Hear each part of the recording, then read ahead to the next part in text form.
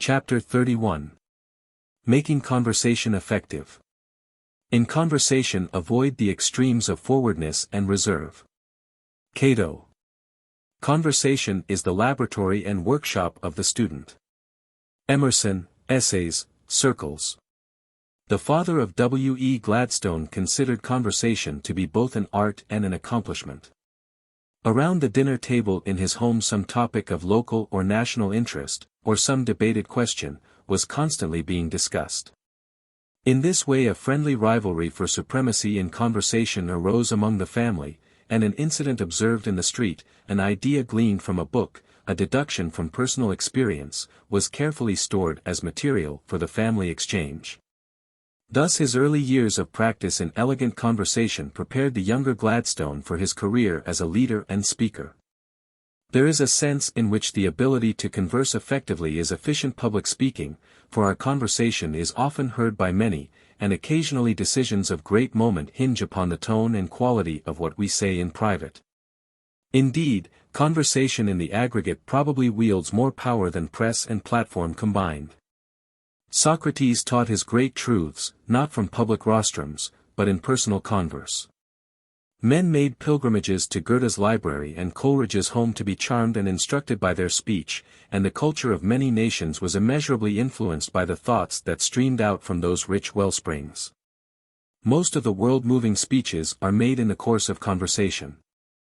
Conferences of diplomats, business-getting arguments, decisions by boards of directors, considerations of corporate policy, all of which influence the political, mercantile and economic maps of the world, are usually the results of careful though informal conversation, and the man whose opinions weigh in such crises is he who has first carefully pondered the words of both antagonist and protagonist. However important it may be to attain self-control in light social converse, or about the family table, it is undeniably vital to have oneself perfectly in hand while taking part in a momentous conference.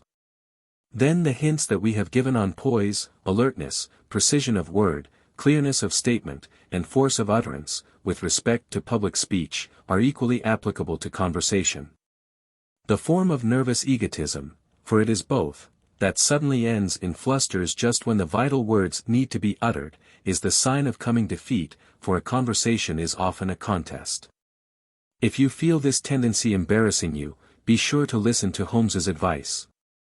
And when you stick on conversational burrs, don't strew your pathway with those dreadful URS. Here bring your will into action, for your trouble is a wandering attention.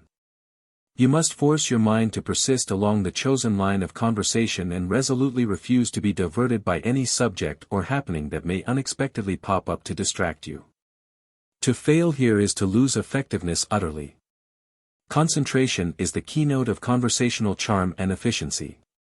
The haphazard habit of expression that uses birdshot when a bullet is needed ensures missing the game, for diplomacy of all sorts rests upon the precise application of precise words.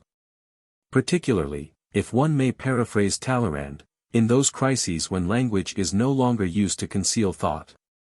We may frequently gain new light on old subjects by looking at word derivations. Conversation signifies in the original a turnabout exchange of ideas, yet most people seem to regard it as a monologue. Bronson Alcott used to say that many could argue, but few converse. The first thing to remember in conversation, then, is that listening, respectful, sympathetic, alert listening, is not only due to our fellow converser but due to ourselves. Many a reply loses its point because the speaker is so much interested in what he is about to say that it is really no reply at all but merely an irritating and humiliating irrelevancy. Self-expression is exhilarating. This explains the eternal impulse to decorate totem poles and paint pictures, write poetry, and expound philosophy. One of the chief delights of conversation is the opportunity it affords for self-expression. A good conversationalist who monopolizes all the conversation, will be voted a bore because he denies others the enjoyment of self-expression. While a mediocre talker who listens interestedly may be considered a good conversationalist because he permits his companions to please themselves through self-expression. They are praised who please, they please who listen well. The first step in remedying habits of confusion in manner, awkward bearing, vagueness in thought, and lack of precision in utterance, is to recognize your faults. If you are serenely unconscious of them, no one, least of all yourself, can help you. But once diagnose your own weaknesses, and you can overcome them by doing 4 things. 1. Will to overcome them, and keep on willing. 2. Hold yourself in hand by assuring yourself that you know precisely what you ought to say. If you cannot do that, be quiet until you are clear on this vital point. 3. Having thus assured yourself, cast out the fear of those who listen to you. They are only human and will respect your words if you really have something to say and say it briefly, simply, and clearly. 4. Have the courage to study the English language until you are master of at least its simpler forms. Conversational hints. Choose some subject that will prove of general interest to the whole group. Do not explain the mechanism of a gas engine at an afternoon tea or the culture of hollyhocks at a stag party. It is not considered good taste for a man to bare his arm in public and show scars or deformities. It is equally bad form for him to flaunt his own woes, or the deformity of someone else's character. The public demands plays and stories that end happily. All the world is seeking happiness. They cannot long be interested in your ills and troubles. George Cohan made himself a millionaire before he was 30 by writing cheerful plays. One of his rules is generally applicable to conversation: always leave them laughing when you say goodbye. Dynamite the I out of your conversation.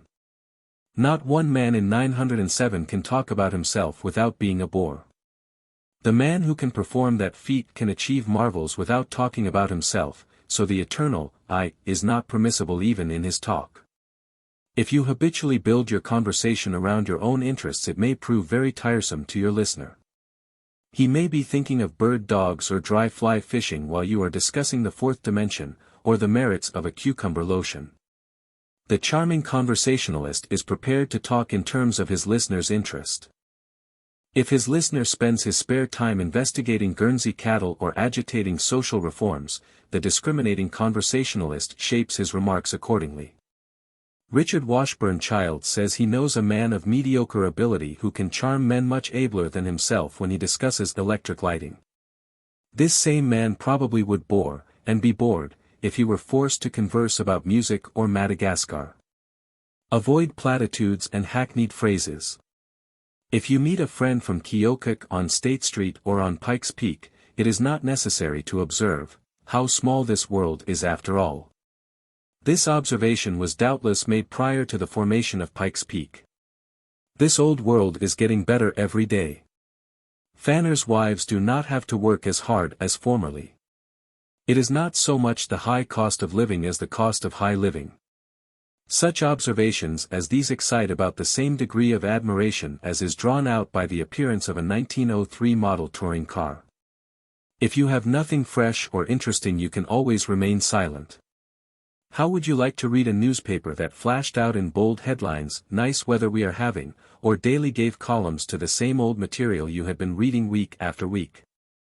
Questions and exercises. 1. Give a short speech describing the conversational bore. 2. In a few words give your idea of a charming converser. 3. What qualities of the orator should not be used in conversation. 4. Give a short humorous delineation of the conversational oracle. 5. Give an account of your first day at observing conversation around you. 6. Give an account of one day's effort to improve your own conversation. 7. Give a list of subjects you heard discussed during any recent period you may select. 8. What is meant by elastic touch in conversation? 9. Make a list of bromides, as Gellett Burgess calls those threadbare expressions which bore us to extinction, itself a bromide. 10. What causes a phrase to become hackneyed? 11. Define the words: A. Trite, B. Solecism, C. Colloquialism, D. Slang, E. Vulgarism, F. Neologism. 12. What constitutes pretentious talk? Appendices. Appendix A. 50 questions for debate. 1. Has labor unionism justified its existence? 2. Should all church printing be brought out under the union label? 3. Is the open shop a benefit to the community? 4. Should arbitration of industrial disputes be made compulsory? 5. Is profit sharing a solution of the wage problem? 6. Is a minimum wage law desirable? 7. Should the 8-hour day be made universal in America? 8. Should the state compensate those who sustain irreparable business loss because of the enactment of laws prohibiting the manufacture and sale of intoxicating drinks? 9. Should public utilities be owned by the municipality? 10. Should marginal trading in stocks be prohibited? 11. Should the national government establish a compulsory system of old age insurance by taxing the incomes of those to be benefited? 12. Would the triumph of socialistic principles result in deadening personal ambition? 13. Is the presidential system a better form of government for the United States than the parliamental system? 14. Should our legislation be shaped toward the gradual abandonment of the protective tariff? 15. Should the government of the larger cities be vested solely in a commission of not more than 9 men elected by the voters at large? 16. Should national banks be permitted to issue, subject to tax and government supervision, notes based on their general assets? 17. Should women be given the ballot on the present basis of suffrage for men? 18. Should the present basis of suffrage be restricted? 19. Is the hope of permanent world peace a delusion? 20. Should the United States send a diplomatic representative to the Vatican? 21. Should the powers of the world substitute an international police for national standing armies? 22. Should the United States maintain the Monroe Doctrine? 23. Should the recall of judges be adopted? 24. Should the initiative and referendum be adopted as a national principle? 25. Is it desirable that the national government should own all railroads operating in interstate territory? 26. Is it desirable that the national government should own interstate telegraph and telephone systems? 27. Is the national prohibition of the liquor traffic an economic necessity? 28. Should the United States Army and Navy be greatly strengthened? 29. Should the same standards of altruism obtain in the relations of nations as in those of individuals? 30. Should our government be more highly centralized? 31. Should the United States continue its policy of opposing the combination of railroads? 32. In case of personal injury to a workman arising out of his employment, should his employer be liable for adequate compensation and be forbidden to set up as a defense a plea of contributory negligence on the part of the workman? Or the negligence of a fellow workman? 33. Should all corporations doing an interstate business be required to take out a federal license? 34. Should the amount of property that can be transferred by inheritance be limited by law? 35. Should equal compensation for equal labor, between women and men, universally prevail? 36. Does equal suffrage tend to lessen the interest of woman in her home? 37.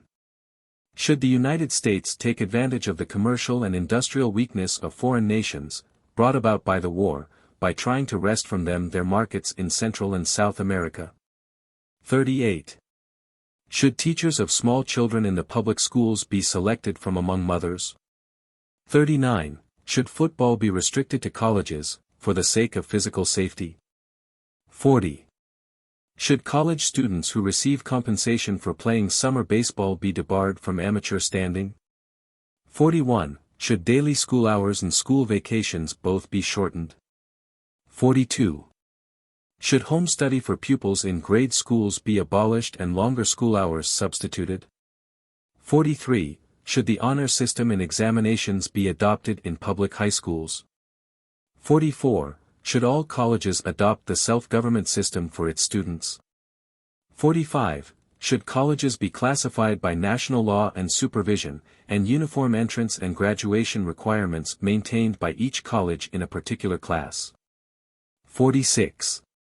Should ministers be required to spend a term of years in some trade, business, or profession, before becoming pastors?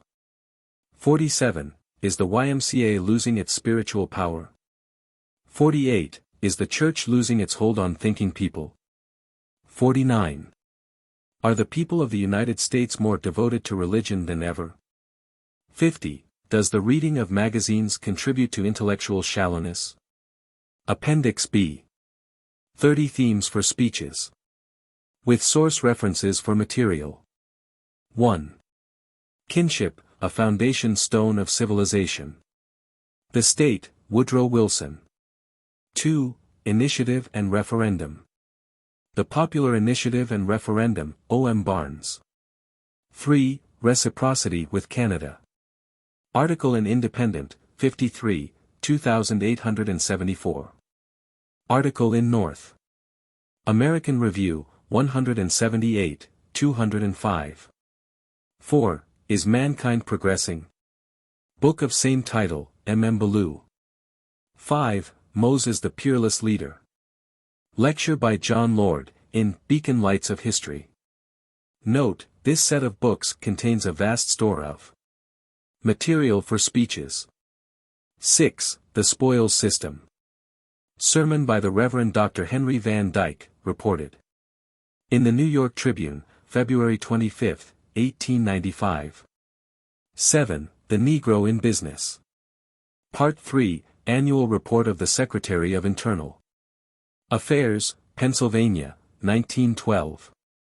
8. Immigration and Degradation. Americans or Aliens? Howard B. Gross.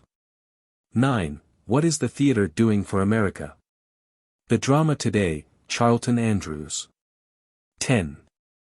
Superstition. Curiosities of Popular Custom, William S. Walsh. 11. The Problem of Old Age. Old Age Deferred, Arnold Lorand. 12. Who is the Tramp?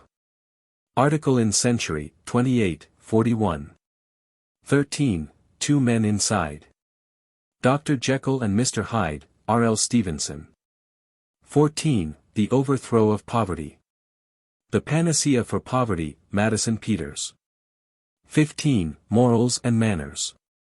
A Christian's Habits, Robert E. Speer. 16. Jew and Christian. Jesus the Jew, Harold Weinstock. 17. Education and the Moving Picture. Article by J. BERG ESENWEIN in The Theater of Science, Robert Grau. 18. Books as Food. Books and Reading, R. C. Gage and Alfred Harcourt. 19. What is a Novel? The Technique of the Novel, Charles F. Home. 20. Modern Fiction and Modern Life. Article in Lippincott's, October, 1907. 21. Our Problem in Mexico. The Real Mexico, Hamilton Fife. 22. The Joy of Receiving. Article in Woman's Home Companion, December, 1914. 23. Physical Training vs. College Athletics. Article in Literary Digest, November 28, 1914. 24. Cheer Up. The Science of Happiness, Jean Finot. 25. The Square Peg in the Round Hole. The Job, the Man, and the Boss, Catherine Blackford and Arthur Newcomb. 26. The Decay of Acting. Article in Current Opinion, November, 1914. 27. The Young Man and the Church. A Young Man's Religion, N. McGee Waters. 28. Inheriting Success. Article in Current Opinion, November, 1914.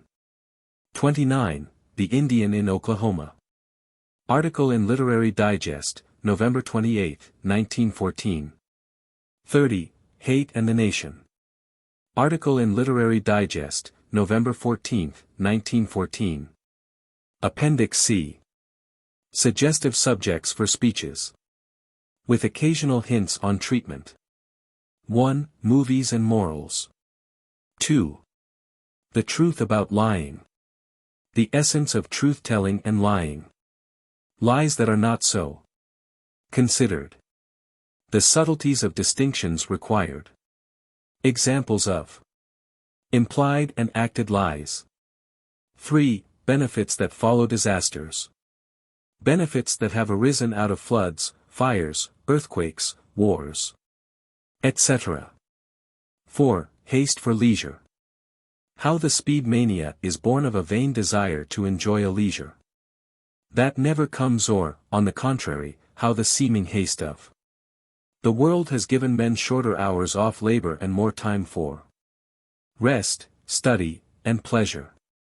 5. Histi. Paul's message to New York. Truths from the epistles pertinent to the great cities of today. 6. Education and crime. 7. Loss is the mother of gain. How many men have been content until, losing all, they exerted their best efforts to regain success, and succeeded more largely than before. 8. Egoism versus egotism. 9. Blunders of young fogyism. 10. The waste of middlemen in charity systems. The cost of collecting funds for, and administering help to, the needy. The weakness of organized philanthropy as compared with the giving that gives itself. 11. The economy of organized charity. The other side of the picture. 12. Freedom of the press. The true forces that hurtfully control too many newspapers are not those of arbitrary governments but the corrupting influences of moneyed and political interests, fear of the liquor power, and the desire to please sensation-loving readers. 13. Helen Keller, Optimist. 14. Back to the Farm. A study of the reasons underlying the movement. 15. It was ever thus. In ridicule of the pessimist who is never surprised at seeing failure. 16. The vocational high school. Value of direct training compared with the policy of laying broader foundations for later building. How the two theories work out in practice. Each plan can be especially applied in cases that seem to need special treatment. 17. All kinds of turning done here. A humorous, yet serious, discussion of the flopping, windmill character. 18. The egoistic altruist. Herbert Spencer's theory as discussed in The Data of Ethics. 19. How the city menaces the nation. Economic perils in massed population. Show also the other side. Signs of the problems being solved. 20. The robust note in modern poetry.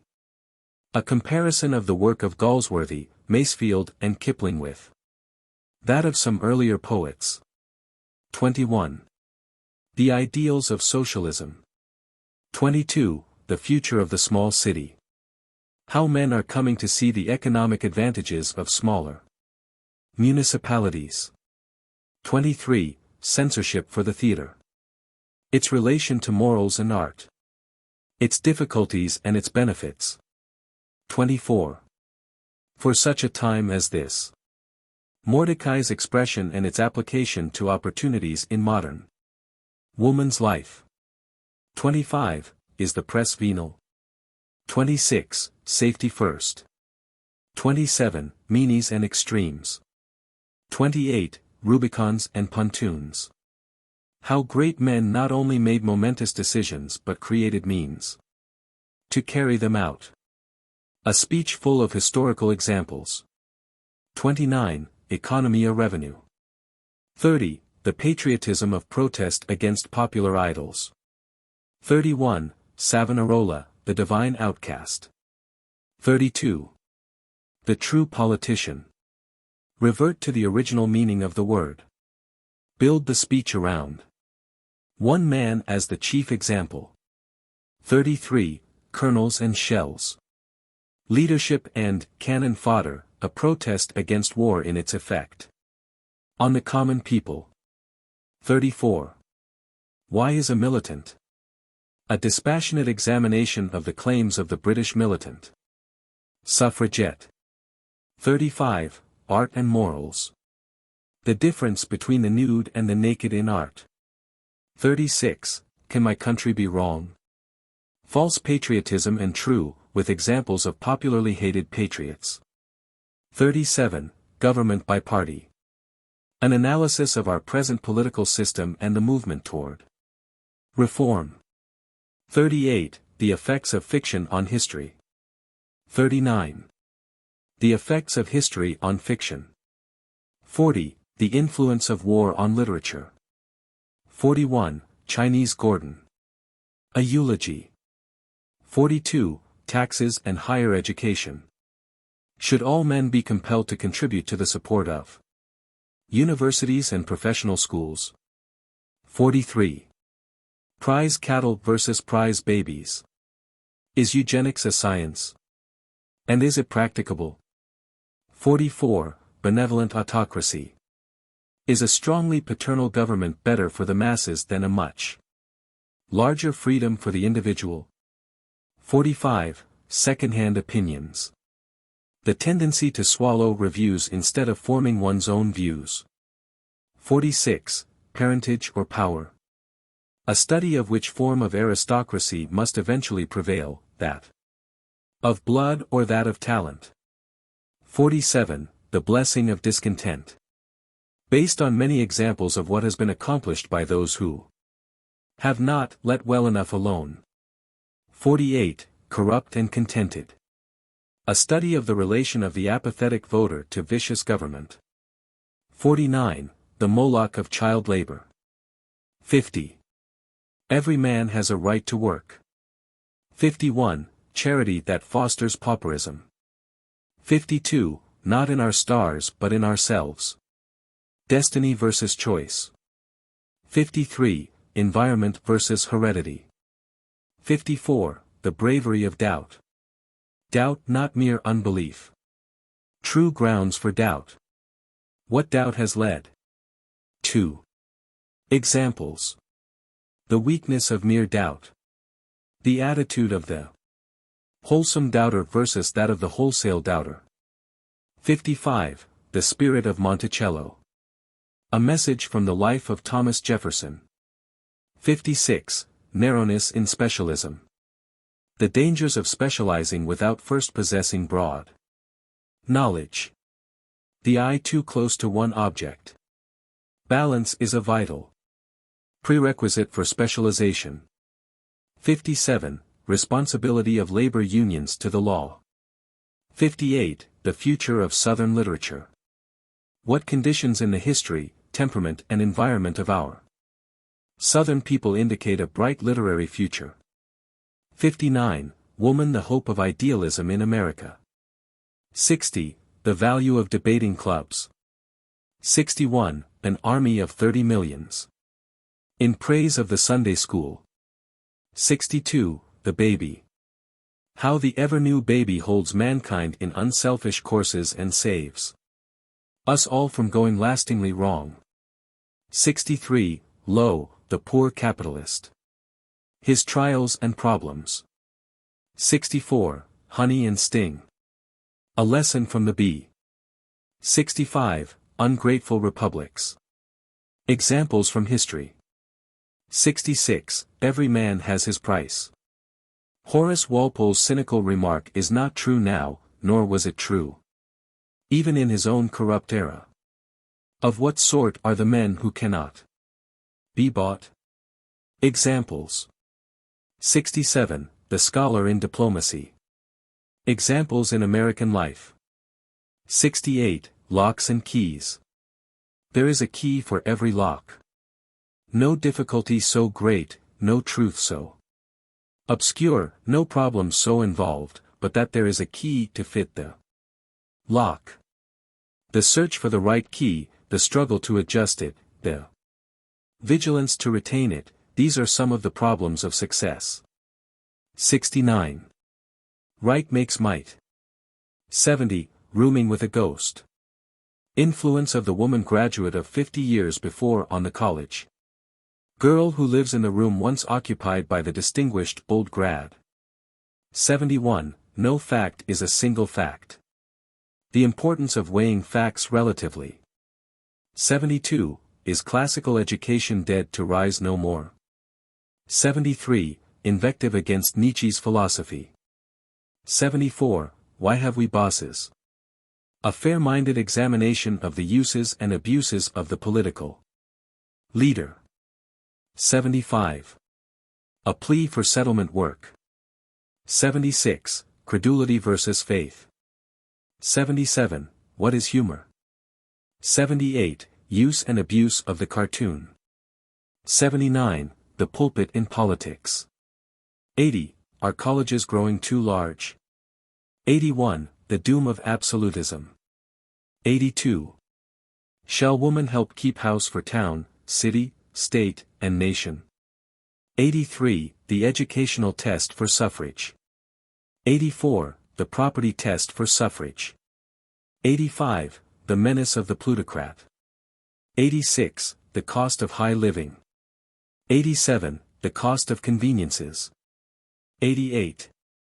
Waste in American life. 89. The effect of the photoplay on the legitimate theater. 90. Room for the kicker. 100. The need for trained diplomats. 101. The shadow of the Iron Chancellor. 102. The tyranny of the crowd. 103. Is our trial by jury satisfactory? 104. The high cost of securing justice. 105. The need for speedier court trials. 106. Triumphs of the American engineer. 107. Goethals and Gorgas. 108. Public education makes service to the public a duty. 109. Man owes his life to the common good. Footnotes. It must be remembered that the phrasing of the subject will not necessarily serve for the title. Appendix D. Speeches for Study and Practice. Newell Dwight Hillis.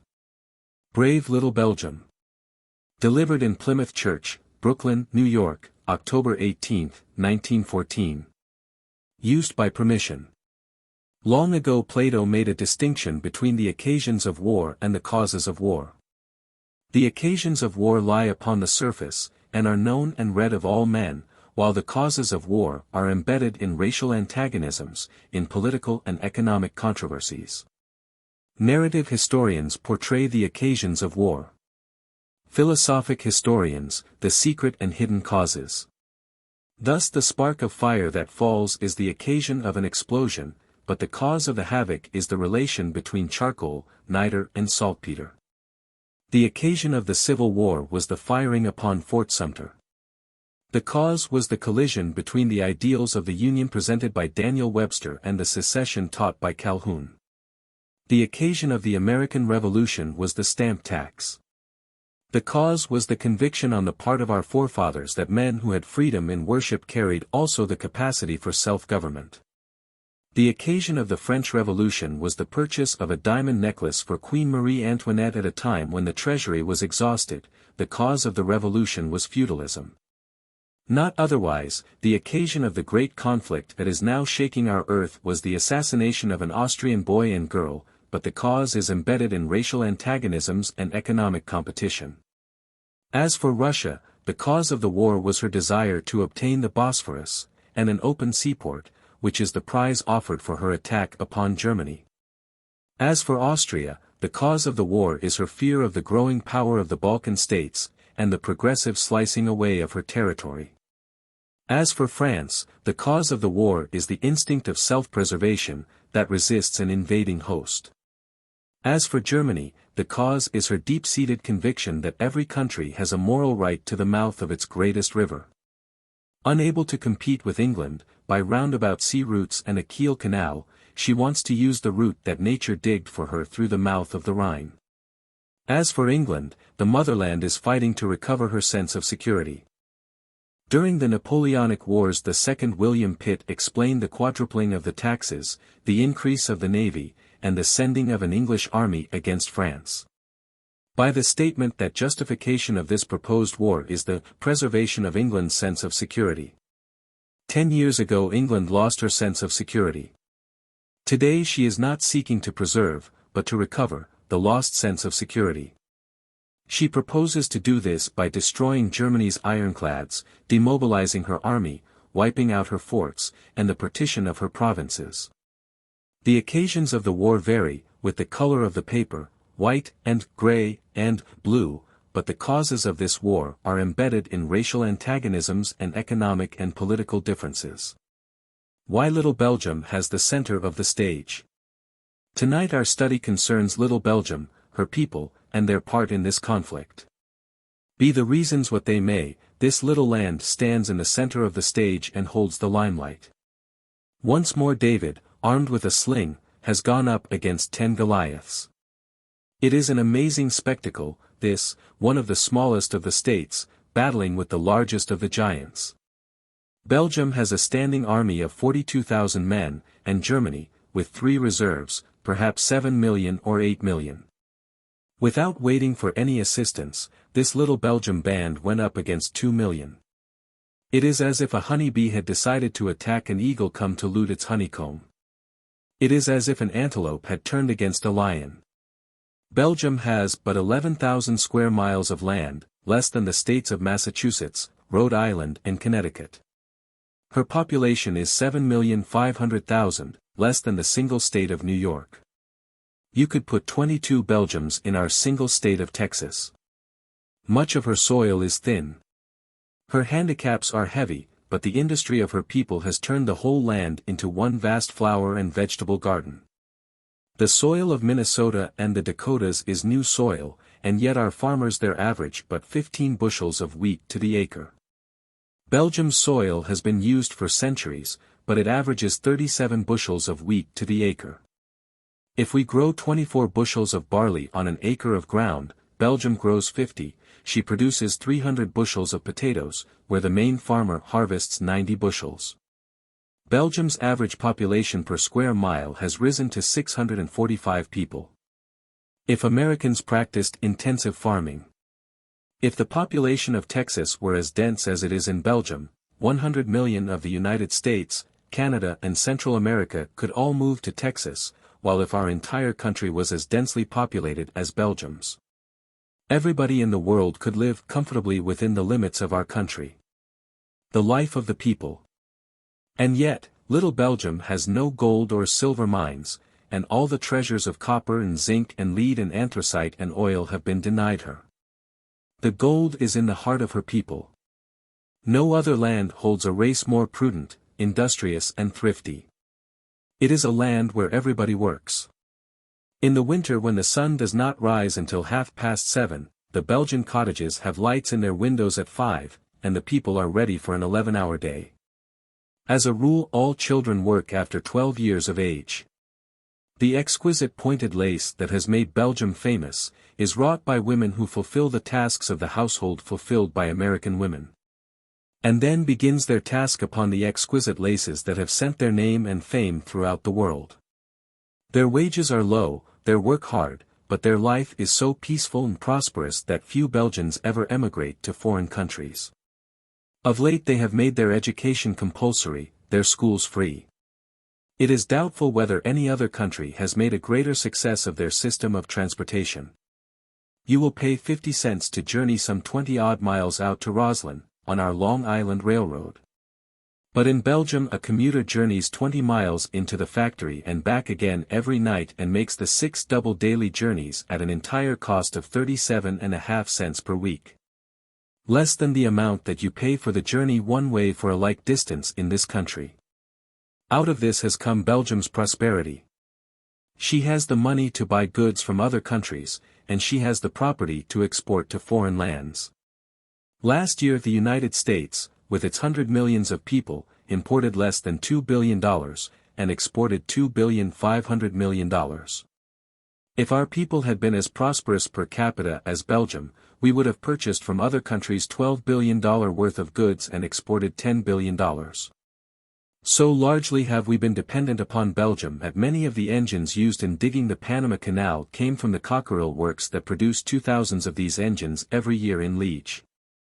It is often said that the Belgians have the best courts in existence.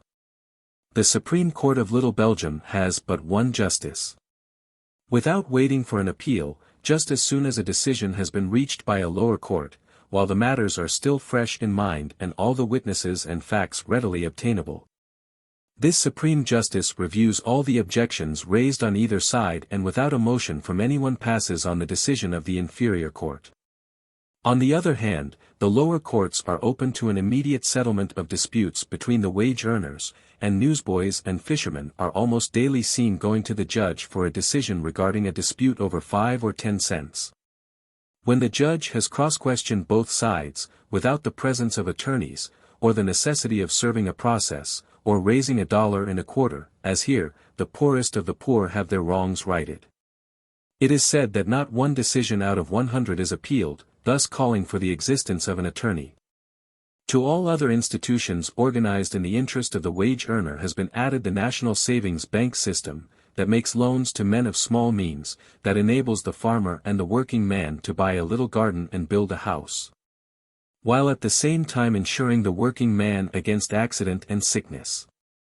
Belgium is a poor man's country, it has been said, because institutions have been administered in the interest of the men of small affairs.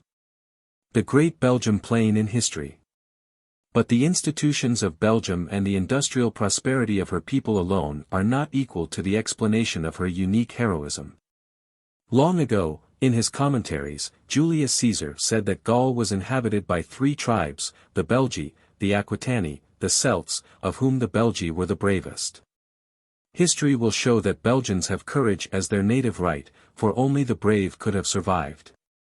The southeastern part of Belgium is a series of rock plains, and if these plains have been her good fortune in times of peace, they have furnished the battlefields of Western Europe for 2,000 years. Northern France and Western Germany are rough, jagged and wooded, but the Belgian plains were ideal battlefields.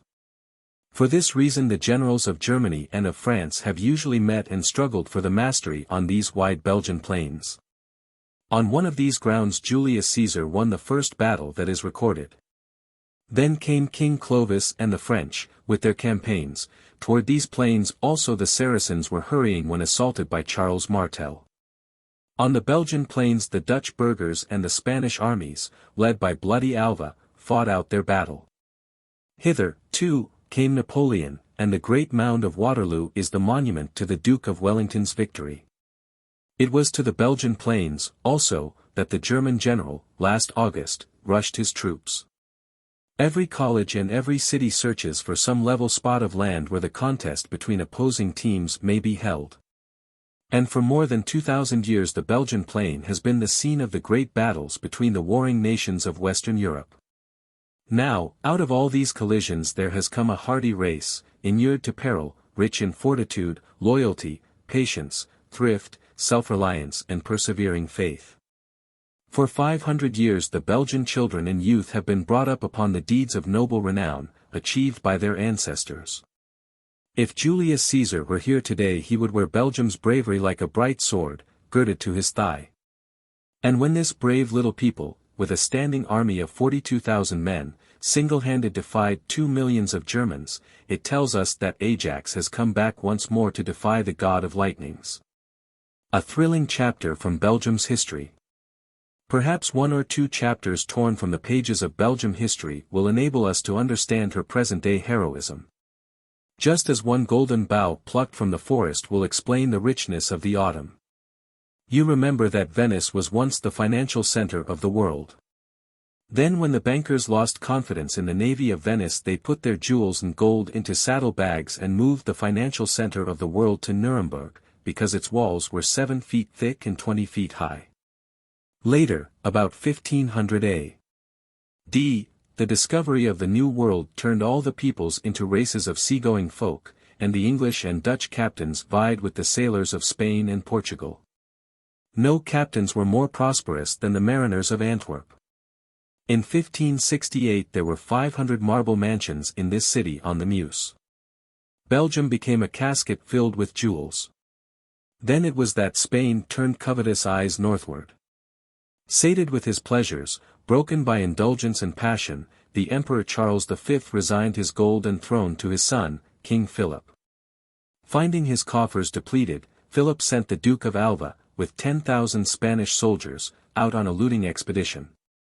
Their approach filled Antwerp with consternation, for her merchants were busy with commerce and not with war. The sack of Antwerp by the Spaniards makes up a revolting page in history. Within 3 days 8,000 men, women and children were massacred, and the Spanish soldiers, drunk with wine and blood, hacked, drowned and burned like fiends that they were. The Belgian historian tells us that 500 marble residences were reduced to blackened ruins. One incident will make the event stand out. When the Spaniards approached the city, a wealthy burgher hastened the day of his son's marriage. During the ceremony, the soldiers broke down the gate of the city and crossed the threshold of the rich man's house. When they had stripped the guests of their purses and gems, unsatisfied, they killed the bridegroom, slew the men, and carried the bride out into the night. The next morning a young woman, crazed and half-clad, was found in the street, searching among the dead bodies. At last she found a youth, whose head she lifted upon her knees, over which she crooned her songs, as a young mother soothes her babe. A Spanish officer passing by, humiliated by the spectacle, ordered a soldier to use his dagger and put the girl out of her misery. The horrors of the Inquisition. Having looted Antwerp, the treasure chest of Belgium, the Spaniards set up the Inquisition as an organized means of securing property. It is a strange fact that the Spaniard has excelled in cruelty as other nations have excelled in art or science or invention. Spain's cruelty to the Moors and the rich Jews forms one of the blackest chapters in history. Inquisitors became fiends. Moors were starved, tortured, burned, flung in wells. Jewish bankers had their tongues thrust through little iron rings. Then the end of the tongue was seared that it might swell, and the banker was led by a string in the ring through the streets of the city. The women and the children were put on rafts that were pushed out into the Mediterranean Sea. When the swollen corpses drifted ashore, the plague broke out, and when that black plague spread over Spain it seemed like the justice of outraged nature. The expulsion of the Moors was one of the deadliest blows ever struck at science, commerce, art and literature. The historian tracks Spain across the continents by a trail of blood. Wherever Spain's hand has fallen it has paralyzed. From the days of Cortés, wherever her captains have given a pledge, the tongue that spake has been mildewed with lies and treachery. The wildest beasts are not in the jungle. Man is the lion that rends, man is the leopard that tears, man's hate is the serpent that poisons, and the Spaniard entered Belgium to turn a garden into a wilderness. Within 1 year, 1568, Antwerp, that began with 125,000 people, ended it with 50,000. Many multitudes were put to death by the sword and stake, but many, many thousands fled to England, to begin anew their lives as manufacturers and mariners. And for years Belgium was one quaking peril, an inferno, whose torturers were Spaniards. The visitor in Antwerp is still shown the rack upon which they stretched the merchants that they might yield up their hidden gold. The painted lady may be seen. Opening her arms, she embraces the victim.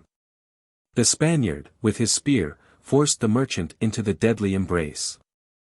As the iron arms concealed in velvet folded together, one spike passed through each eye, another through the mouth, another through the heart. The painted lady's lips were poisoned, so that a kiss was fatal. The dungeon whose sides were forced together by screws, so that each day the victim saw his cell growing less and less, and knew that soon he would be crushed to death, was another instrument of torture. Literally thousands of innocent men and women were burned alive in the marketplace. There is no more piteous tragedy in history than the story of the decline and ruin of this superbly prosperous, literary and artistic country, and yet out of the ashes came new courage. Burned, broken, the Belgians and the Dutch were not beaten. Pushed at last into Holland, where they united their fortunes with the Dutch, they cut the dikes of Holland, and let in the ocean, and clinging to the dikes with their finger-tips, fought their way back to the land. But no sooner had the last of the Spaniards gone than out of their rags and poverty they founded a university as a monument to the providence of God in delivering them out of the hands of their enemies. For, the 16th century, in the form of a brave knight, wears little Belgium and Holland like a red rose upon his heart. The death of Egmont. But some of you will say that the Belgian people must have been rebels and guilty of some excess, and that had they remained quiescent, and not fomented treason, that no such fate could have overtaken them at the hands of Spain. Very well.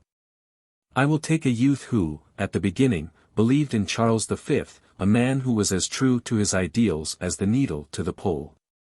One day the Bloody Council decreed the death of Egmont and Horn. Immediately afterward, the Duke of Alva sent an invitation to Egmont to be the guest of honor at a banquet in his own house. A servant from the palace that night delivered to the Count a slip of paper, containing a warning to take the fleetest horse and flee the city, and from that moment not to eat or sleep without pistols at his hand. To all this Egmont responded that no monster ever lived who could, with an invitation of hospitality, trick a patriot. Like a brave man, the Count went to the Duke's palace. He found the guests assembled, but when he had handed his hat and cloak to the servant, Alva gave a sign, and from behind the curtains came Spanish musketeers, who demanded his sword. For instead of a banquet hall, the Count was taken to a cellar, fitted up as a dungeon. Already Egmont had all but died for his country. He had used his ships, his trade, his gold, for righting the people's wrongs. He was a man of a large family, a wife and 11 children, and people loved him as to idolatry. But Alva was inexorable. He had made up his mind that the merchants and burghers had still much hidden gold, and if he killed their bravest and best, terror would fall upon all alike, and that the gold he needed would be forthcoming. That all the people might witness the scene, he took his prisoners to Brussels and decided to behead them in the public square. In the evening Egmont received the notice that his head would be chopped off the next day. A scaffold was erected in the public square. That evening he wrote a letter that is a marvel of restraint. Sire, I have learned this evening the sentence which your Majesty has been pleased to pronounce upon me. Although I have never had a thought, and believe myself never to have done a deed, which would tend to the prejudice of your service, or to the detriment of true religion. Nevertheless I take patience to bear that which it has pleased the good God to permit. Therefore, I pray your Majesty to have compassion on my poor wife, my children and my servants, having regard to my past service. In which hope I now commend myself to the mercy of God. From Brussels, ready to die, this 5th of June, 1568. Lamoral d. Egmont.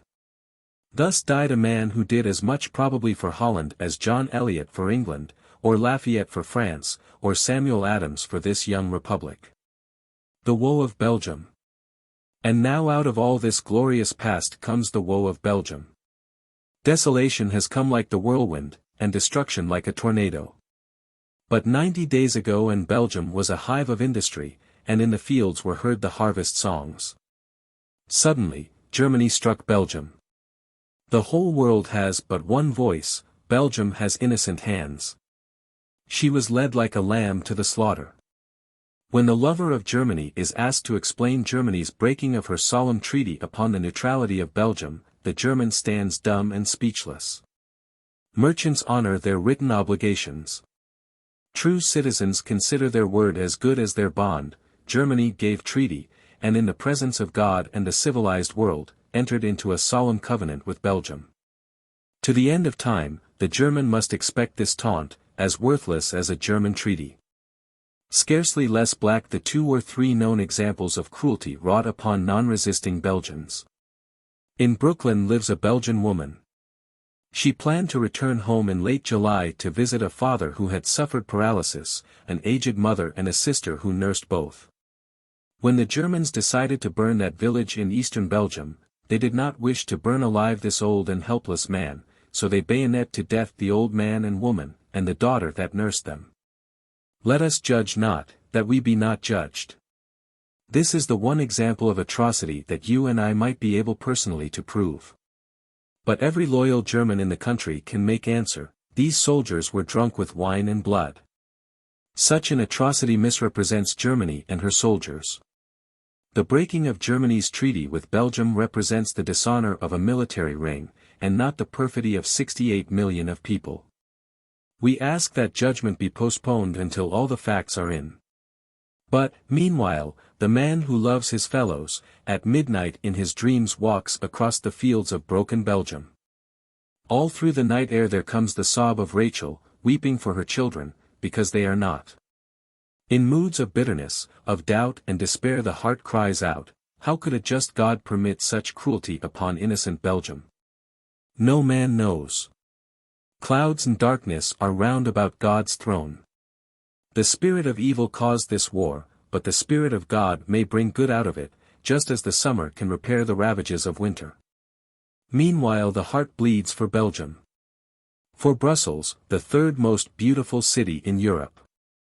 For Louvain, once rich with its libraries, cathedrals, statues, paintings, missals, manuscripts, now a ruin. Alas! For the ruined harvests and the smoking villages.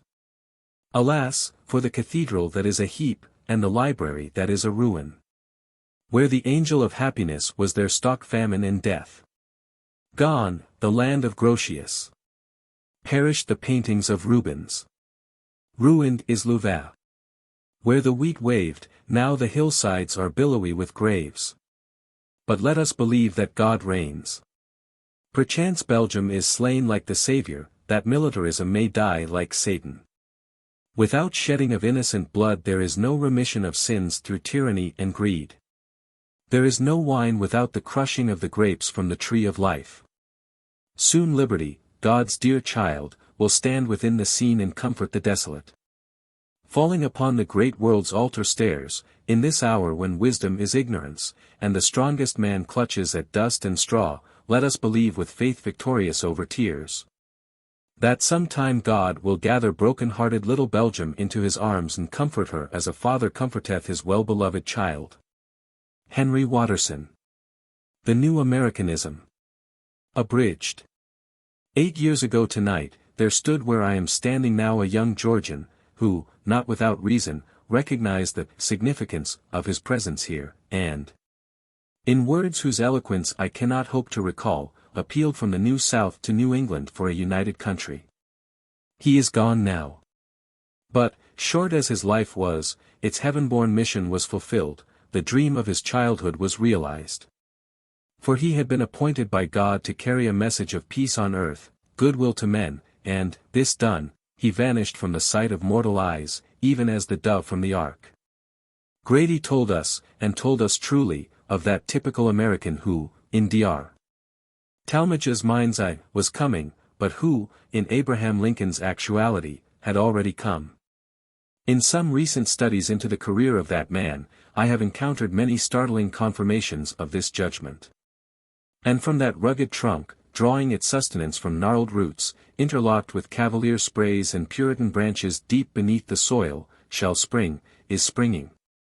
A shapely tree, symmetric in all its parts, under whose sheltering boughs this nation shall have the new birth of freedom Lincoln promised it, and mankind the refuge which was sought by the forefathers when they fled from oppression. Thank God, the axe, the gibbet, and the stake have had their day. They have gone, let us hope, to keep company with the lost arts. It has been demonstrated that great wrongs may be redressed and great reforms be achieved without the shedding of one drop of human blood, that vengeance does not purify, but brutalizes. And that tolerance, which in private transactions is reckoned a virtue, becomes in public affairs a dogma of the most far-seeing statesmanship. So I appeal from the men in silken hose who danced to music made by slaves, and called it freedom, from the men in bell-crowned hats, who led Hester Prynne to her shame, and called it religion, to that Americanism which reaches forth its arms to smite wrong with reason and truth, secure in the power of both. I appeal from the patriarchs of New England to the poets of New England, from Endicott to Lowell, from Winthrop to Longfellow, from Norton to Holmes. And I appeal in the name and by the rights of that common citizenship, of that common origin, back of both the Puritan and the Cavalier, to which all of us owe our being. Let the dead past, consecrated by the blood of its martyrs, not by its savage hatreds, darkened alike by kingcraft and priestcraft, let the dead past bury its dead. Let the present and the future ring with the song of the singers. Blessed be the lessons they teach, the laws they make. Blessed be the eye to see, the light to reveal. Blessed be tolerance, sitting ever on the right hand of God to guide the way with loving word, as blessed be all that brings us nearer the goal of true religion, true republicanism, and true patriotism, distrust of watchwords and labels. Shams and heroes, belief in our country and ourselves. It was not Cotton Mather, but John Greenleaf Whittier, who cried, "Dear God and Father of us all, forgive our faith in cruel lies. Forgive the blindness that denies. Cast down our idols, overturn our bloody altars, make us see Thyself in thy humanity." John Morley. Founders' Day Address. Abridged. Carnegie Institute, Pittsburgh, Pennsylvania, November 3, 1904. What is so hard as a just estimate of the events of our own time? It is only now, a century and a half later, that we really perceive that a writer has something to say for himself when he calls Wolfe's exploit at Quebec the turning point in modern history. And today it is hard to imagine any rational standard that would not make the American Revolution, an insurrection of 13 little colonies, with a population of 3,000. Scattered in a distant wilderness among savages, a mightier event in many of its aspects than the volcanic convulsion in France. Again, the upbuilding of your great West on this continent is reckoned by some the most important world movement of the last 100 years. But is it more important than the amazing, imposing and perhaps disquieting apparition of Japan? One authority insists that when Russia descended into the Far East and pushed her frontier on the Pacific to the 43rd degree of latitude, that was one of the most far-reaching facts of modern history. Though it almost escaped the eyes of Europe, all her perceptions then monopolized by affairs in the Levant. Who can say? Many courses of the sun were needed before men could take the full historic measures of Luther, Calvin, Knox, the measure of Loyola, the Council of Trent, and all the Counter-Reformation. The center of gravity is forever shifting, the political axis of the world perpetually changing. But we are now far enough off to discern how stupendous a thing was done when, after 2 cycles of bitter war, one foreign, the other civil and intestine, Pitt and Washington, within a span of less than a score of years, planted the foundations of the American Republic. What Forbes's stockade at Fort Pitt has grown to be you know better than I. The huge triumphs of Pittsburgh in material production, iron, steel, coke, glass, and all the rest of it, can only be told in colossal figures that are almost as hard to realize in our minds as the figures of astronomical distance or geologic time. It is not quite clear that all the founders of the Commonwealth would have surveyed the wonderful scene with the same exultation as their descendants. Some of them would have denied that these great centers of industrial democracy either in the Old World or in the New always stand for progress. Jefferson said, "I view great cities as pestilential to the morals, the health, and the liberties of man. I consider the class of artificers," he went on, "as the panders of vice, and the instrument by which the liberties of a country are generally overthrown. In England they reckon 70% of our population as dwellers in towns. With you, I read that only 25% of the population live in groups so large as 4,000 persons. If Jefferson was right, our outlook would be dark. Let us hope that he was wrong, and in fact toward the end of his time qualified his early view. Franklin, at any rate, would, I feel sure, have reveled in it all. That great man, a name in the forefront among the practical intelligences of human history, once told a friend that when he dwelt upon the rapid progress that mankind was making in politics, morals, and the arts of living, and when he considered that each one improvement always begets another, he felt assured that the future progress of the race was likely to be quicker than it had ever been. He was never wearied of foretelling inventions yet to come, and he wished he could revisit the earth at the end of a century to see how mankind was getting on. With all my heart I share his wish.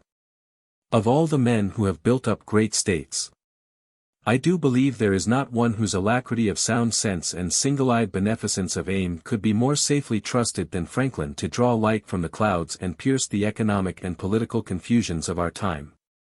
We can imagine the amazement and complacency of that shrewd benignant mind if he could watch all the giant marvels of your mills and furnaces, and all the apparatus devised by the wondrous inventive faculties of man. If he could have foreseen that his experiments with the kite in his garden at Philadelphia, his tubes, his Leyden jars would end in the electric appliances of today, the largest electric plant in all the world on the site of Fort Duquesne. If he could have heard of 5 billion of passengers carried in the United States by electric motor power in a year, if he could have realized all the rest of the magician's tale of our time. Still more would he have been astounded and elated could he have foreseen, beyond all advances in material production, the unbroken strength of that political structure which he had so grand a share in rearing. Into this very region where we are this afternoon, swept wave after wave of immigration, English from Virginia flowed over the border, bringing English traits, literature, habits of mind. Scots, or Scots-Irish, originally from Ulster, flowed in from central Pennsylvania, Catholics from southern Ireland, new hosts from southern and east-central Europe. This is not the 4th of July. But people of every school would agree that it is no exuberance of rhetoric, it is only sober truth to say that the persevering absorption and incorporation of all this ceaseless torrent of heterogeneous elements into one united, stable, industrious, and pacific state is an achievement that neither the Roman Empire or the Roman Church, neither Byzantine Empire nor Russian, not Charles the Great nor Charles V nor Napoleon ever rivaled or approached. We are usually apt to excuse the slower rate of liberal progress in our old world by contrasting the obstructive barriers of prejudice, survival, solecism, anachronism, convention, institution, all so obstinately rooted. Even when the branches seem bare and broken, in an old world, with the open and disengaged ground of the new. Yet in fact your difficulties were at least as formidable as those of the older civilizations into whose fruitful heritage you have entered. Unique was the necessity of this gigantic task of incorporation, the assimilation of people of diverse faiths and race. A second difficulty was more formidable still, how to erect and work a powerful and wealthy state on such a system as to combine the centralized concert of a federal system with local independence, and to unite collective energy with the encouragement of individual freedom. This last difficulty that you have so successfully up to now surmounted, at the present hour confronts the mother country and deeply perplexes her statesmen. Liberty and union have been called the twin ideas of America. So, too, they are the twin ideals of all responsible men in Great Britain. Although responsible men differ among themselves as to the safest path on which to travel toward the common goal, and though the dividing ocean, in other ways so much our friend, interposes, for our case of an island state, or rather for a group of island states, obstacles from which a continental state like yours is happily altogether free. Nobody believes that no difficulties remain. Some of them are obvious. But the common sense, the mixture of patience and determination that has conquered risks and mischiefs in the past, may be trusted with the future. Strange and devious are the paths of history. Broad and shining channels get mysteriously silted up. How many a time what seemed a glorious high road proves no more than a mule track or mere cul-de-sac. Think of Canning's flashing boast, when he insisted on the recognition of the Spanish republics in South America, that he had called a new world into existence to redress the balance of the old. This is one of the sayings, of which sort many another might be found, that make the fortune of a rhetorician, yet stand ill the wear and tear of time and circumstance. The new world that Canning called into existence has so far turned out a scene of singular disenchantment. Though not without glimpses on occasion of that heroism and courage and even wisdom that are the attributes of man almost at the worst, the tale has been too much a tale of anarchy and disaster. Still leaving a host of perplexities for statesmen both in America and Europe. It has left also to students of a philosophic turn of mind one of the most interesting of all the problems to be found in the whole field of social, ecclesiastical, religious, and racial movement. Why is it that we do not find in the South as we find in the North of this hemisphere a powerful federation, a great Spanish-American people stretching from the Rio Grande to Cape Horn? To answer that question would be to shed a flood of light upon many deep historic forces in the Old World, of which, after all, these movements of the New are but a prolongation and more manifest extension. What more imposing phenomenon does history present to us than the rise of Spanish power to the pinnacle of greatness and glory in the 16th century? The Mohammedans, after centuries of fierce and stubborn war, driven back. The whole peninsula brought under a single rule with a single creed, enormous acquisitions from the Netherlands of Naples, Sicily, the Canaries. France humbled, England menaced, settlements made in Asia and northern Africa, Spain and America become possessed of a vast continent and of more than one archipelago of splendid islands. Yet before a century was over, the sovereign majesty of Spain underwent a huge declension, the territory under her sway was contracted, the fabulous wealth of the mines of the New World had been wasted, agriculture and industry were ruined. Her commerce passed into the hands of her rivals. Let me digress one further moment. We have a very sensible habit in the island whence I come, when our country misses fire, to say as little as we can, and sink the thing in patriotic oblivion. It is rather startling to recall that less than a century ago England twice sent a military force to seize what is now Argentina. Pride of race and hostile creed vehemently resisting, proved too much for us. The two expeditions ended in failure, and nothing remains for the historian of today but to wonder what a difference it might have made to the temperate region of South America if the fortune of war had gone the other way. If the region of the Plata had become British, and a large British immigration had followed. Do not think me guilty of the heinous crime of forgetting the Monroe Doctrine. That momentous declaration was not made for a good many years after our General Whitelock was repulsed at Buenos Aires, though Mr. Sumner and other people have always held that it was Canning who really first started the Monroe Doctrine, when he invited the United States to join him against European intervention in South American affairs. The day is at hand, we are told, when 4/5 of the human race will trace their pedigree to English forefathers, as 4/5 of the white people in the United States trace their pedigree today.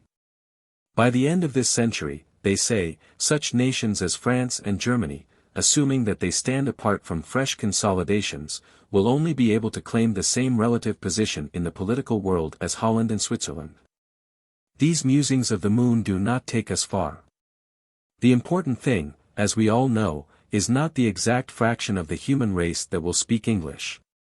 The important thing is that those who speak English, whether in old lands or new, shall strive in lofty, generous and never-ceasing emulation with peoples of other tongues and other stock for the political, social, and intellectual primacy among mankind. In this noble strife for the service of our race we need never fear that claimants for the prize will be too large a multitude. As an able scholar of your own has said, Jefferson was here using the old vernacular of English aspirations after a free, manly, and well-ordered political life, a vernacular rich in stately tradition and noble phrase. To be found in a score of 1,000 of champions in many camps, in Buchanan, Milton, Hooker, Locke, Jeremy Taylor, Roger Williams, and many another humbler but not less strenuous pioneer and confessor of freedom. Ah, do not fail to count up, and count up often, what a different world it would have been but for that island in the distant northern sea. These were the tributary fountains, that, as time went on, swelled into the broad confluence of modern time. What was new in 1776 was the transformation of thought into actual polity. What is progress? It is best to be slow in the complex arts of politics in their widest sense, and not to hurry to define. If you want a platitude, there is nothing for supplying it like a definition. Or shall we say that most definitions hang between platitude and paradox?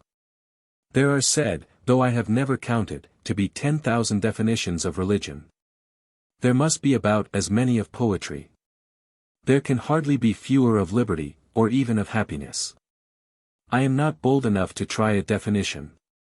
I will not try to gauge how far the advance of moral forces has kept pace with that extension of material forces in the world of which this continent, conspicuous before all others, bears such astounding evidence. This, of course, is the question of questions, because as an illustrious English writer, to whom, by the way, I owe my friendship with your founder many long years ago, as Matthew Arnold said in America here. It is moral ideas that at bottom decide the standing or falling of states and nations. Without opening this vast discussion at large, many a sign of progress is beyond mistake. The practice of associated action, one of the master keys of progress, is a new force in 100 fields, and with immeasurable diversity of forms. There is less acquiescence in triumphant wrong. Toleration in religion has been called the best fruit of the last 4 centuries, and in spite of a few bigoted survivals, even in our United Kingdom, and some savage outbreaks of hatred, half religious, half racial, on the continent of Europe. This glorious gain of time may now be taken as secured. Perhaps of all the contributions of America to human civilization this is greatest. The reign of force is not yet over, and at intervals it has its triumphant hours, but reason, justice, humanity fight with success their long and steady battle for a wider sway. Of all the points of social advance, in my country at least, during the last generation none is more marked than the change in the position of women, in respect of rights of property, of education, of access to new callings. As for the improvement of material well-being, and its diffusion among those whose labor is a prime factor in its creation, we might grow sated with the jubilant monotony of its figures, if we did not take good care to remember. In the excellent words of the president of Harvard, that those gains, like the prosperous working of your institutions and the principles by which they are sustained, are in essence moral contributions, being principles of reason, enterprise, courage, faith, and justice, over passion, selfishness, inertness, timidity, and distrust. It is the moral impulses that matter. Where they are safe, all is safe. When this and the like is said, nobody supposes that the last word has been spoken as to the condition of the people either in America or Europe. Republicanism is not itself a panacea for economic difficulties. Of self it can neither stifle nor appease the accents of social discontent. So long as it has no root in surveyed envy, this discontent itself is a token of progress. What, cries the skeptic, what has become of all the hopes of the time when France stood upon the top of golden hours? Do not let us fear the challenge. Much has come of them. And over the old hopes time has brought a stratum of new. Liberalism is sometimes suspected of being cold to these new hopes, and you may often hear it said that liberalism is already superseded by socialism. That a change is passing over party names in Europe is plain, but you may be sure that no change in name will extinguish these principles of society which are rooted in the nature of things, and are accredited by their success. Twice America has saved liberalism in Great Britain. The war for independence in the 18th century was the defeat of usurping power no less in England than here. The war for union in the 19th century gave the decisive impulse to a critical extension of suffrage, and an era of popular reform in the mother country. Any miscarriage of democracy here reacts against progress in Great Britain. If you seek the real meaning of most modern disparagement of popular or parliamentary government, it is no more than this, that no politics will suffice of themselves to make a nation's soul. What could be more true? Who says it will? But we may depend upon it that the soul will be best kept alive in a nation where there is the highest proportion of those who, in the phrase of an old worthy of the 17th century, think it a part of a man's religion to see to it that his country be well governed. Democracy, they tell us, is afflicted by mediocrity and by sterility. But has not democracy in my country, as in yours, shown before now that it well knows how to choose rulers neither mediocre nor sterile? Men more than the equals in unselfishness, in rectitude, in clear sight, in force, of any absolutist statesman, that ever in times past bore the scepter. If I live a few months, or it may be even a few weeks longer, I hope to have seen something of 3 elections, one in Canada, one in the United Kingdom, and the other here. With us, in respect of leadership, and apart from height of social prestige, the personage corresponding to the President is, as you know, the Prime Minister. Our general election this time, owing to personal accident of the passing hour, may not determine quite exactly who shall be the Prime Minister, but it will determine the party from which the Prime Minister shall be taken. On normal occasions our election of a Prime Minister is as direct and personal as yours. And in choosing a member of Parliament people were really for a whole generation choosing whether Disraeli or Gladstone or Salisbury should be head of the government. The one central difference between your system and ours is that the American President is in for a fixed time, whereas the British Prime Minister depends upon the support of the House of Commons. If he loses that, his power may not endure a 12-month, if on the other hand, he keeps it, he may hold office for a dozen years. There are not many more interesting or important questions in political discussion than the question whether our cabinet government or your presidential system of government is the better. This is not the place to argue it. Between 1868 and now, a period of 36 years, we have had 8 ministries. This would give an average life of 4.5 years. Of these 8 governments, 5 lasted over 5 years.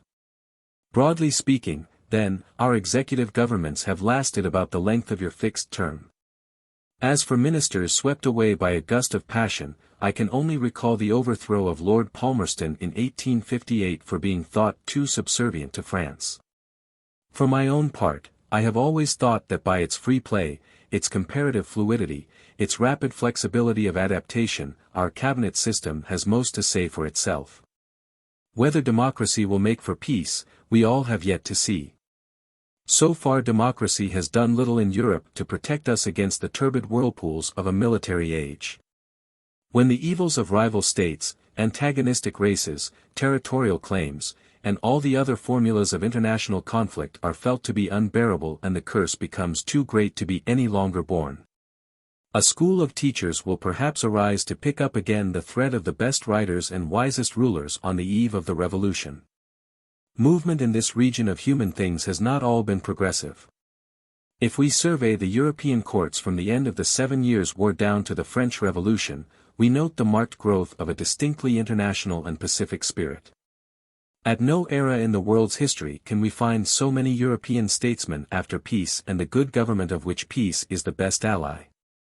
That sentiment came to violent end when Napoleon arose to scourge the world. Robert Toombs. On resigning from the Senate, 1861. Abridged. The success of the abolitionists and their allies, under the name of the Republican Party, has produced its logical results already. They have for long years been sowing dragons' teeth and have finally got a crop of armed men. The Union, sir, is dissolved. That is an accomplished fact in the path of this discussion that men may as well heed. One of your confederates has already wisely, bravely, boldly confronted public danger, and she is only ahead of many of her sisters because of her greater facility for speedy action. The greater majority of those sister states, under like circumstances, consider her cause as their cause, and I charge you in their name today, touch not Saguntum. It is not only their cause, but it is a cause which receives the sympathy and will receive the support of tens and hundreds of honest patriot men in the non-slaveholding states, who have hitherto maintained constitutional rights, and who respect their oaths, abide by compacts, and love justice. And while this Congress, this Senate, and this House of Representatives are debating the constitutionality and the expediency of seceding from the Union, and while the perfidious authors of this mischief are showering down denunciations upon a large portion of the patriotic men of this country, those brave men are coolly and calmly voting what you call revolution, sir. Doing better than that, arming to defend it. They appealed to the Constitution, they appealed to justice, they appealed to fraternity, until the Constitution, justice, and fraternity were no longer listened to in the legislative halls of their country, and then, sir, they prepared for the arbitrament of the sword. And now you see the glittering bayonet, and you hear the tramp of armed men from your capital to the Rio Grande. It is a sight that gladdens the eyes and cheers the hearts of other millions ready to second them. Inasmuch, sir, as I have labored earnestly, honestly, sincerely, with these men to avert this necessity so long as I deemed it possible, and inasmuch as I heartily approve their present conduct of resistance, I deem it my duty to state their case to the Senate, to the country, and to the civilized world. Senators, my countrymen have demanded no new government, they have demanded no new constitution. Look to their records at home and here from the beginning of this national strife until its consummation in the disruption of the empire, and they have not demanded a single thing except that you shall abide by the Constitution of the United States. That constitutional rights shall be respected, and that justice shall be done. Sirs, they have stood by your Constitution. They have stood by all its requirements, they have performed all its duties unselfishly, uncalculatingly, disinterestedly, until a party sprang up in this country which endangered their social system, a party which they arraign, and which they charge before the American people and all mankind with having made proclamation of outlawry against 4,000 millions of their property in the territories of the United States, with having put them under the ban of the empire in all the states in which their institutions exist outside the protection of federal laws, with having aided and abetted insurrection from within and invasion from without with the view of subverting those institutions, and desolating their homes and their firesides. For these causes they have taken up arms. I have stated that the discontented states of this Union have demanded nothing but clear, distinct, unequivocal, well-acknowledged constitutional rights, rights affirmed by the highest judicial tribunals of their country. Rights older than the Constitution, rights which are planted upon the immutable principles of natural justice, rights which have been affirmed by the good and the wise of all countries, and of all centuries. We demand no power to injure any man. We demand no right to injure our Confederate States. We demand no right to interfere with their institutions either by word or deed. We have no right to disturb their peace, their tranquility, their security. We have demanded of them simply, solely, nothing else, to give us equality, security and tranquility. Give us these, and peace restores itself. Refuse them, and take what you can get. What do the rebels demand? First, that the people of the United States shall have an equal right to emigrate and settle in the present or any future acquired territories, with whatever property they may possess, including slaves, and be securely protected in its peaceable enjoyment until such territory may be admitted as a state into the Union, with or without slavery, as she may determine, on an equality with all existing states. That is our territorial demand. We have fought for this territory when blood was its price. We have paid for it when gold was its price. We have not proposed to exclude you, though you have contributed very little of blood or money. I refer especially to New England.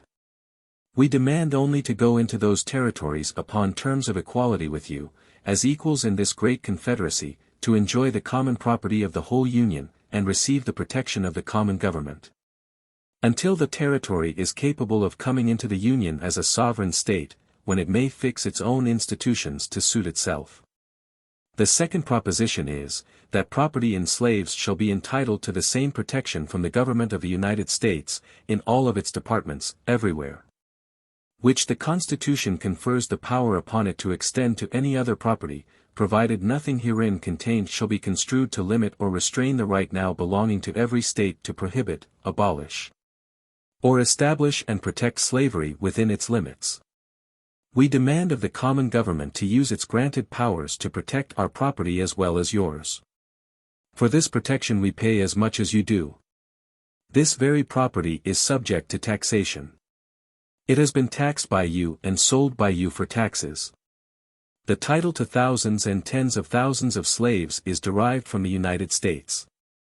We claim that the government, while the Constitution recognizes our property for the purposes of taxation, shall give it the same protection that it gives yours. Ought it not to be so? You say no. Every one of you upon the committee said no. Your senators say no. Your House of Representatives says no. Throughout the length and breadth of your conspiracy against the Constitution there is but one shout of no. This recognition of this right is the price of my allegiance. Withhold it, and you do not get my obedience. This is the philosophy of the armed men who have sprung up in this country. Do you ask me to support a government that will tax my property, that will plunder me, that will demand my blood, and will not protect me? I would rather see the population of my native state laid 6 feet beneath her sod than they should support for 1 hour such a government. Protection is the price of obedience everywhere, in all countries. It is the only thing that makes government respectable. Deny it and you cannot have free subjects or citizens, you may have slaves. We demand, in the next place, that persons committing crimes against slave property in one state, and fleeing to another, shall be delivered up in the same manner as persons committing crimes against other property. And that the laws of the state from which such persons flee shall be the test of criminality. That is another one of the demands of an extremist and a rebel. But the non-slaveholding states, treacherous to their oaths and compacts, have steadily refused, if the criminal only stole a Negro and that Negro was a slave, to deliver him up. It was refused twice on the requisition of my own state as long as 22 years ago. It was refused by Kent and by Fairfield, governors of Maine, and representing, I believe, each of the then federal parties. We appealed then to fraternity, but we submitted, and this constitutional right has been practically a dead letter from that day to this. The next case came up between us and the state of New York, when the present senior senator, Mr.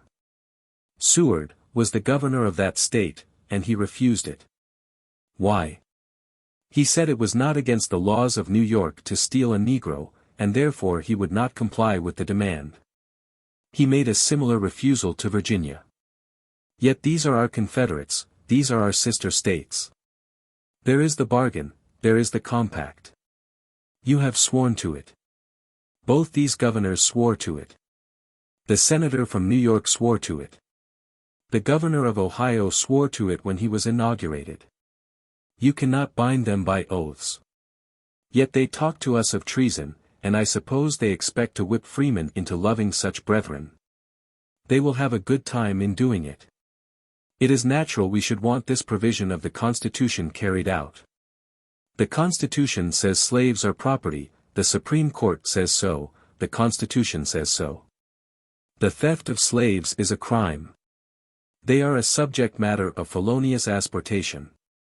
By the text and letter of the Constitution you agreed to give them up. You have sworn to do it, and you have broken your oaths. Of course, those who have done so look out for pretexts. Nobody expected them to do otherwise. I do not think I ever saw a perjurer, however bald and naked, who could not invent some pretext to palliate his crime, or who could not, for 15 shillings, hire an Old Bailey lawyer to invent some for him. Yet this requirement of the Constitution is another one of the extreme demands of an extremist and a rebel.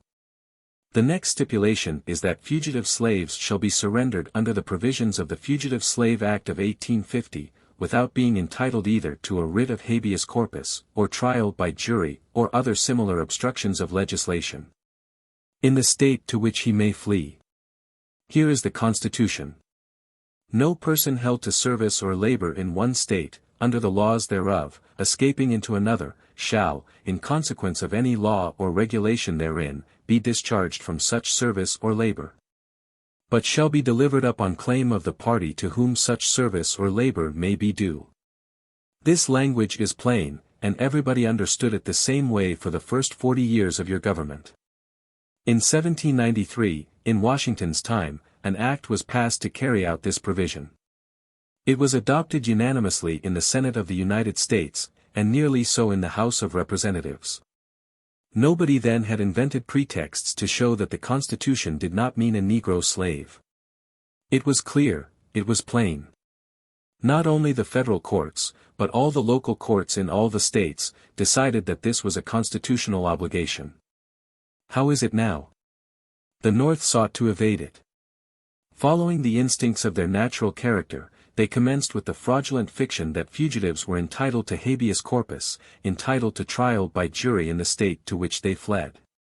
They pretended to believe that our fugitive slaves were entitled to more rights than their white citizens. Perhaps they were right, they know one another better than I do. You may charge a white man with treason, or felony, or other crime, and you do not require any trial by jury before he is given up. There is nothing to determine but that he is legally charged with a crime and that he fled, and then he is to be delivered up upon demand. White people are delivered up every day in this way, but not slaves. Slaves, black people, you say, are entitled to trial by jury, and in this way schemes have been invented to defeat your plain constitutional obligations. Senators, the Constitution is a compact. It contains all our obligations and the duties of the federal government. I am content and have ever been content to sustain it. While I doubt its perfection, while I do not believe it was a good compact, and while I never saw the day that I would have voted for it as a proposition de novo, yet I am bound to it by oath and by that common prudence which would induce men to abide by established forms rather than to rush into unknown dangers. I have given to it, and intend to give to it, unfaltering support and allegiance, but I choose to put that allegiance on the true ground, not on the false idea that anybody's blood was shed for it. I say that the Constitution is the whole compact. All the obligations, all the chains that fetter the limbs of my people, are nominated in the bond, and they wisely excluded any conclusion against them, by declaring that the powers not granted by the Constitution to the United States, or forbidden by it to the States, belong to the States respectively or the people.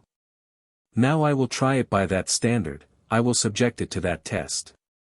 The law of nature, the law of justice, would say, and it is so expounded by the publicists, that equal rights in the common property shall be enjoyed.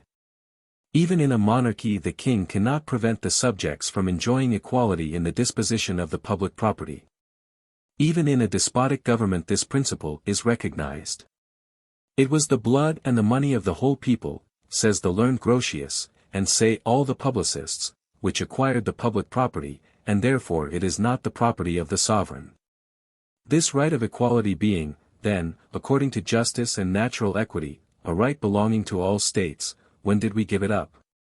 You say Congress has a right to pass rules and regulations concerning the territory and other property of the United States. Very well. Does that exclude those whose blood and money paid for it? Does dispose of mean to rob the rightful owners? You must show a better title than that, or a better sword than we have. What, then, will you take? You will take nothing but your own judgment. That is, you will not only judge for yourselves, not only discard the court, discard our construction, discard the practice of the government, but you will drive us out, simply because you will it. Come and do it. You have sapped the foundations of society, you have destroyed almost all hope of peace. In a compact where there is no common arbiter, where the parties finally decide for themselves, the sword alone at last becomes the real, if not the constitutional, arbiter. Your party says that you will not take the decision of the Supreme Court. You said so at Chicago, you said so in committee. Every man of you in both houses says so. What are you going to do?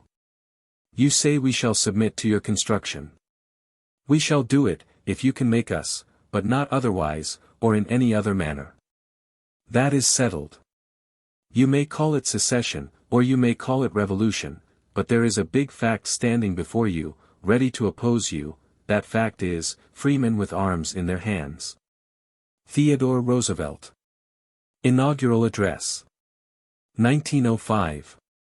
My fellow citizens, no people on earth have more cause to be thankful than ours, and this is said reverently, in no spirit of boastfulness in our own strength, but with gratitude to the Giver of good, who has blessed us with the conditions which have enabled us to achieve so large a measure of well-being and happiness.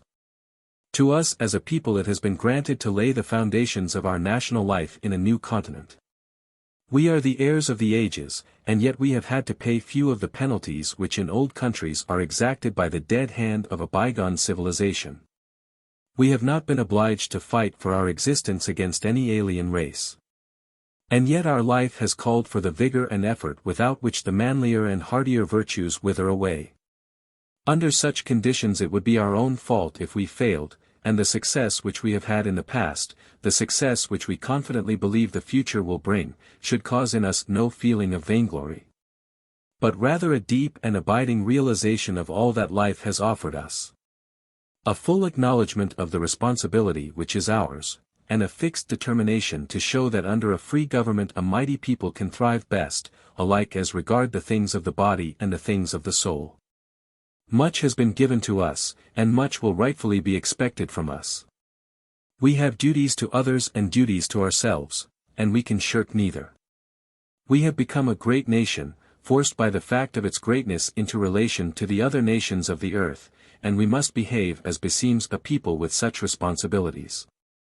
Toward all other nations, large and small, our attitude must be one of cordial and sincere friendship. We must show not only in our words but in our deeds that we are earnestly desirous of securing their goodwill by acting toward them in a spirit of just and generous recognition of all their rights. But justice and generosity in a nation, as in an individual, count most when shown not by the weak but by the strong. While ever careful to refrain from wronging others, we must be no less insistent that we are not wronged ourselves. We wish peace. But we wish the peace of justice, the peace of righteousness. We wish it because we think it is right, and not because we are afraid. No weak nation that acts rightly and justly should ever have cause to fear, and no strong power should ever be able to single us out as a subject for insolent aggression. Our relations with the other powers of the world are important. But still more important are our relations among ourselves. Such growth in wealth, in population, and in power, as a nation has seen during a century and a quarter of its national life, is inevitably accompanied by a like growth in the problems which are ever before every nation that rises to greatness. Power invariably means both responsibility and danger. Our forefathers faced certain perils which we have outgrown. We now face other perils the very existence of which it was impossible that they should foresee. Modern life is both complex and intense, and the tremendous changes wrought by the extraordinary industrial development of the half-century are felt in every fiber of our social and political being. Never before have men tried so vast and formidable an experiment as that of administering the affairs of a continent under the forms of a democratic republic. The conditions which have told for our marvelous material well-being, which have developed to a very high degree our energy, self-reliance, and individual initiative, also have brought the care and anxiety inseparable from the accumulation of great wealth in industrial centers. Upon the success of our experiment much depends, not only as regards our own welfare, but as regards the welfare of mankind. If we fail, the cause of free self-government throughout the world will rock to its foundations, and therefore our responsibility is heavy, to ourselves, to the world as it is today, and to the generations yet unborn. There is no good reason why we should fear the future, but there is every reason why we should face it seriously, neither hiding from ourselves the gravity of the problems before us, nor fearing to approach these problems with the unbending, unflinching purpose to solve them aright. Yet after all, though the problems are new, though the tasks set before us differ from the tasks set before our fathers, who founded and preserved this republic, the spirit in which these tasks must be undertaken and these problems faced, if our duty is to be well done, remains essentially unchanged. We know that self-government is difficult. We know that no people need such high traits of character as that people which seeks to govern its affairs aright through the freely expressed will of the free men who compose it. But we have faith that we shall not prove false to memories of the men of the mighty past. They did their work, they left us the splendid heritage we now enjoy. We in our turn have an assured confidence that we shall be able to leave this heritage unwasted and enlarged to our children's children. To do so, we must show, not merely in great crises, but in the everyday affairs of life, the qualities of practical intelligence, of courage, of hardihood, and endurance, and, above all, the power of devotion to a lofty ideal, which made great the men who founded this republic in the days of Washington, which made great the men who preserved this republic in the days of Abraham Lincoln. On American Motherhood. 1905. In our modern industrial civilization there are many and grave dangers to counterbalance the splendors and the triumphs. It is not a good thing to see cities grow at disproportionate speed relatively to the country. For the small landowners, the men who own their little homes, and therefore to a very large extent the men who till farms, the men of the soil, have hitherto made the foundation of lasting national life in every state. And, if the foundation becomes either too weak or too narrow, the superstructure, no matter how attractive, is in imminent danger of falling. But far more important than the question of the occupation of our citizens is the question of how their family life is conducted. No matter what that occupation may be, as long as there is a real home and as long as those who make up that home do their duty to one another, to their neighbors and to the state, it is of minor consequence whether the man's trade is plied in the country or in the city, whether it calls for the work of the hands or for the work of the head. No piled-up wealth, no splendor of material growth, no brilliance of artistic development, will permanently avail any people unless its home life is healthy, unless the average man possesses honesty, courage, common sense, and decency. Unless he works hard and is willing at need to fight hard. And unless the average woman is a good wife, a good mother, able and willing to perform the first and greatest duty of womanhood, able and willing to bear, and to bring up as they should be brought up, healthy children, sound in body, mind, and character, and numerous enough so that the race shall increase and not decrease. There are certain old truths which will be true as long as this world endures, and which no amount of progress can alter. One of these is the truth that the primary duty of the husband is to be the homemaker, the breadwinner for his wife and children, and that the primary duty of the woman is to be the helpmate, the housewife, and mother. The woman should have ample educational advantages, but save in exceptional cases the man must be, and she need not be, and generally ought not to be, trained for a lifelong career as the family breadwinner. And, therefore, after a certain point, the training of the two must normally be different because the duties of the two are normally different.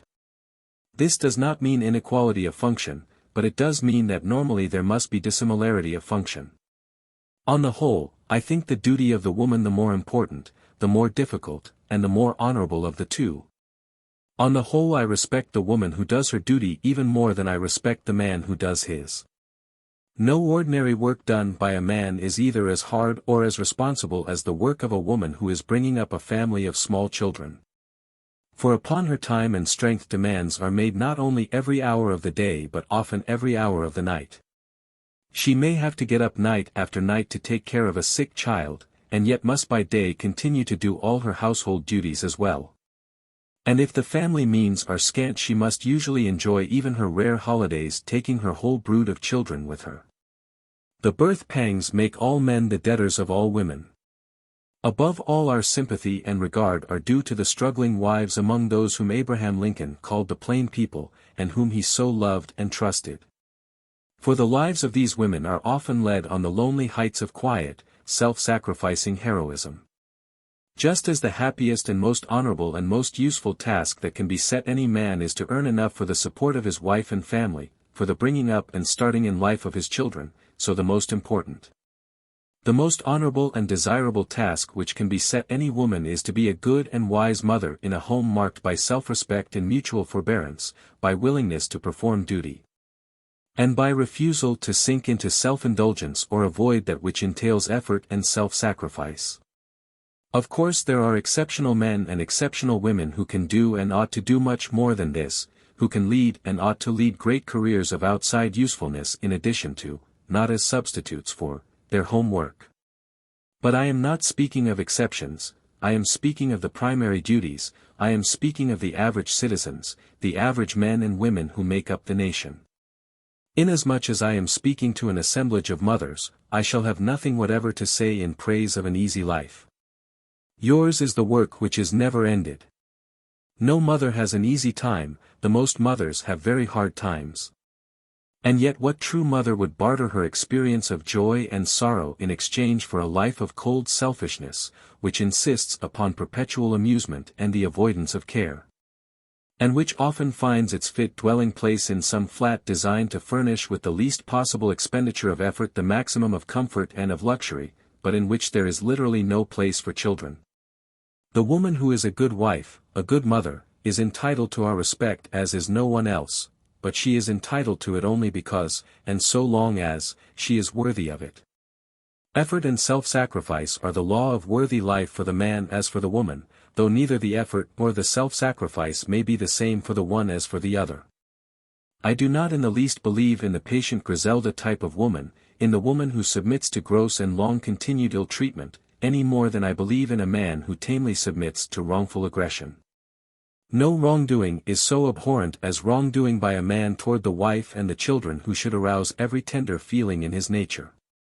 Selfishness toward them, lack of tenderness toward them, lack of consideration for them, above all, brutality in any form toward them, should arouse the heartiest scorn and indignation in every upright soul.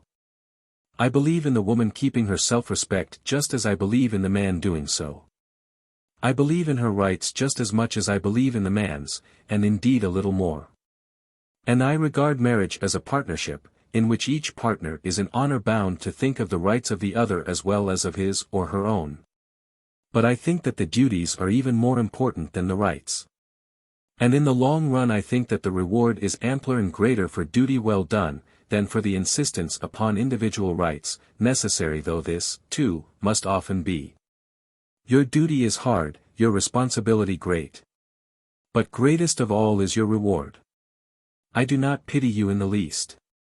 On the contrary, I feel respect and admiration for you. Into the woman's keeping is committed the destiny of the generations to come after us. In bringing up your children you mothers must remember that while it is essential to be loving and tender it is no less essential to be wise and firm. Foolishness and affection must not be treated as interchangeable terms. And besides training your sons and daughters in the softer and milder virtues, you must seek to give them those stern and hardy qualities which in after life they will surely need. Some children will go wrong in spite of the best training. And some will go right even when their surroundings are most unfortunate, nevertheless an immense amount depends upon the family training. If you mothers through weakness bring up your sons to be selfish and to think only of themselves, you will be responsible for much sadness among the women who are to be their wives in the future. If you let your daughters grow up idle, perhaps under the mistaken impression that as you yourselves have had to work hard they shall know only enjoyment, you are preparing them to be useless to others and burdens to themselves. Teach boys and girls alike that they are not to look forward to lives spent in avoiding difficulties, but to lives spent in overcoming difficulties. Teach them that work, for themselves and also for others, is not curse but a blessing. Seek to make them happy, to make them enjoy life, but seek also to make them face life with the steadfast resolution to wrest success from labor and adversity, and to do their whole duty before God and to man. Surely she who can thus train her sons and her daughters is thrice fortunate among women. There are many good people who are denied the supreme blessing of children, and for these we have the respect and sympathy always due to those who, from no fault of their own, are denied any of the other great blessings of life. But the man or woman who deliberately forgoes these blessings, whether from viciousness, coldness, shallow-heartedness, self-indulgence, or mere failure to appreciate aright the difference between the all-important and the unimportant, why? Such a creature merits contempt as hearty as any visited upon the soldier who runs away in battle, or upon the man who refuses to work for the support of those dependent upon him. And who though able-bodied is yet content to eat in idleness the bread which others provide. The existence of women of this type forms one of the most unpleasant and unwholesome features of modern life. If any one is so dim of vision as to fail to see what a thoroughly unlovely creature such a woman is, I wish they would read Judge Robert Grant's novel, Unleavened Bread, ponder seriously the character of Selma, and think of the fate that would surely overcome any nation which developed its average and typical woman along such lines. Unfortunately, it would be untrue to say that this type exists only in American novels. That it also exists in American life is made unpleasantly evident by the statistics as to the dwindling families in some localities. It is made evident in equally sinister fashion by the census statistics as to divorce, which are fairly appalling.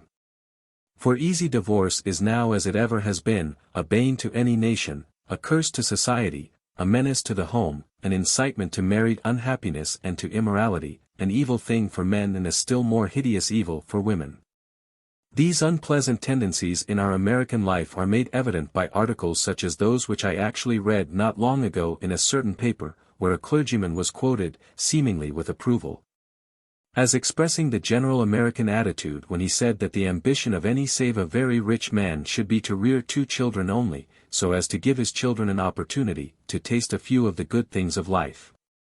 This man, whose profession and calling should have made him a moral teacher, actually set before others the ideal, not of training children to do their duty, not of sending them forth with stout hearts and ready minds to win triumphs for themselves and their country, not of allowing them the opportunity, and giving them the privilege of making their own place in the world, but, forsooth, of keeping the number of children so limited that they might taste a few good things. The way to give a child a fair chance in life is not to bring it up in luxury, but to see that it has the kind of training that will give it strength of character. Even apart from the vital question of national life, and regarding only the individual interest of the children themselves, happiness in the true sense is 100-fold more apt to come to any given member of a healthy family of healthy-minded children, well brought up, well educated, but taught that they must shift for themselves, must win their own way, and by their own exertions make their own positions of usefulness, then it is apt to come to those whose parents themselves have acted on and have trained their children to act on. The selfish and sordid theory that the whole end of life is to taste a few good things. The intelligence of the remark is on a par with its morality. For the most rudimentary mental process would have shown the speaker that if the average family in which there are children contained but 2 children, the nation as a whole would decrease in population so rapidly that in 2 or 3 generations it would very deservedly be on the point of extinction. So that the people who had acted on this base and selfish doctrine would be giving place to others with braver and more robust ideals. Nor would such a result be in any way regrettable. For a race that practiced such doctrine, that is, a race that practiced race suicide, would thereby conclusively show that it was unfit to exist, and that it had better give place to people who had not forgotten the primary laws of their being. To sum up, then, the whole matter is simple enough. If either a race or an individual prefers the pleasure of more effortless ease, of self-indulgence, to the infinitely deeper, the infinitely higher pleasures that come to those who know the toil and the weariness, but also the joy of hard duty well done, why, that race or that individual must inevitably in the end pay the penalty of leading a life both vapid and ignoble. No man and no woman really worthy of the name can care for the life spent solely or chiefly in the avoidance of risk and trouble and labor. Save in exceptional cases the prizes worth having in life must be paid for, and the life worth living must be a life of work for a worthy end, and ordinarily of work more for others than for oneself. The woman's task is not easy, no task worth doing is easy, but in doing it, and when she has done it, there shall come to her the highest and holiest joy known to mankind, and having done it, she shall have the reward prophesied in Scripture. For her husband and her children, yes, and all people who realize that her work lies at the foundation of all national happiness and greatness, shall rise up and call her blessed. Alton B. Parker. The Call to Democrats. From a speech opening the National Democratic Convention at Baltimore, Maryland, June, 1912. It is not the wild and cruel methods of revolution and violence that are needed to correct the abuses incident to our government as to all things human. Neither material nor moral progress lies that way. We have made our government and our complicated institutions by appeals to reason, seeking to educate all our people that, day after day, year after year, century after century, they may see more clearly, act more justly, become more and more attached to the fundamental ideas that underlie our society. If we are to preserve undiminished the heritage bequeathed us, and add to it those accretions without which society would perish, we shall need all the powers that the school, the church, the court, the deliberative assembly, and the quiet thought of our people can bring to bear. We are called upon to do battle against the unfaithful guardians of our Constitution and liberties and the hordes of ignorance which are pushing forward only to the ruin of our social and governmental fabric. Too long has the country endured the offenses of the leaders of a party which once knew greatness. Too long have we been blind to the bacchanal of corruption. Too long have we listlessly watched the assembling of the forces that threaten our country and our firesides. The time has come when the salvation of the country demands the restoration to place and power of men of high ideals who will wage unceasing war against corruption in politics, who will enforce the law against both rich and poor, and who will treat guilt as personal and punish it accordingly. What is our duty? To think alike as to men and measures? Impossible. Even for our great party. There is not a reactionary among us. All Democrats are progressives. But it is inevitably human that we shall not all agree that in a single highway is found the only road to progress, or each make the same man of all our worthy candidates his first choice. It is impossible, however, and it is our duty to put aside all selfishness, to consent cheerfully that the majority shall speak for each of us, and to march out of this convention shoulder to shoulder, intoning the praises of our chosen leader, and that will be his due, whichever of the honorable and able men now claiming our attention shall be chosen. John W. Westcott. Nominating Woodrow Wilson. At the National Democratic Convention, Baltimore, Maryland, June, 1912. The New Jersey delegation is commissioned to represent the great cause of democracy and to offer you as its militant and triumphant leader a scholar, not a charlatan, a statesman, not a doctrinaire, a profound lawyer, not a splitter of legal hairs.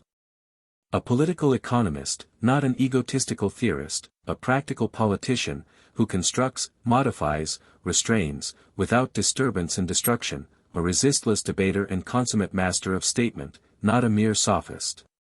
A humanitarian, not a defamer of characters and lives, a man whose mind is at once cosmopolitan and composite of America. A gentleman of unpretentious habits, with the fear of God in his heart and the love of mankind exhibited in every act of his life. Above all, a public servant who has been tried to the uttermost and never found wanting, matchless, unconquerable, the ultimate Democrat, Woodrow Wilson. New Jersey has reasons for her course. Let us not be deceived in our premises. Campaigns of vilification, corruption and false pretense have lost their usefulness. The evolution of national energy is towards a more intelligent morality in politics and in all other relations. The situation admits of no compromise. The temper and purpose of the American public will tolerate no other view. The indifference of the American people to politics has disappeared. Any platform and any candidate not conforming to this vast social and commercial behest will go down to ignominious defeat at the polls. Men are known by what they say and do. They are known by those who hate and oppose them. Many years ago Woodrow Wilson said, "No man is great who thinks himself so, and no man is good who does not try to secure the happiness and comfort of others." This is the secret of his life. The deeds of this moral and intellectual giant are known to all men. They accord, not with the shams and false pretenses of politics, but make national harmony with the millions of patriots determined to correct the wrongs of plutocracy and re-establish the maxims of American liberty in all their regnant beauty and practical effectiveness. New Jersey loves Woodrow Wilson not for the enemies he has made. New Jersey loves him for what he is. New Jersey argues that Woodrow Wilson is the only candidate who can not only make Democratic success a certainty, but secure the electoral vote of almost every state in the Union. New Jersey will endorse his nomination by a majority of 100,000 of her liberated citizens. We are not building for a day, or even a generation, but for all time. New Jersey believes that there is an omniscience in national instinct. That instinct centers in Woodrow Wilson. He has been in political life less than 2 years.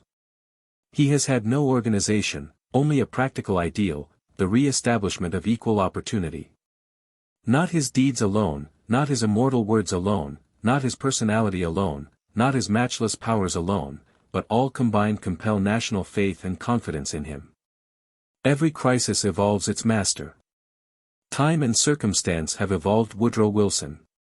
The North, the South, the East, and the West unite in him. New Jersey appeals to this convention to give the nation Woodrow Wilson, that he may open the gates of opportunity to every man, woman, and child under our flag, by reforming abuses, and thereby teaching them, in his matchless words, to release their energies intelligently, that peace, justice and prosperity may reign. New Jersey rejoices, through her freely chosen representatives, to name for the presidency of the United States the Princeton schoolmaster, Woodrow Wilson. Henry W. Grady. The Race Problem. Delivered at the annual banquet of the Boston Merchants' Association, at Boston, Massachusetts, December 12, 1889. Mr. President, bidden by your invitation to a discussion of the race problem, forbidden by occasion to make a political speech, I appreciate, in trying to reconcile orders with propriety, the perplexity of the little maid, who, bidden to learn to swim, was yet adjured, now, go, my darling. Hang your clothes on a hickory limb, and don't go near the water. The stoutest apostle of the church, they say, is the missionary, and the missionary, wherever he unfurls his flag, will never find himself in deeper need of unction and address than I. Bidden tonight to plant the standard of a Southern Democrat in Boston's banquet hall, and to discuss the problem of the races in the home of Phillips and of Sumner.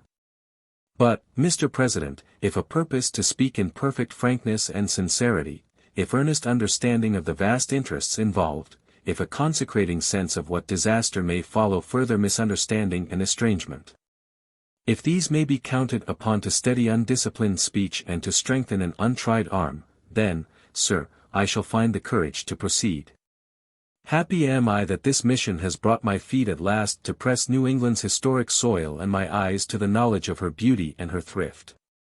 Here within touch of Plymouth Rock and Bunker Hill, where Webster thundered and Longfellow sang, Emerson thought and Channing preached, here, in the cradle of American letters and almost of American liberty, I hasten to make the obeisance that every American owes New England when first he stands uncovered in her mighty presence. Strange apparition! This stern and unique figure, carved from the ocean and the wilderness, its majesty kindling and growing amid the storms of winter and of wars, until at last the gloom was broken, its beauty disclosed in the sunshine. And the heroic workers rested at its base, while startled kings and emperors gazed and marveled that from the rude touch of this handful cast on a bleak and unknown shore should have come the embodied genius of human government and the perfected model of human liberty. God bless the memory of those immortal workers, and prosper the fortunes of their living sons, and perpetuate the inspiration of their handiwork. 2 years ago, sir, I spoke some words in New York that caught the attention of the North.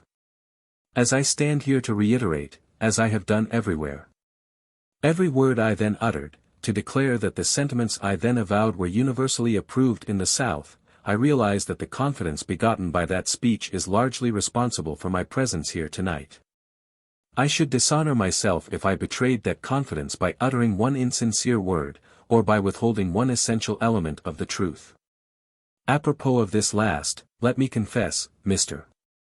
President, before the praise of New England has died on my lips, that I believe the best product of her present life is the procession of 17,000 Vermont Democrats that for 22 years, undiminished by death, unrecruited by birth or conversion, have marched over their rugged hills, cast their democratic ballots and gone back home to pray for their unregenerate neighbors, and awake to read the record of 26,000 Republican majority.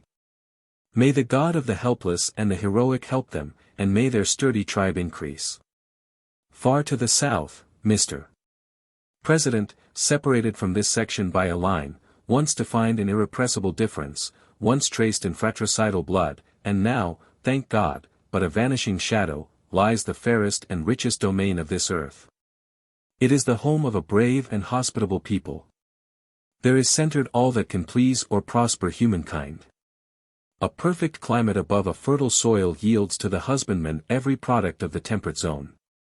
There, by night the cotton whitens beneath the stars, and by day the wheat locks the sunshine in its bearded sheaf. In the same field the clover steals the fragrance of the wind, and tobacco catches the quick aroma of the rains. There are mountains stored with exhaustless treasures, forests, vast and primeval, and rivers that, tumbling or loitering, run wanton to the sea. Of the three essential items of all industries, cotton, iron and wood, that region has easy control.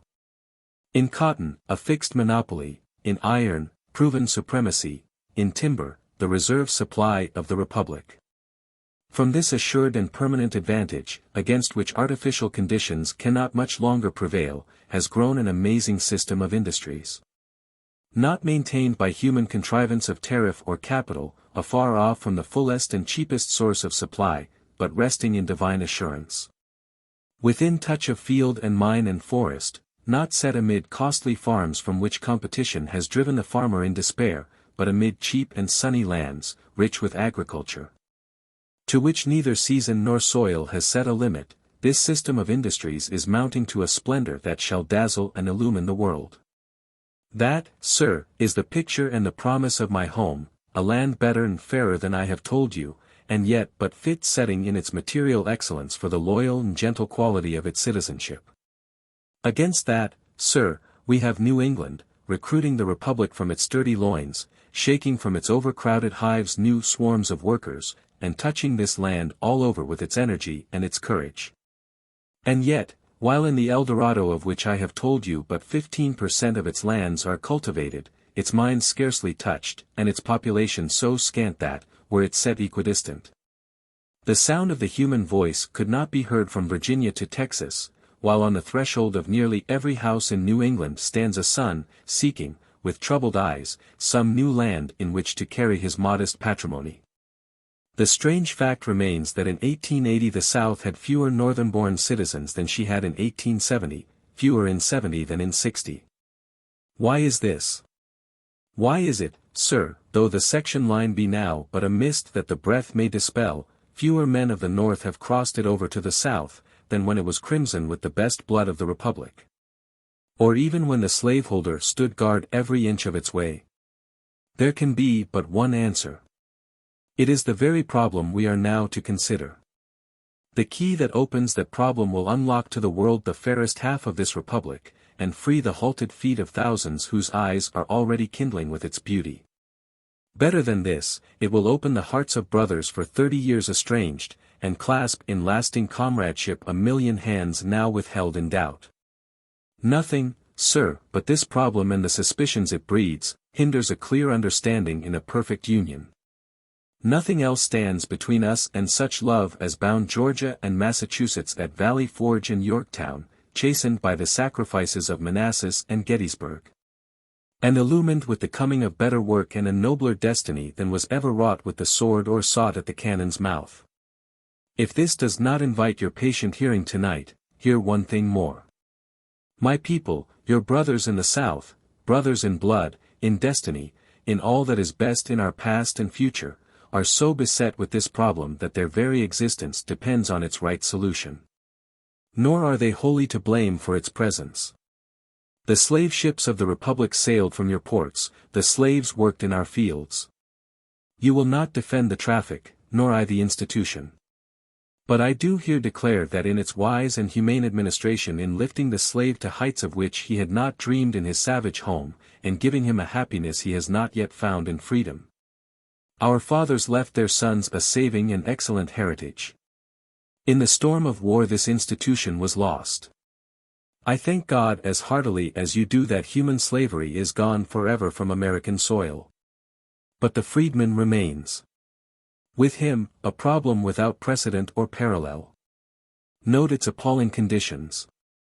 Two utterly dissimilar races on the same soil, with equal political and civil rights, almost equal in numbers, but terribly unequal in intelligence and responsibility, each pledged against fusion, one for a century in servitude to the other. And freed at last by a desolating war, the experiment sought by neither but approached by both with doubt, these are the conditions. Under these, adverse at every point, we are required to carry these two races in peace and honor to the end. Never, sir, has such a task been given to mortal stewardship. Never before in this Republic has the white race divided on the rights of an alien race. The red man was cut down as a weed because he hindered the way of the American citizen. The yellow man was shut out of this Republic because he is an alien and inferior. The red man was owner of the land, the yellow man was highly civilized and assimilable, but they hindered both sections and are gone. But the black man, affecting but one section, is clothed with every privilege of government and pinned to the soil, and my people commanded to make good at any hazard, and at any cost, his full and equal heirship of American privilege and prosperity. It matters not that every other race has been routed or excluded without rhyme or reason. It matters not that wherever the whites and the blacks have touched, in any era or in any clime, there has been an irreconcilable violence. It matters not that no two races, however similar, have lived anywhere, at any time, on the same soil with equal rights in peace. In spite of these things we are commanded to make good this change of American policy which has not perhaps changed American prejudice, to make certain here what has elsewhere been impossible between whites and blacks, and to reverse, under the very worst conditions, the universal verdict of racial history. And driven, sir, to this superhuman task with an impatience that brooks no delay, a rigor that accepts no excuse, and a suspicion that discourages frankness and sincerity. We do not shrink from this trial. It is so interwoven with our industrial fabric that we cannot disentangle it if we would, so bound up in our honorable obligation to the world, that we would not if we could. Can we solve it? The God who gave it into our hands, He alone can know. But this the weakest and wisest of us do know, we cannot solve it with less than your tolerant and patient sympathy, with less than the knowledge that the blood that runs in your veins is our blood, and that, when we have done our best, whether the issue be lost or won, we shall feel your strong arms about us and hear the beating of your approving hearts. The resolute, clear-headed, broad-minded men of the South, the men whose genius made glorious every page of the first 70 years of American history, whose courage and fortitude you tested in 5 years of the fiercest war, whose energy has made bricks without straw and spread splendor amid the ashes of their war-wasted homes, these men wear this problem in their hearts and brains, by day and by night. They realize, as you cannot, what this problem means, what they owe to this kindly independent race, the measure of their debt to the world in whose despite they defended and maintained slavery. And though their feet are hindered in its undergrowth, and their march cumbered with its burdens, they have lost neither the patience from which comes clearness, nor the faith from which comes courage. Nor, sir, when in passionate moments is disclosed to them that vague and awful shadow, with its lurid abysses and its crimson stains, into which I pray God they may never go, are they struck with more of apprehension than is needed to complete their consecration. Such is the temper of my people. But what of the problem itself? Mr. President, we need not go one step further unless you concede right here that the people I speak for are as honest, as sensible and as just as your people, seeking as earnestly as you would in their place to rightly solve the problem that touches them at every vital point. If you insist that they are ruffians, blindly striving with bludgeon and shotgun to plunder and oppress a race, then I shall sacrifice my self-respect and tax your patience in vain. But admit that they are men of common sense and common honesty, wisely modifying an environment they cannot wholly disregard, guiding and controlling as best they can the vicious and irresponsible of either race, compensating error with frankness, and retrieving in patience what they lost in passion, and conscious all the time that wrong means ruin. Admit this, and we may reach an understanding tonight. The President of the United States, in his late message to Congress, discussing the plea that the South should be left to solve this problem, asks, are they at work upon it? What solution do they offer? When will the black man cast a free ballot? When will he have the civil rights that are his? I shall not here protest against a partisanry that, for the first time in our history, in time of peace, has stamped with the great seal of our government a stigma upon the people of a great and loyal section. Though I gratefully remember that the great dead soldier, who held the helm of state for the 8 stormiest years of Reconstruction, never found need for such a step. And though there is no personal sacrifice I would not make to remove this cruel and unjust imputation on my people from the archives of my country. But, sir, backed by a record, on every page of which is progress, I venture to make earnest and respectful answer to the questions that are asked. We give to the world this year a crop of 7,500,000 bales of cotton, worth $450 million, and its cash equivalent in grain, grasses and fruit. This enormous crop could not have come from the hands of sullen and discontented labor.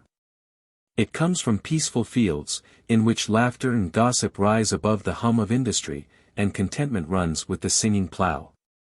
It is claimed that this ignorant labor is defrauded of its just hire. I present the tax books of Georgia, which show that the Negro 25 years ago a slave, has in Georgia alone $10 million of assessed property, worth twice that much. Does not that record honor him and vindicate his neighbors? What people, penniless, illiterate, has done so well? For every Afro-American agitator, stirring the strife in which alone he prospers, I can show you 1,000 Negroes, happy in their cabin homes, tilling their own land by day, and at night taking from the lips of their children the helpful message their state sends them from the schoolhouse door. And the schoolhouse itself bears testimony. In Georgia we added last year $250,000 to the school fund, making a total of more than $1 million, and this in the face of prejudice not yet conquered. of the fact that the whites are assessed for $368 million, the blacks for $10 million. And yet 49% of the beneficiaries are black children. And in the doubt of many wise men if education helps, or can help, our problem. Charleston, with her taxable values cut half in two since 1860, pays more in proportion for public schools than Boston. Although it is easier to give much out of much than little out of little, the South, with 1/7 of the taxable property of the country, with relatively larger debt, having received only 1/12 as much of public lands. And having back of its tax books none of the $500 million of bonds that enrich the North, and though it pays annually $26 million to your section as pensions, yet gives nearly 1/6 to the public school fund. The South since 1865 has spent $122 million in education, and this year is pledged to $32 million more for state and city schools, although the blacks, paying 1/30 of the taxes, get nearly 1/2 of the fund. Go into our fields and see whites and blacks working side by side. On our buildings in the same squad. In our shops at the same forge. Often the blacks crowd the whites from work, or lower wages by their greater need and simpler habits, and yet are permitted, because we want to bar them from no avenue in which their feet are fitted to tread. They could not there be elected orators of white universities, as they have been here, but they do enter there 100 useful trades that are closed against them here. We hold it better and wiser to tend the weeds in the garden than to water the exotic in the window. In the South there are Negro lawyers, teachers, editors, dentists, doctors, preachers, multiplying with the increasing ability of their race to support them. In villages and towns they have their military companies equipped from the armories of the state, their churches and societies built and supported largely by their neighbors. What is the testimony of the courts? In penal legislation we have steadily reduced felonies to misdemeanors, and have led the world in mitigating punishment for crime, that we might save, as far as possible, this dependent race from its own weakness.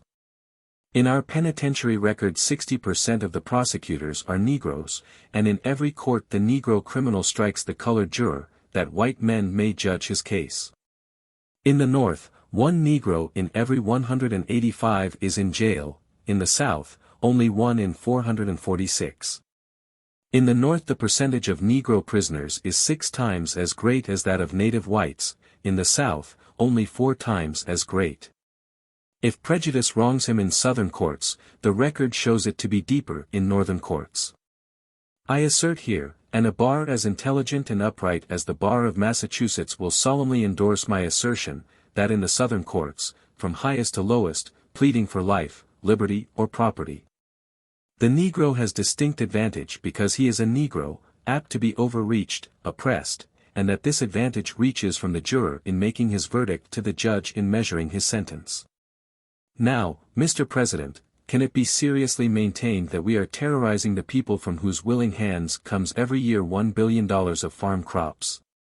Or have robbed a people who, 25 years from unrewarded slavery, have amassed in one state $20 million of property? Or that we intend to oppress the people we are arming every day?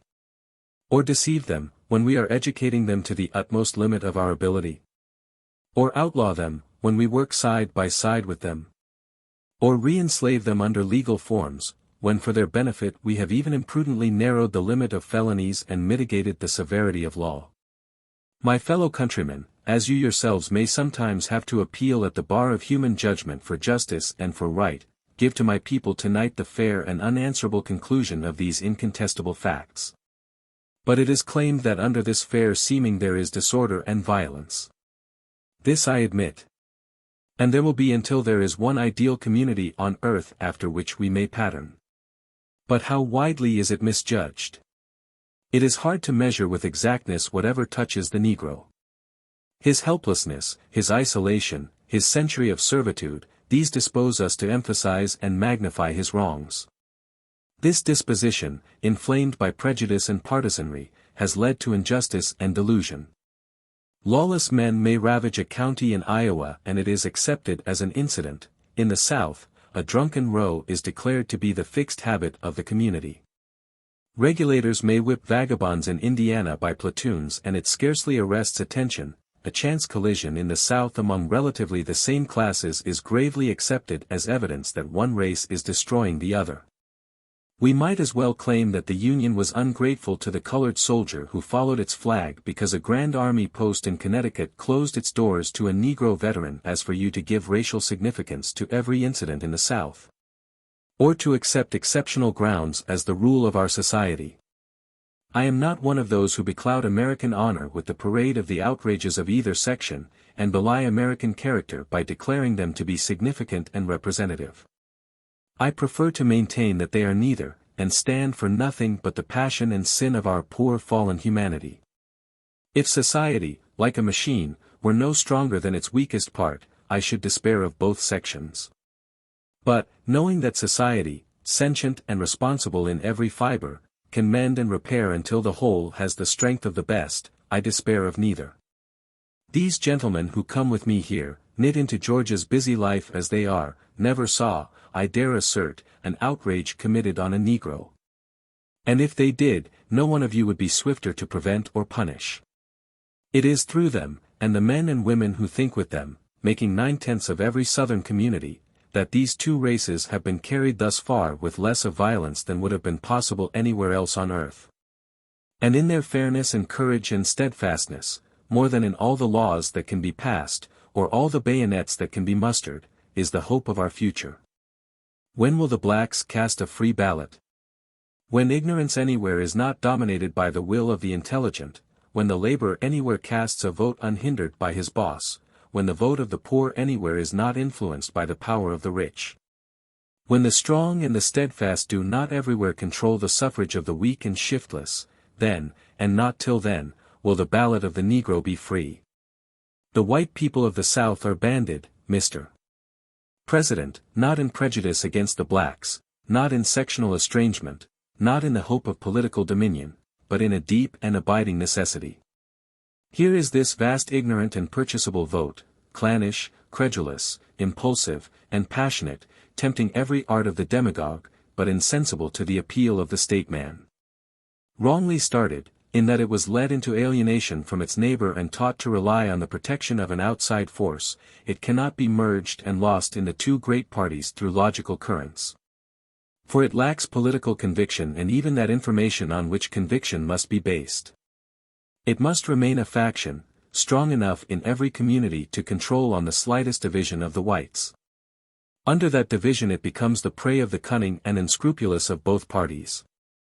Its credulity is imposed upon, its patience inflamed, its cupidity tempted. Its impulses misdirected, and even its superstition made to play its part in a campaign in which every interest of society is jeopardized and every approach to the ballot box debauched. It is against such campaigns as this, the folly and the bitterness and the danger of which every Southern community has drunk deeply, that the white people of the South are banded together. Just as you in Massachusetts would be banded if 300,000 men, not one in 100 able to read his ballot, banded in race instinct, holding against you the memory of a century of slavery, taught by your late conquerors to distrust and oppose you, had already travestied legislation from your state house, and in every species of folly or villainy had wasted your substance and exhausted your credit. But admitting the right of the whites to unite against this tremendous menace, we are challenged with the smallness of our vote. This has long been flippantly charged to be evidence and has now been solemnly and officially declared to be proof of political turpitude and baseness on our part. Let us see. Virginia, a state now under fierce assault for this alleged crime, cast in 1888 75% of her vote. Massachusetts, the state in which I speak, 60% of her vote. Was it suppression in Virginia and natural causes in Massachusetts? Last month Virginia cast 69% of her vote, and Massachusetts, fighting in every district, cast only 49% of hers. If Virginia is condemned because 31% of her vote was silent, how shall this state escape, in which 51% was dumb? Let us enlarge this comparison. The 16 southern states in 88 cast 67% of their total vote, the 6 New England states but 63% of theirs. By what fair rule shall the stigma be put upon one section while the other escapes? A congressional election in New York last week, with the polling place in touch of every voter, brought out only 6,000 votes of 28,000, and the lack of opposition is assigned as the natural cause. In a district in my state, in which an opposition speech has not been heard in 10 years and the polling places are miles apart, under the unfair reasoning of which my section has been a constant victim, the small vote is charged to be proof of forcible suppression. In Virginia an average majority of 12,000, unless hopeless division of the minority, was raised to 42,000. In Iowa, in the same election, a majority of 32,000 was wiped out and an opposition majority of 8,000 was established. The change of 40,000 votes in Iowa is accepted as political revolution. In Virginia an increase of 30,000 on a safe majority is declared to be proof of political fraud. It is deplorable, sir, that in both sections a larger percentage of the vote is not regularly cast, but more inexplicable that this should be so in New England than in the South. What invites the Negro to the ballot box? He knows that of all men it has promised him most and yielded him least. His first appeal to suffrage was the promise of 40 acres and a mule, his second, the threat that democratic success meant his re-enslavement. Both have been proved false in his experience. He looked for a home, and he got the Freedmen's Bank. He fought under promise of the loaf, and in victory was denied the crumbs. Discouraged and deceived, he has realized at last that his best friends are his neighbors with whom his lot is cast, and whose prosperity is bound up in his, and that he has gained nothing in politics to compensate the loss of their confidence and sympathy, that is at last his best and enduring hope. And so, without leaders or organization, and lacking the resolute heroism of my party friends in Vermont that make their hopeless march over the hills a high and inspiring pilgrimage, he shrewdly measures the occasional agitator, balances his little account with politics, touches up his mule, and jogs down the furrow, letting the mad world wag as it will. The Negro voter can never control in the South, and it would be well if partisans at the North would understand this. I have seen the white people of a state set about by black hosts until their fate seemed sealed. But, sir, some brave men, banding them together, would rise as Elisha rose in beleaguered Samaria, and, touching their eyes with faith, bid them look abroad to see the very air, filled with the chariots of Israel and the horsemen thereof. If there is any human force that cannot be withstood, it is the power of the banded intelligence and responsibility of a free community. Against it, numbers and corruption cannot prevail. It cannot be forbidden in the law, or divorced in force. It is the inalienable right of every free community, the just and righteous safeguard against an ignorant or corrupt suffrage. It is on this, sir, that we rely in the South. Not the cowardly menace of mask or shotgun, but the peaceful majesty of intelligence and responsibility, massed and unified for the protection of its homes and the preservation of its liberty. That, sir, is our reliance and our hope, and against it all the powers of earth shall not prevail. It is just as certain that Virginia would come back to the unchallenged control of her white race, that before the moral and material power of her people once more unified, opposition would crumble until its last desperate leader was left alone, vainly striving to rally his disordered hosts, as that night should fade in the kindling glory of the sun. You may pass force bills, but they will not avail. You may surrender your own liberties to federal election law, you may submit, in fear of a necessity that does not exist, that the very form of this government may be changed. You may invite federal interference with the New England town meeting, that has been for 100 years the guarantee of local government in America. This old state, which holds in its charter the boast that it is a free and independent commonwealth, may deliver its election machinery into the hands of the government it helped to create, but never, sir, will a single state of this Union, North or South, be delivered again to the control of an ignorant and inferior race. We wrested our state governments from Negro supremacy when the federal drumbeat rolled closer to the ballot box, and federal bayonets hedged it deeper about than will ever again be permitted in this free government. But, sir, though the cannon of this republic thundered in every voting district in the South, we still should find in the mercy of God the means and the courage to prevent its re-establishment. I regret, sir, that my section, hindered with this problem, stands in seeming estrangement to the North. If, sir, any man will point out to me a path down which the white people of the South, divided, may walk in peace and honor, I will take that path, though I take it alone, for at its end, and nowhere else, I fear, is to be found the full prosperity of my section and the full restoration of this Union. But, sir, if the Negro had not been enfranchised, the South would have been divided and the Republic united. His enfranchisement, against which I enter no protest, holds the South united and compact. What solution, then, can we offer for the problem? Time alone can disclose it to us. We simply report progress, and ask your patience. If the problem be solved at all, and I firmly believe it will, though nowhere else has it been, it will be solved by the people most deeply bound in interest, most deeply pledged in honor to its solution. I had rather see my people render back this question rightly solved than to see them gather all the spoils over which faction has contended since Catiline conspired and Caesar fought. Meantime we treat the Negro fairly, measuring to him justice in the fullness the strong should give to the weak, and leading him in the steadfast ways of citizenship, that he may no longer be the prey of the unscrupulous and the sport of the thoughtless. We open to him every pursuit in which he can prosper, and seek to broaden his training and capacity. We seek to hold his confidence and friendship, and to pin him to the soil with ownership, that he may catch in the fire of his own hearthstone that sense of responsibility the shiftless can never know.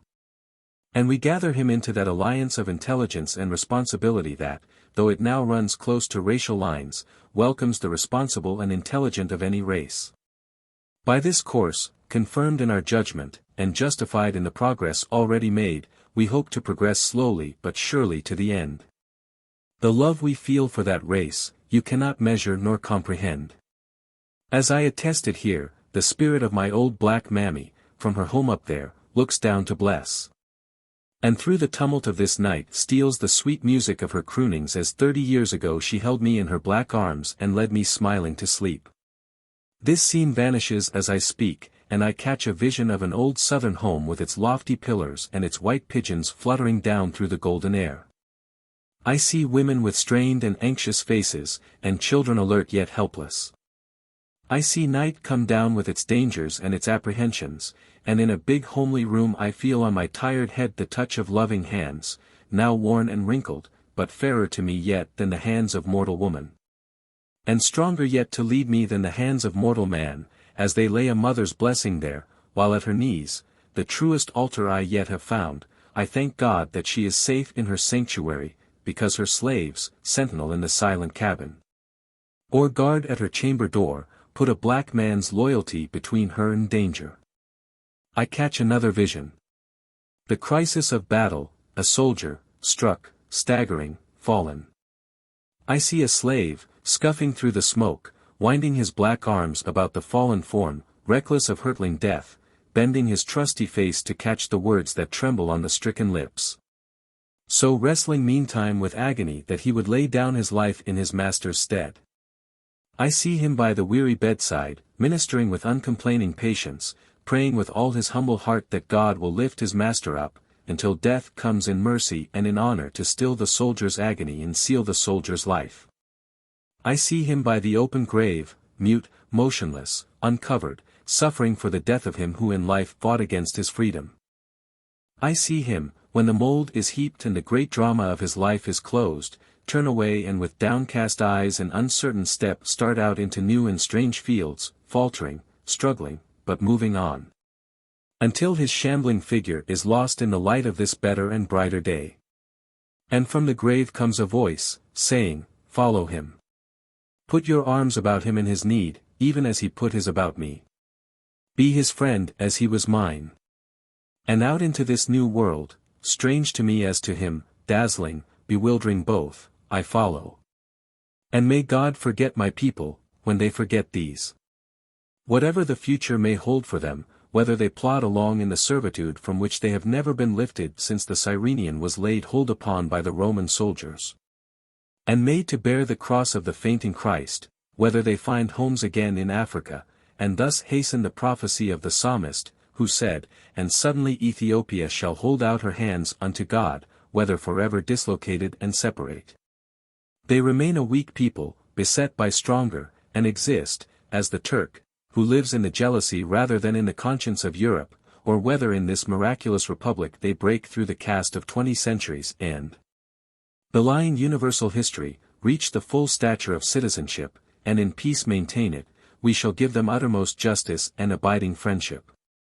And whatever we do, into whatever seeming estrangement we may be driven, nothing shall disturb the love we bear this republic, or mitigate our consecration to its service. I stand here, Mr. President, to profess no new loyalty. When General Lee, whose heart was the temple of our hopes, and whose arm was clothed with our strength, renewed his allegiance to this government at Appomattox, he spoke from a heart too great to be false. And he spoke for every honest man from Maryland to Texas. From that day to this Hamilcar has nowhere in the South sworn young Hannibal to hatred and vengeance, but everywhere to loyalty and to love. Witness the veteran standing at the base of a Confederate monument, above the graves of his comrades, his empty sleeve tossing in the April wind, adjuring the young men about him to serve as earnest and loyal citizens the government against which their fathers fought. This message, delivered from that sacred presence, has gone home to the hearts of my fellows.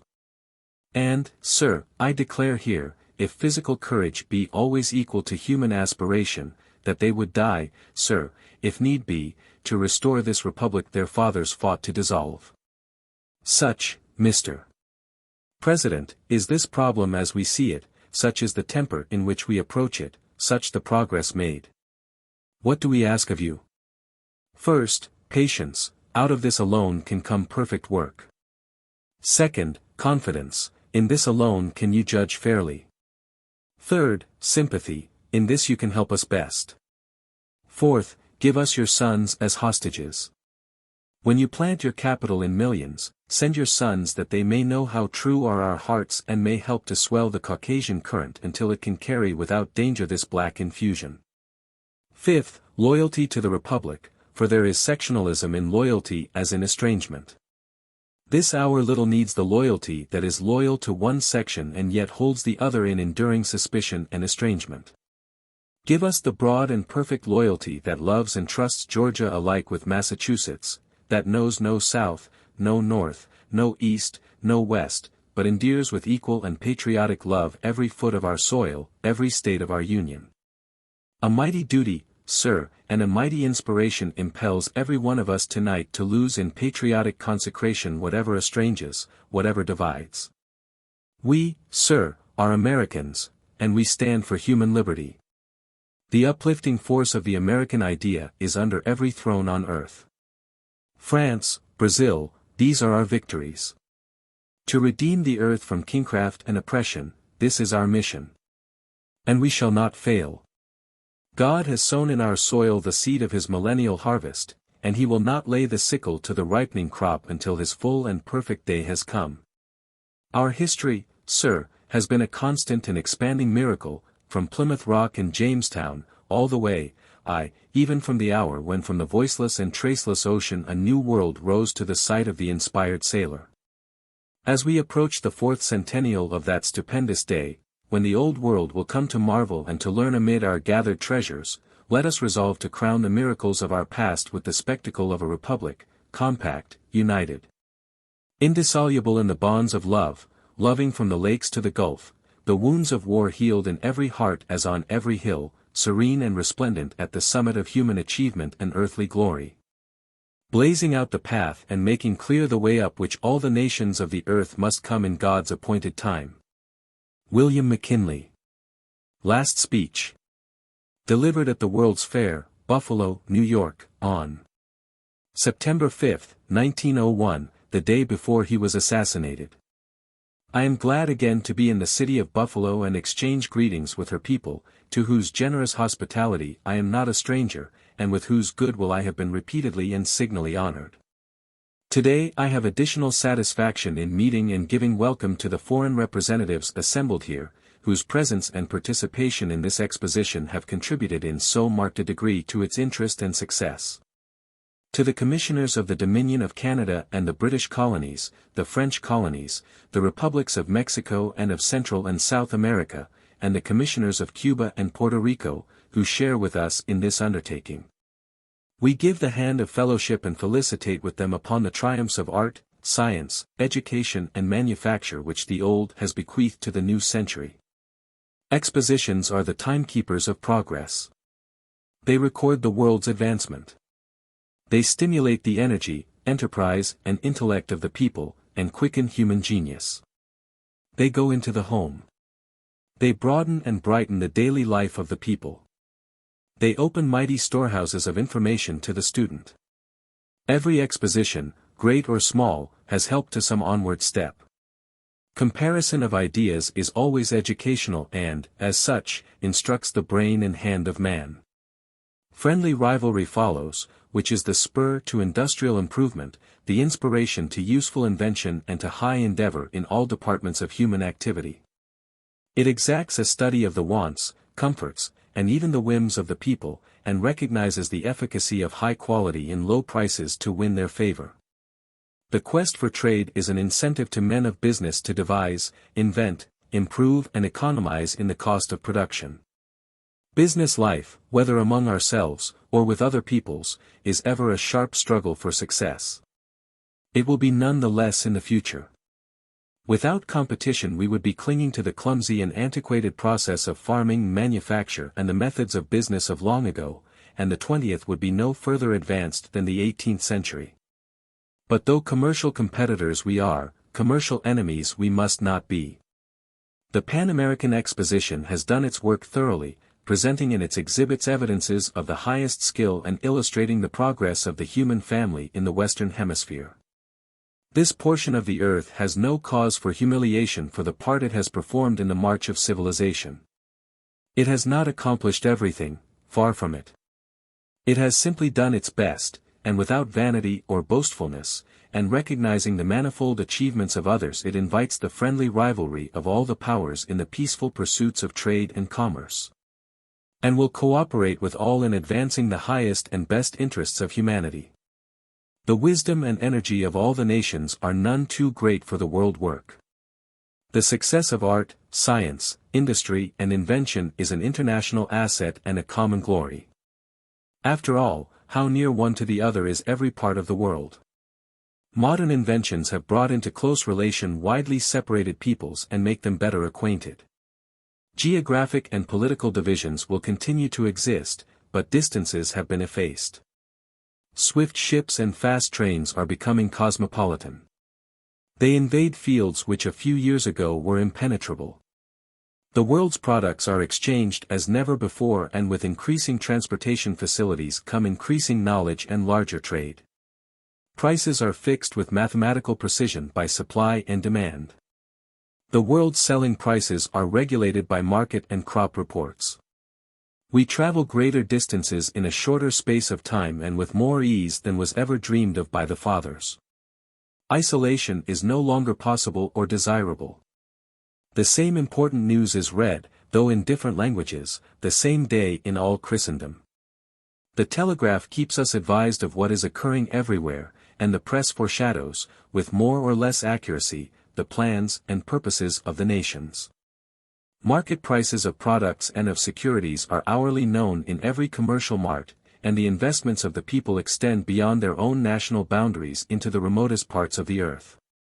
Vast transactions are conducted and international exchanges are made by the tick of the cable.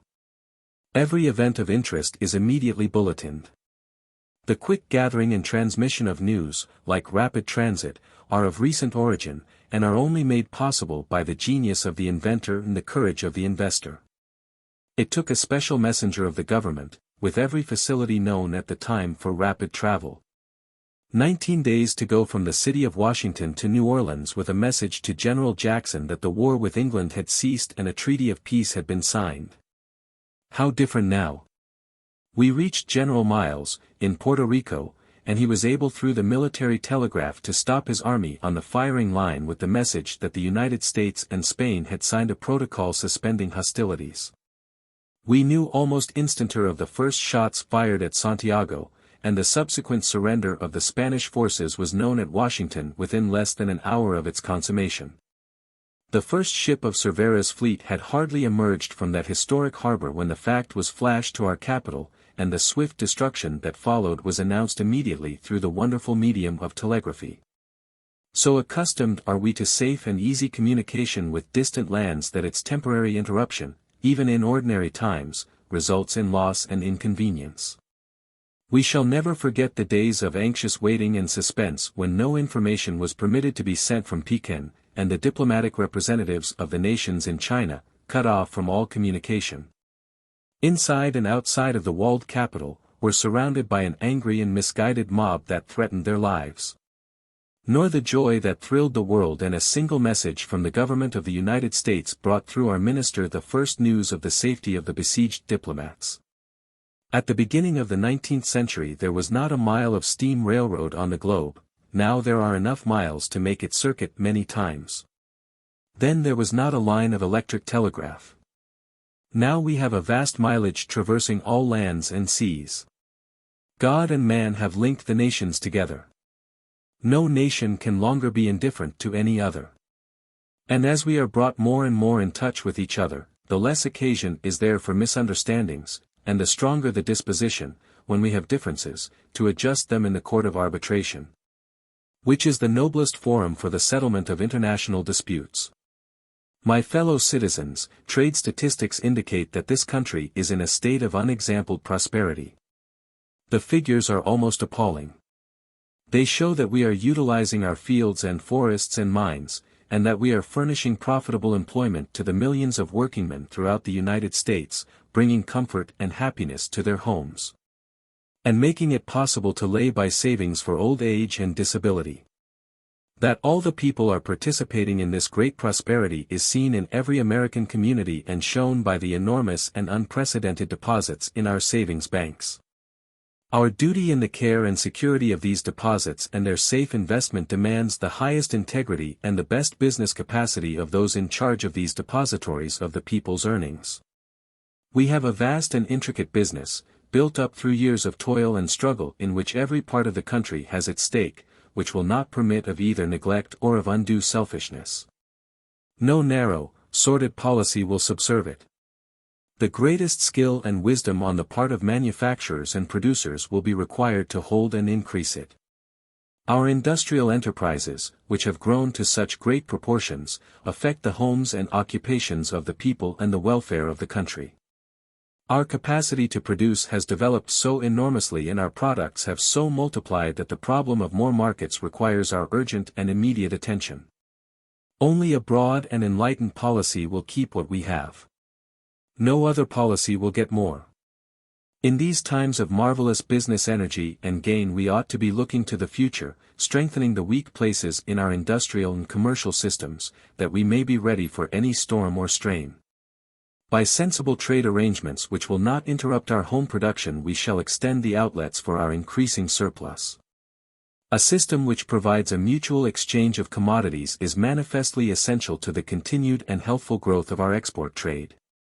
We must not repose in the fancied security that we can forever sell everything and buy little or nothing. If such a thing were possible it would not be best for us or for those with whom we deal. We should take from our customers such of their products as we can use without harm to our industries and labor. Reciprocity is the natural outgrowth of our wonderful industrial development under the domestic policy now firmly established. What we produce beyond our domestic consumption must have a vent abroad.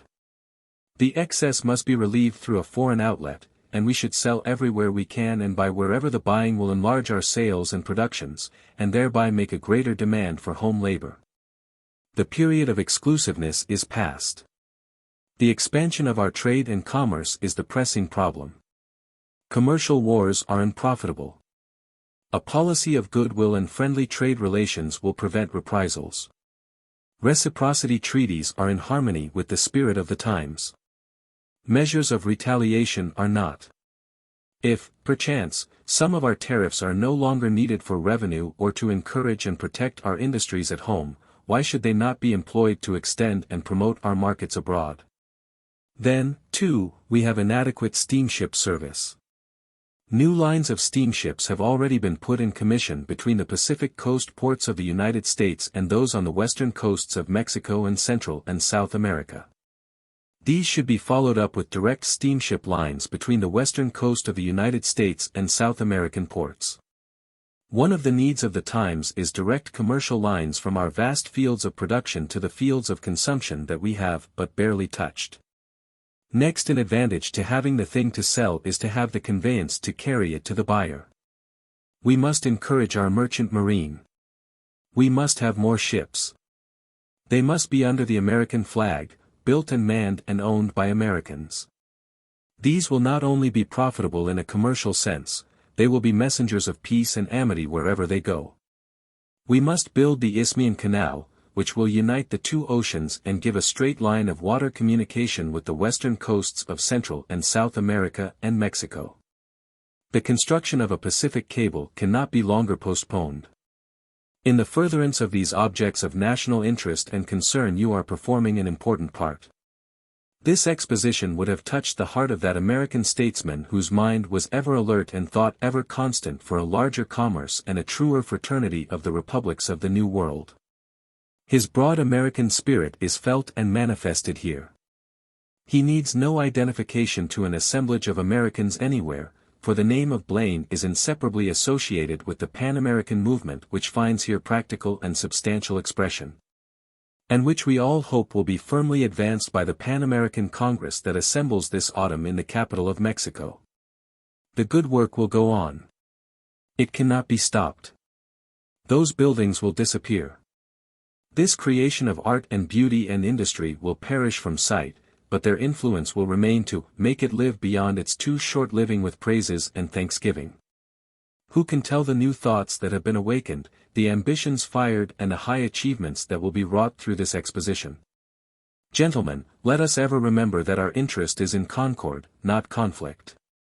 And that our real eminence rests in the victories of peace, not those of war.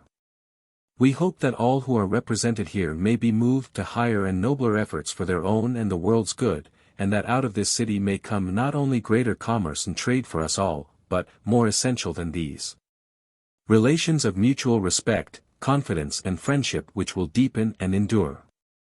Our earnest prayer is that God will graciously vouchsafe prosperity, happiness and peace to all our neighbors, and like blessings to all the peoples and powers of earth. John Hay. Tribute to McKinley. From his memorial address at a joint session of the Senate and House of Representatives on February 27, 1903. For the third time the Congress of the United States are assembled to commemorate the life and the death of a president slain by the hand of an assassin.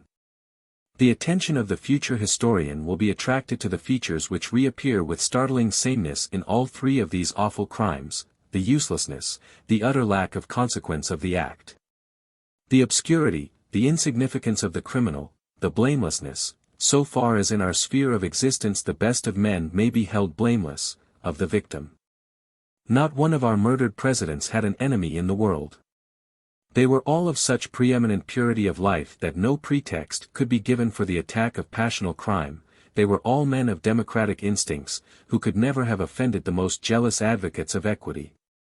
They were of kindly and generous nature, to whom wrong or injustice was impossible, of moderate fortune, whose slender means nobody could envy. They were men of austere virtue, of tender heart, of eminent abilities, which they had devoted with single minds to the good of the Republic. If ever men walked before God and man without blame, it was these three rulers of our people. The only temptation to attack their lives offered was their gentle radiance, to eyes hating the light, that was offense enough. The stupid uselessness of such an infamy affronts the common sense of the world. One can conceive how the death of a dictator may change the political conditions of an empire. How the extinction of a narrowing line of kings may bring in an alien dynasty. But in a well-ordered republic like ours the ruler may fall, but the state feels no tremor.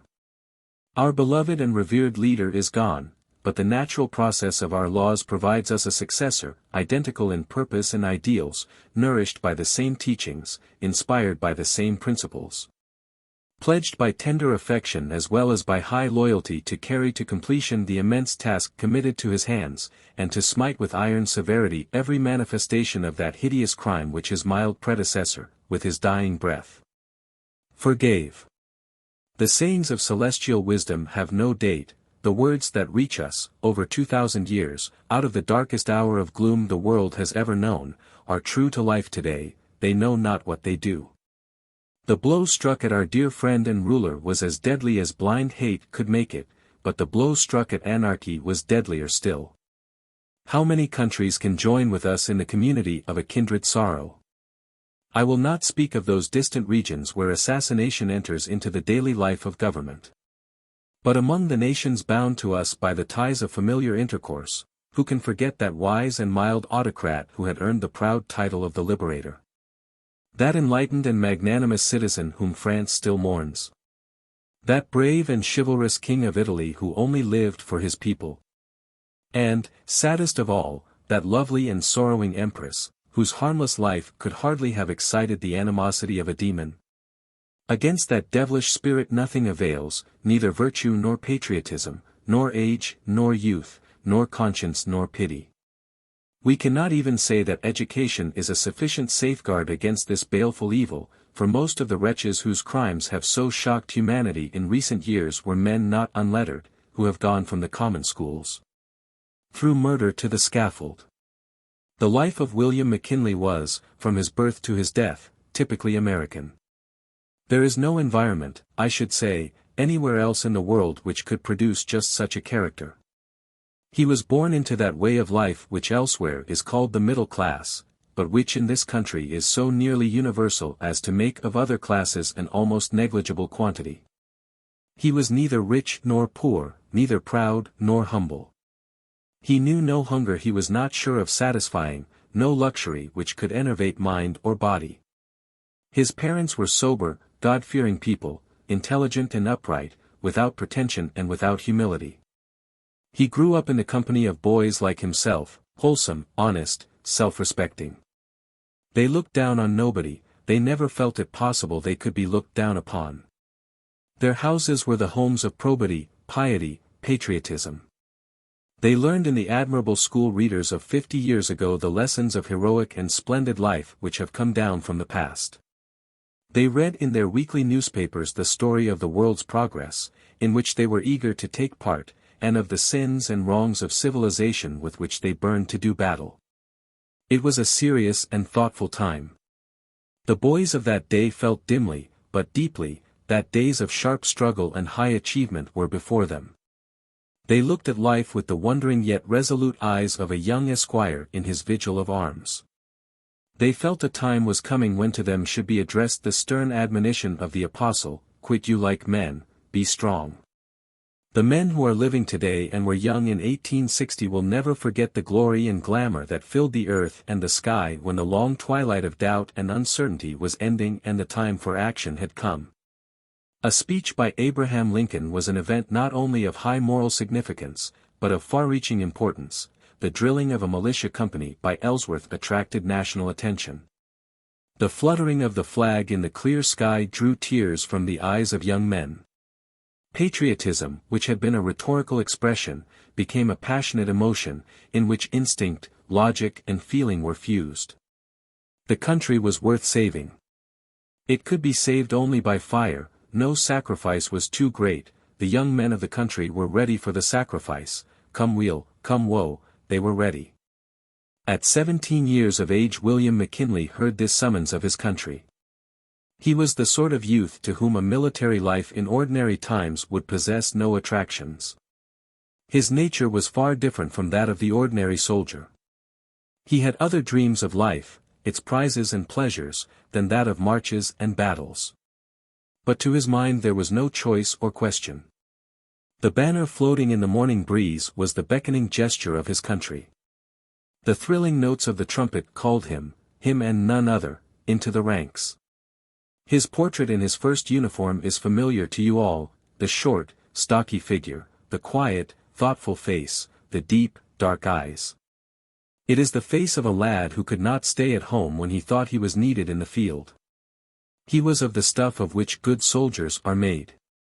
Had he been 10 years older he would have entered at the head of a company and come out at the head of a division. But he did what he could. He enlisted as a private, he learned to obey. His serious, sensible ways, his prompt, alert efficiency soon attracted the attention of his superiors. He was so faithful in little things that they gave him more and more to do. He was untiring in camp and on the march. Swift, cool and fearless in fight. He left the army with field rank when the war ended, brevetted by President Lincoln for gallantry in battle. In coming years, when men seek to draw the moral of our great Civil War, nothing will seem to them so admirable in all the history of our two magnificent armies as the way in which the war came to a close. When the Confederate Army saw the time had come, they acknowledged the pitiless logic of facts and ceased fighting. When the Army of the Union saw it was no longer needed, without a murmur or question, making no terms, asking no return, in the flush of victory and fullness of might, it laid down its arms and melted back into the mass of peaceful citizens. There is no event since the nation was born which has so proved its solid capacity for self-government. Both sections share equally in that crown of glory. They had held a debate of incomparable importance and had fought it out with equal energy. A conclusion had been reached, and it is to the everlasting honor of both sides that they each knew when the war was over and the hour of a lasting peace had struck. We may admire the desperate daring of others who prefer annihilation to compromise, but the palm of common sense, and, I will say, of enlightened patriotism, belongs to the men like Grant and Lee, who knew when they had fought enough for honor and for country. So it came naturally about that in 1876, the beginning of the second century of the Republic, he began, by an election to Congress, his political career. Thereafter for 14 years this chamber was his home. I use the word advisedly. Nowhere in the world was he so in harmony with his environment as here, nowhere else did his mind work with such full consciousness of its powers. The air of debate was native to him, here he drank the light of battle with his peers. In after days, when he drove by this stately pile, or when on rare occasions his duty called him here, he greeted his old haunts with the affectionate zest of a child of the house. During all the last 10 years of his life, filled as they were with activity and glory, he never ceased to be homesick for this hall. When he came to the presidency, there was not a day when his congressional service was not of use to him. Probably no other president has been in such full and cordial communion with Congress, if we may except Lincoln alone. McKinley knew the legislative body thoroughly, its composition, its methods, its habit of thought. He had the profoundest respect for its authority and an inflexible belief in the ultimate rectitude of its purposes. Our history shows how surely an executive courts disaster and ruin by assuming an attitude of hostility or distrust to the legislature. And, on the other hand, McKinley's frank and sincere trust and confidence in Congress were repaid by prompt and loyal support and cooperation. During his entire term of office this mutual trust and regard, so essential to the public welfare, was never shadowed by a single cloud. When he came to the presidency he confronted a situation of the utmost difficulty, which might well have appalled a man of less serene and tranquil self-confidence. There had been a state of profound commercial and industrial depression from which his friends had said his election would relieve the country. Our relations with the outside world left much to be desired. The feeling between the northern and southern sections of the Union was lacking in the cordiality which was necessary to the welfare of both. Hawaii had asked for annexation and had been rejected by the preceding administration. There was a state of things in the Caribbean which could not permanently endure.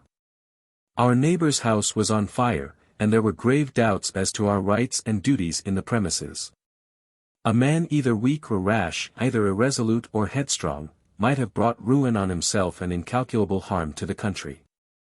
The least desirable form of glory to a man of his habitual mood and temper, that of successful war, was nevertheless conferred upon him by uncontrollable events. He felt it must come, he deplored its necessity. He strained almost to breaking his relations with his friends, in order, first to prevent and then to postpone it to the latest possible moment.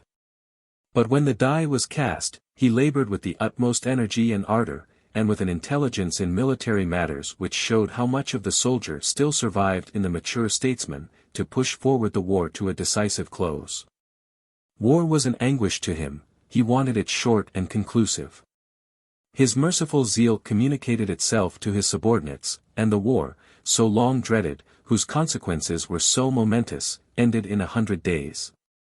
Mr.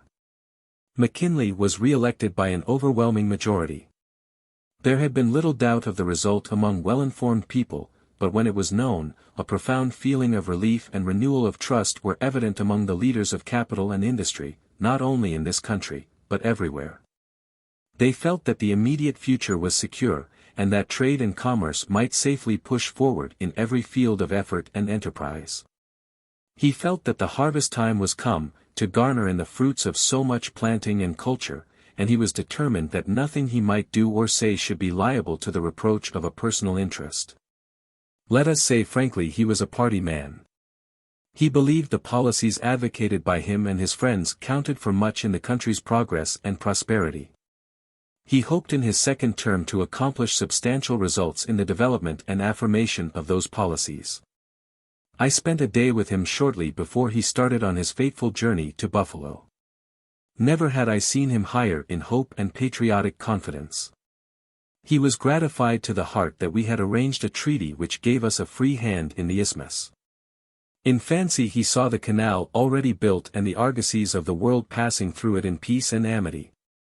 He saw in the immense evolution of American trade the fulfillment of all his dreams, the reward of all his labors. He was, I need not say, an ardent protectionist, never more sincere and devoted than during those last days of his life. He regarded reciprocity as the bulwark of protection, not a breach, but a fulfillment of the law. The treaties which for 4 years had been preparing under his personal supervision he regarded as ancillary to the general scheme. He was opposed to any revolutionary plan of change in the existing legislation. He was careful to point out that everything he had done was in faithful compliance with the law itself. In that mood of high hope, of generous expectation, he went to Buffalo, and there, on the threshold of eternity, he delivered that memorable speech, worthy for its loftiness of tone, its blameless morality, its breadth of view. To be regarded as his testament to the nation. Through all his pride of country and his joy of its success runs the note of solemn warning, as in Kipling's noble hymn, lest we forget. The next day sped the bolt of doom, and for a week after, in an agony of dread, broken by elusive glimpses of hope that our prayers might be answered, the nation waited for the end. Nothing in the glorious life we saw gradually waning was more admirable and exemplary than its close. The gentle humanity of his words when he saw his assailant in danger of summary vengeance, do not let them hurt him. His chivalrous care that the news should be broken gently to his wife, the fine courtesy with which he apologized for the damage which his death would bring to the great exhibition, and the heroic resignation of his final words, "It is God's way. His will, not ours, be done," were all the instinctive expressions of a nature so lofty and so pure that pride in its nobility at once softened and enhanced the nation's sense of loss. The Republic grieved over such a son, but is proud forever of having produced him. After all, in spite of its tragic ending, his life was extraordinarily happy. He had, all his days, troops of friends, the cheer of fame and fruitful labor. And he became at last, on fortune's crowning slope, the pillar of a people's hope, the center of a world's desire. William Jennings Bryan. The Prince of Peace. 1894. I offer no apology for speaking upon a religious theme, for it is the most universal of all themes. I am interested in the science of government, but I am interested more in religion than in government. I enjoy making a political speech, I have made a good many and shall make more, but I would rather speak on religion than on politics.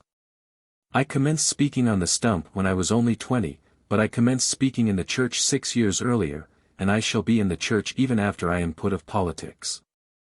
I feel sure of my ground when I make a political speech, but I feel even more certain of my ground when I make a religious speech. If I addressed you upon the subject of law, I might interest the lawyers. If I discussed the science of medicine, I might interest the physicians, in like manner merchants might be interested in comments on commerce, and farmers in matters pertaining to agriculture, but no one of these subjects appeals to all. Even the science of government, though broader than any profession or occupation, does not embrace the whole sum of life. And those who think upon it differ so among themselves that I could not speak upon the subject so as to please a part of the audience without displeasing others.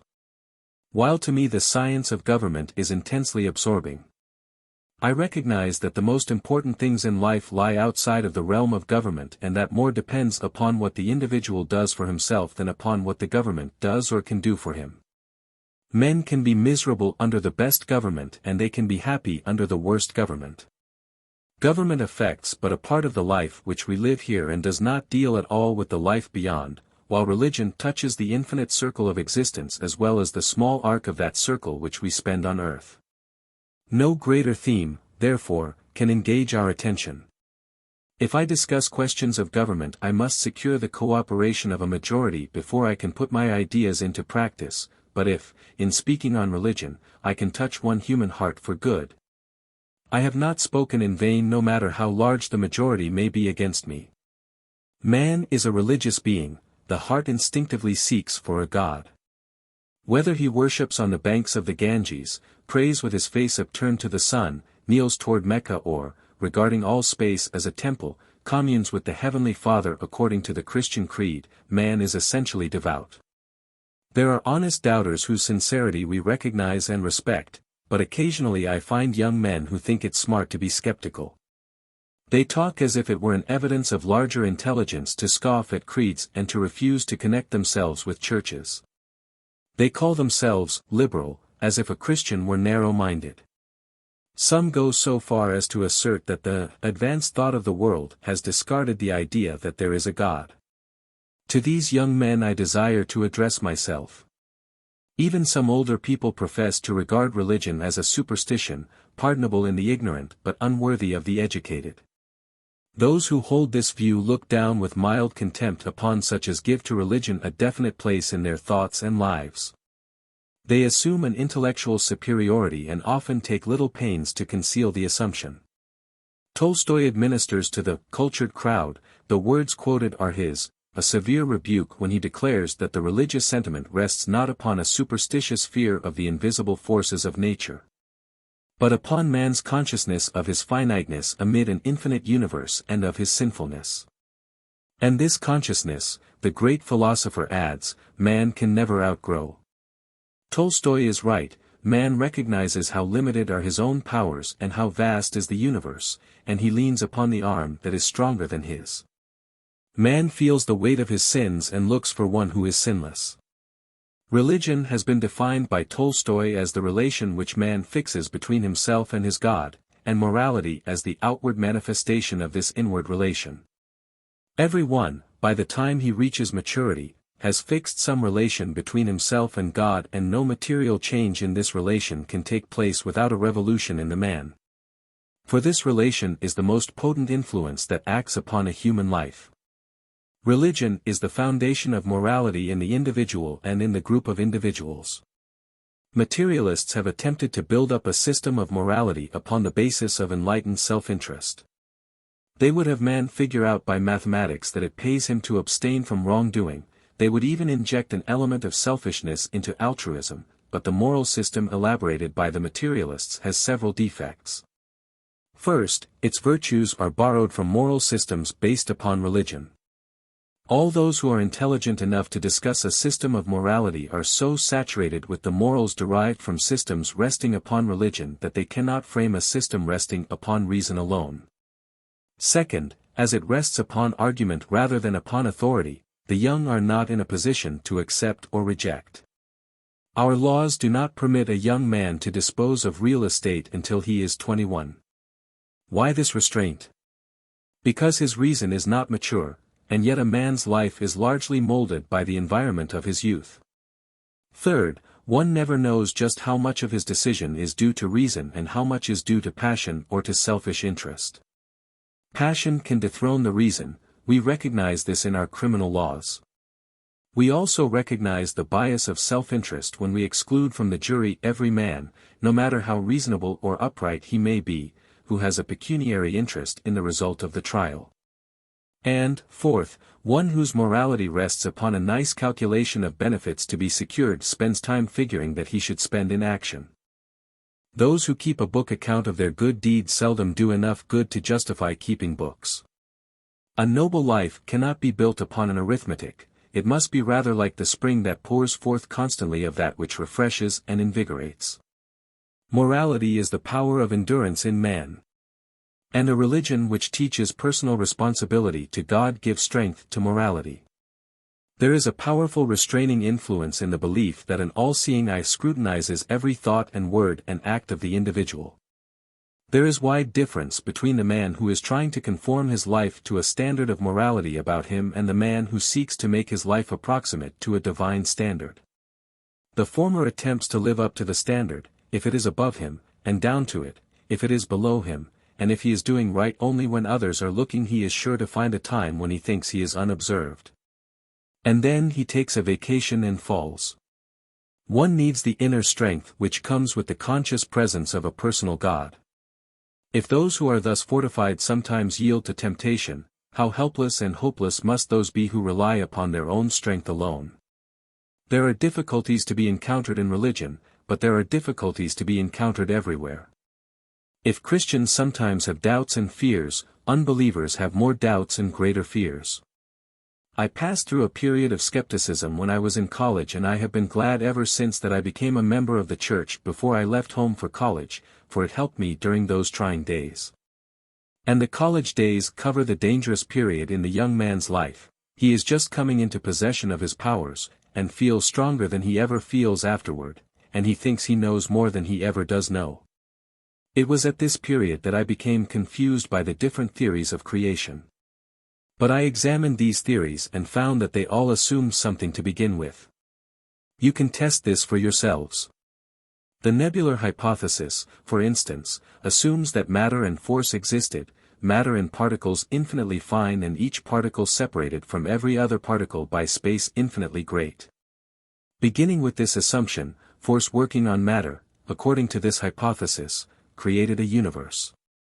Well, I have a right to assume, and I prefer to assume, a designer back of the design, a creator back of the creation. And no matter how long you draw out the process of creation, so long as God stands back of it, you cannot shake my faith in Jehovah. In Genesis it is written that, in the beginning, God created the heavens and the earth, and I can stand on that proposition until I find some theory of creation that goes farther back than the beginning. We must begin with something, we must start somewhere, and the Christian begins with God. I do not carry the doctrine of evolution as far as some do. I am not yet convinced that man is a lineal descendant of the lower animals. I do not mean to find fault with you if you want to accept the theory. All I mean to say is that while you may trace your ancestry back to the monkey if you find pleasure or pride in doing so, you shall not connect me with your family tree without more evidence than has yet been produced. I object to the theory for several reasons. First, it is a dangerous theory. If a man links himself in generations with the monkey, it then becomes an important question whether he is going toward him or coming from him, and I have seen them going in both directions.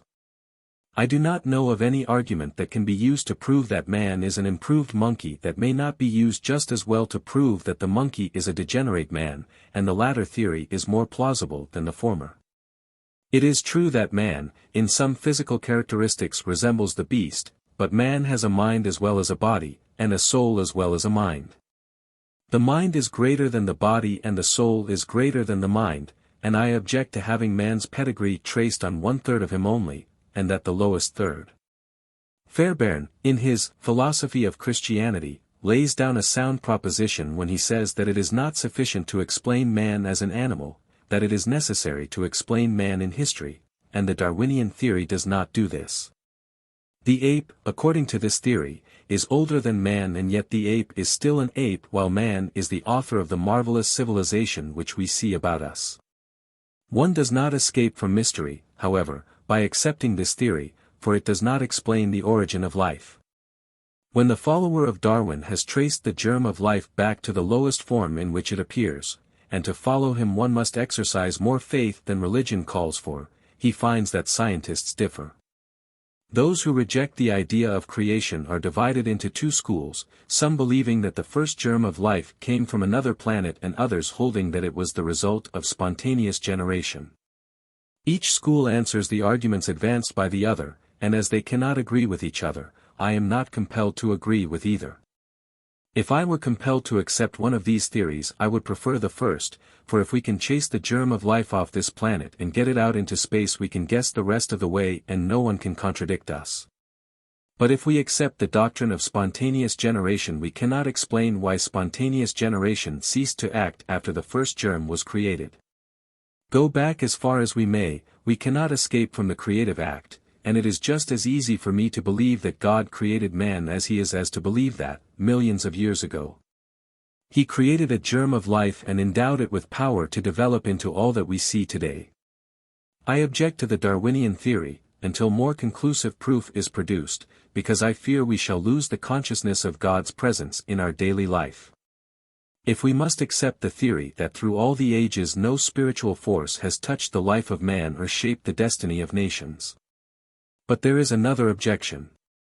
The Darwinian theory represents man as reaching his present perfection by the operation of the law of hate, the merciless law by which the strong crowd out and kill off the weak. If this is the law of our development, then, if there is any logic that can bind the human mind, we shall turn backward toward the beast in proportion as we substitute the law of love. I prefer to believe that love rather than hatred is the law of development. How can hatred be the law of development when nations have advanced in proportion as they have departed from that law and adopted the law of love? But, I repeat, while I do not accept the Darwinian theory, I shall not quarrel with you about it. I only refer to it to remind you that it does not solve the mystery of life or explain human progress. I fear that some have accepted it in the hope of escaping from the miracle, but why should the miracle frighten us? And yet I am inclined to think that it is one of the test questions with the Christian. Christ cannot be separated from the miraculous. His birth, his ministrations, and his resurrection, all involve the miraculous, and the change which his religion works in the human heart is a continuing miracle. Eliminate the miracles and Christ becomes merely a human being and his gospel is stripped of divine authority. The miracle raises two questions: can God perform a miracle, and, would he want to? The first is easy to answer. A God who can make a world can do anything he wants to do with it. The power to perform miracles is necessarily implied in the power to create. But would God want to perform a miracle? This is the question which has given most of the trouble. The more I have considered it, the less inclined I am to answer in the negative. To say that God would not perform a miracle is to assume a more intimate knowledge of God's plans and purposes than I can claim to have. I will not deny that God does perform a miracle or may perform one merely because I do not know how or why he does it. I find it so difficult to decide each day what God wants done now that I am not presumptuous enough to attempt to declare what God might have wanted to do thousands of years ago.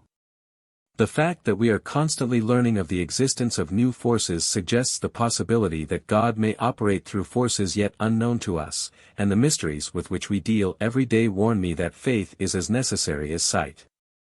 Who would have credited a century ago the stories that are now told of the wonder-working electricity? For ages man had known the lightning, but only to fear it. Now, this invisible current is generated by a man-made machine, imprisoned in a man-made wire and made to do the bidding of man. We are even able to dispense with the wire and hurl words through space, and the X-ray has enabled us to look through substances which were supposed, until recently, to exclude all light. The miracle is not more mysterious than many of the things with which man now deals, it is simply different. The miraculous birth of Christ is not more mysterious than any other conception, it is simply unlike it. Nor is the resurrection of Christ more mysterious than the myriad resurrections which mark each annual seed time. It is sometimes said that God could not suspend one of his laws without stopping the universe, but do we not suspend or overcome the law of gravitation every day? Every time we move a foot or lift a weight we temporarily overcome one of the most universal of natural laws, and yet the world is not disturbed. Science has taught us so many things that we are tempted to conclude that we know everything, but there is really a great unknown which is still unexplored, and that which we have learned ought to increase our reverence rather than our egotism. Science has disclosed some of the machinery of the universe, but science has not yet revealed to us the great secret, the secret of life. It is to be found in every blade of grass, in every insect, in every bird and in every animal, as well as in man. 6,000 years of recorded history, and yet we know no more about the secret of life than they knew in the beginning. We live, we plan, we have our hopes, our fears, and yet in a moment a change may come over any one of us and this body will become a mass of lifeless clay. What is it that, having, we live, and having not, we are as the clod? The progress of the race and the civilization which we now behold are the work of men and women who have not yet solved the mystery of their own lives. And our food, must we understand it before we eat it? If we refuse to eat anything until we could understand the mystery of its growth, we would die of starvation. But mystery does not bother us in the dining room, it is only in the church that it is a stumbling block. I was eating a piece of watermelon some months ago and was struck with its beauty. I took some of the seeds and dried them and weighed them, and found that it would require some 5,000 seeds to weigh a pound. And then I applied mathematics to that 40-pound melon. One of these seeds, put into the ground, when warmed by the sun and moistened by the rain, takes off its coat and goes to work. It gathers from somewhere 200,000 times its own weight, and forcing this raw material through a tiny stem, constructs a watermelon. It ornaments the outside with a covering of green. Inside the green it puts a layer of white, and within the white a core of red, and all through the red it scatters seeds, each one capable of continuing the work of reproduction. Where does that little seed get its tremendous power? Where does it find its coloring matter? How does it collect its flavoring extract? How does it build a watermelon? Until you can explain a watermelon, do not be too sure that you can set limits to the power of the Almighty and say just what He would do or how He would do it. I cannot explain the watermelon, but I eat it and enjoy it. The egg is the most universal of foods and its use dates from the beginning, but what is more mysterious than an egg? When an egg is fresh it is an important article of merchandise. A hen can destroy its market value in a week's time, but in 2 weeks more she can bring forth from it what man could not find in it. We eat eggs, but we cannot explain an egg. Water has been used from the birth of man. We learned after it had been used for ages that it is merely a mixture of gases, but it is far more important that we have water to drink than that we know that it is not water. Everything that grows tells a like story of infinite power. Why should I deny that a divine hand fed a multitude with a few loaves and fishes when I see hundreds of millions fed every year by a hand which converts the seed scattered over the field into an abundant harvest? We know that food can be multiplied in a few months' time. Shall we deny the power of the Creator to eliminate the element of time, when we have gone so far in eliminating the element of space? Who am I that I should attempt to measure the arm of the Almighty with my puny arm, or to measure the brain of the infinite with my finite mind? Who am I that I should attempt to put metes and bounds to the power of the Creator? But there is something even more wonderful still, the mysterious change that takes place in the human heart when the man begins to hate the things he loved and to love the things he hated, the marvelous transformation that takes place in the man who, before the change, would have sacrificed a world for his own advancement but who, after the change, would give his life for a principle and esteem it a privilege to make sacrifice for his convictions. What greater miracle than this, that converts a selfish, self-centered human being into a center from which good influences flow out in every direction? And yet this miracle has been wrought in the heart of each one of us, or may be wrought, and we have seen it wrought in the hearts and lives of those about us. No, living a life that is a mystery, and living in the midst of mystery and miracles, I shall not allow either to deprive me of the benefits of the Christian religion. If you ask me if I understand everything in the Bible, I answer, no, but if we will try to live up to what we do understand, we will be kept so busy doing good that we will not have time to worry about the passages which we do not understand.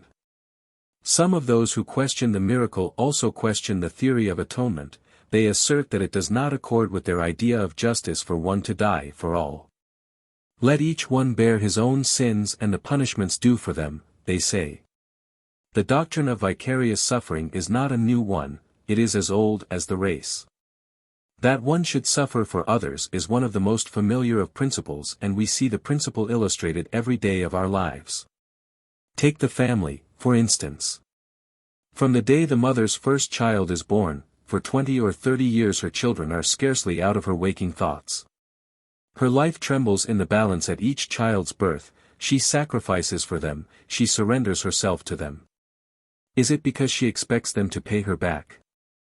Fortunate for the parent and fortunate for the child if the latter has an opportunity to repay in part the debt it owes. But no child can compensate a parent for a parent's care. In the course of nature the debt is paid, not to the parent, but to the next generation, and the next, each generation suffering, sacrificing for and surrendering itself to the generation that follows. This is the law of our lives. Nor is this confined to the family. Every step in civilization has been made possible by those who have been willing to sacrifice for posterity. Freedom of speech, freedom of the press, freedom of conscience and free government have all been won for the world by those who were willing to labor unselfishly for their fellows. So well established is this doctrine that we do not regard anyone as great unless he recognizes how unimportant his life is in comparison with the problems with which he deals. I find proof that man was made in the image of his Creator in the fact that, throughout the centuries, man has been willing to die, if necessary, that blessings denied to him might be enjoyed by his children, his children's children in the world. The seeming paradox, he that saveth his life shall lose it and he that losseth his life for my sake shall find it, has an application wider than that usually given to it, it is an epitome of history. Those who live only for themselves live little lives, but those who stand ready to give themselves for the advancement of things greater than themselves find a larger life than the one they would have surrendered. Wendell Phillips gave expression to the same idea when he said, "What imprudent men the benefactors of the race have been. How prudently most men sink into nameless graves, while now and then a few forget themselves into immortality. We win immortality, not by remembering ourselves, but by forgetting ourselves in devotion to things larger than ourselves." Instead of being an unnatural plan, the plan of salvation is in perfect harmony with human nature as we understand it. Sacrifice is the language of love, and Christ, in suffering for the world, adopted the only means of reaching the heart. This can be demonstrated not only by theory but by experience, for the story of his life, his teachings, his sufferings and his death has been translated into every language and everywhere it has touched the heart. But if I were going to present an argument in favor of the divinity of Christ, I would not begin with miracles or mystery or with the theory of atonement. I would begin as Carnegie Simpson does in his book entitled, The Fact of Christ. Commencing with the undisputed fact that Christ lived, he points out that one cannot contemplate this fact without feeling that in some way it is related to those now living. He says that one can read of Alexander, of Caesar, or of Napoleon, and not feel that it is a matter of personal concern. But that when one reads that Christ lived, and how he died, he feels that somehow there is a cord that stretches from that life to his. As he studies the character of Christ he becomes conscious of certain virtues which stand out in bold relief, his purity, his forgiving spirit, and his unfathomable love. The author is correct, Christ presents an example of purity in thought and life, and man, conscious of his own imperfections and grieved over his shortcomings, finds inspiration in the fact that he was tempted in all points like as we are, and yet without sin. I am not sure but that each can find just here a way of determining for himself whether he possesses the true spirit of a Christian. If the sinlessness of Christ inspires within him an earnest desire to conform his life more nearly to the perfect example, he is indeed a follower. If, on the other hand, he resents the reproof which the purity of Christ offers, and refuses to mend his ways, he has yet to be born again. The most difficult of all the virtues to cultivate is the forgiving spirit. Revenge seems to be natural with man, it is human to want to get even with an enemy. It has even been popular to boast of vindictiveness. It was once inscribed on a man's monument that he had repaid both friends and enemies more than he had received. This was not the spirit of Christ. He taught forgiveness, and in that incomparable prayer which he left as model for our petitions, he made our willingness to forgive the measure by which we may claim forgiveness. He not only taught forgiveness but he exemplified his teachings in his life. When those who persecuted him brought him to the most disgraceful of all deaths, his spirit of forgiveness rose above his sufferings and he prayed, "Father, forgive them, for they know not what they do." But love is the foundation of Christ's creed. The world had known love before, parents had loved their children, and children their parents, husbands had loved their wives, and wives their husbands, and friend had loved friend, but Jesus gave a new definition of love. His love was as wide as the sea, its limits were so far-flung that even an enemy could not travel beyond its bounds. Other teachers sought to regulate the lives of their followers by rule and formula, but Christ's plan was to purify the heart and then to leave love to direct the footsteps. What conclusion is to be drawn from the life, the teachings and the death of this historic figure? Reared in a carpenter's shop, with no knowledge of literature, save Bible literature. With no acquaintance with philosophers living or with the writings of sages dead, when only about 30 years old he gathered disciples about him, promulgated a higher code of morals than the world had ever known before, and proclaimed himself the Messiah. He taught and performed miracles for a few brief months and then was crucified. His disciples were scattered and many of them put to death, his claims were disputed, his resurrection denied and his followers persecuted. And yet from this beginning his religion spread until hundreds of millions have taken his name with reverence upon their lips and millions have been willing to die rather than surrender the faith which he put into their hearts. How shall we account for him? Here is the greatest fact of history, here is one who has with increasing power, for 1900 years, molded the hearts, the thoughts and the lives of men, and he exerts more influence today than ever before. What think ye of Christ? It is easier to believe him divine than to explain in any other way what he said and did and was. And I have greater faith, even than before, since I have visited the Orient and witnessed the successful contest which Christianity is waging against the religions and philosophies of the East. I was thinking a few years ago of the Christmas which was then approaching and of him in whose honor the day is celebrated. I recalled the message, "Peace on earth, goodwill to men," and then my thoughts ran back to the prophecy uttered centuries before his birth, in which he was described as the Prince of Peace. To reinforce my memory I reread the prophecy and I found immediately following a verse which I had forgotten, a verse which declares that of the increase of his peace and government there shall be no end, and Isaiah adds that he shall judge his people with justice and with judgment.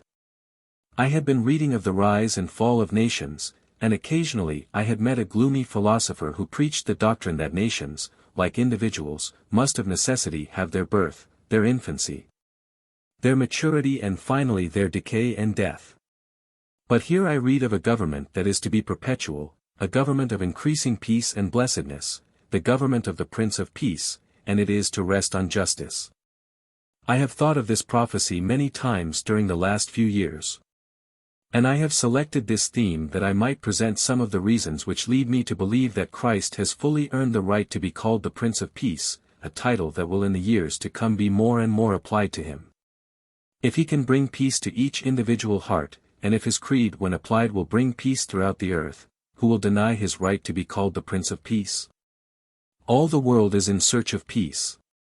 Every heart that ever beat has sought for peace, and many have been the methods employed to secure it. Some have thought to purchase it with riches and have labored to secure wealth, hoping to find peace when they were able to go where they pleased and buy what they liked. Of those who have endeavored to purchase peace with money, the large majority have failed to secure the money. But what has been the experience of those who have been eminently successful in finance? They all tell the same story, viz. that they spent the first half of their lives trying to get money from others and the last half trying to keep others from getting their money, and that they found peace in neither half. Some have even reached the point where they find difficulty in getting people to accept their money, and I know of no better indication of the ethical awakening in this country than the increasing tendency to scrutinize the methods of money-making. I am sanguine enough to believe that the time will yet come when respectability will no longer be sold to great criminals by helping them to spend their ill-gotten gains. A long step in advance will have been taken when religious Educational and charitable institutions refuse to condone conscienceless methods in business and leave the possessor of illegitimate accumulations to learn how lonely life is when one prefers money to morals. Some have sought peace in social distinction, but whether they have been within the charmed circle and fearful lest they might fall out, or outside, and hopeful that they might get in, they have not found peace. Some have thought, vain thought, to find peace in political prominence, but whether office comes by birth, as in monarchies, or by election, as in republics, it does not bring peace. An office is not considered a high one if all can occupy it. Only when few in a generation can hope to enjoy an honor do we call it a great honor. I am glad that our Heavenly Father did not make the peace of the human heart to depend upon our ability to buy it with money, secure it in society, or win it at the polls, for in either case but few could have obtained it. But when he made peace the reward of a conscience void of offense toward God and man, he put it within the reach of all. The poor can secure it as easily as the rich, the social outcasts as freely as the leader of society, and the humblest citizen equally with those who wield political power. To those who have grown gray in the church, I need not speak of the peace to be found in faith in God and trust in an overruling providence. Christ taught that our lives are precious in the sight of God, and poets have taken up the thought and woven it into immortal verse. No uninspired writer has expressed it more beautifully than William Cullen Bryant in his Ode to a Waterfowl. After following the wanderings of the bird of passage as it seeks first its southern and then its northern home, he concludes, "Thou art gone. The abyss of heaven hath swallowed up thy form, but on my heart deeply hath sunk the lesson thou hast given, and shall not soon depart.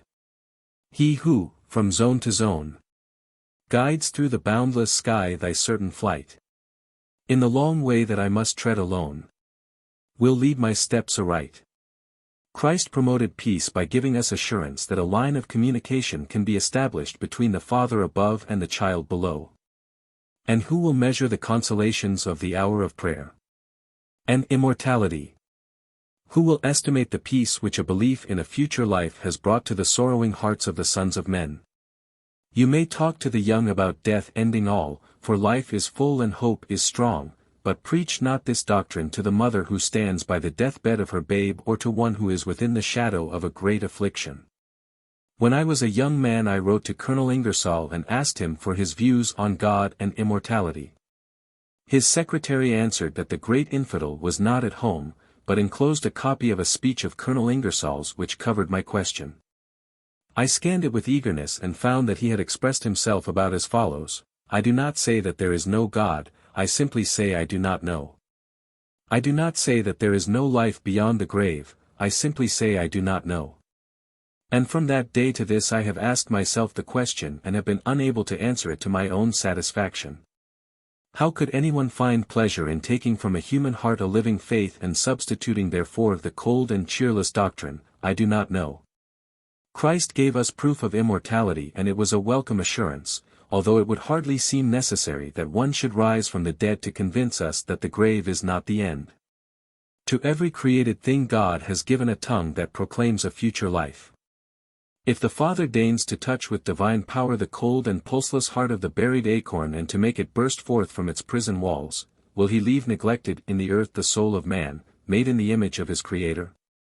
If he stoops to give to the rose bush, whose withered blossoms float upon the autumn breeze, the sweet assurance of another springtime, will he refuse the words of hope to the sons of men when the frosts of winter come? If matter, mute and inanimate, though changed by the forces of nature into a multitude of forms, can never die, will the imperial spirit of man suffer annihilation when it has paid a brief visit like a royal guest to this tenement of clay? No, I am sure that he who, notwithstanding his apparent prodigality, created nothing without a purpose, and wasted not a single atom in all his creation, has made provision for a future life in which man's universal longing for immortality will find its realization. I am as sure that we live again as I am sure that we live today. In Cairo I secured a few grains of wheat that had slumbered for more than 30 centuries in an Egyptian tomb. As I looked at them this thought came into my mind: if one of those grains had been planted on the banks of the Nile the year after it grew, and all its lineal descendants had been planted and replanted from that time until now. Its progeny would today be sufficiently numerous to feed the teeming millions of the world. An unbroken chain of life connects the earliest grains of wheat with the grains that we sow and reap. There is in the grain of wheat an invisible something which has power to discard the body that we see, and from earth and air fashion a new body so much like the old one that we cannot tell the one from the other. If this invisible germ of life in the grain of wheat can thus pass unimpaired through 3,000 resurrections, I shall not doubt that my soul has power to clothe itself with a body suited to its new existence when this earthly frame has crumbled into dust. A belief in immortality not only consoles the individual, but it exerts a powerful influence in bringing peace between individuals. If one actually thinks that man dies as the brute dies, he will yield more easily to the temptation to do injustice to his neighbor when the circumstances are such as to promise security from detection. But if one really expects to meet again, and live eternally with, those whom he knows today, he is restrained from evil deeds by the fear of endless remorse. We do not know what rewards are in store for us or what punishments may be reserved. But if there were no other, it would be some punishment for one who deliberately and consciously wrongs another to have to live forever in the company of the person wronged and have his littleness and selfishness laid bare.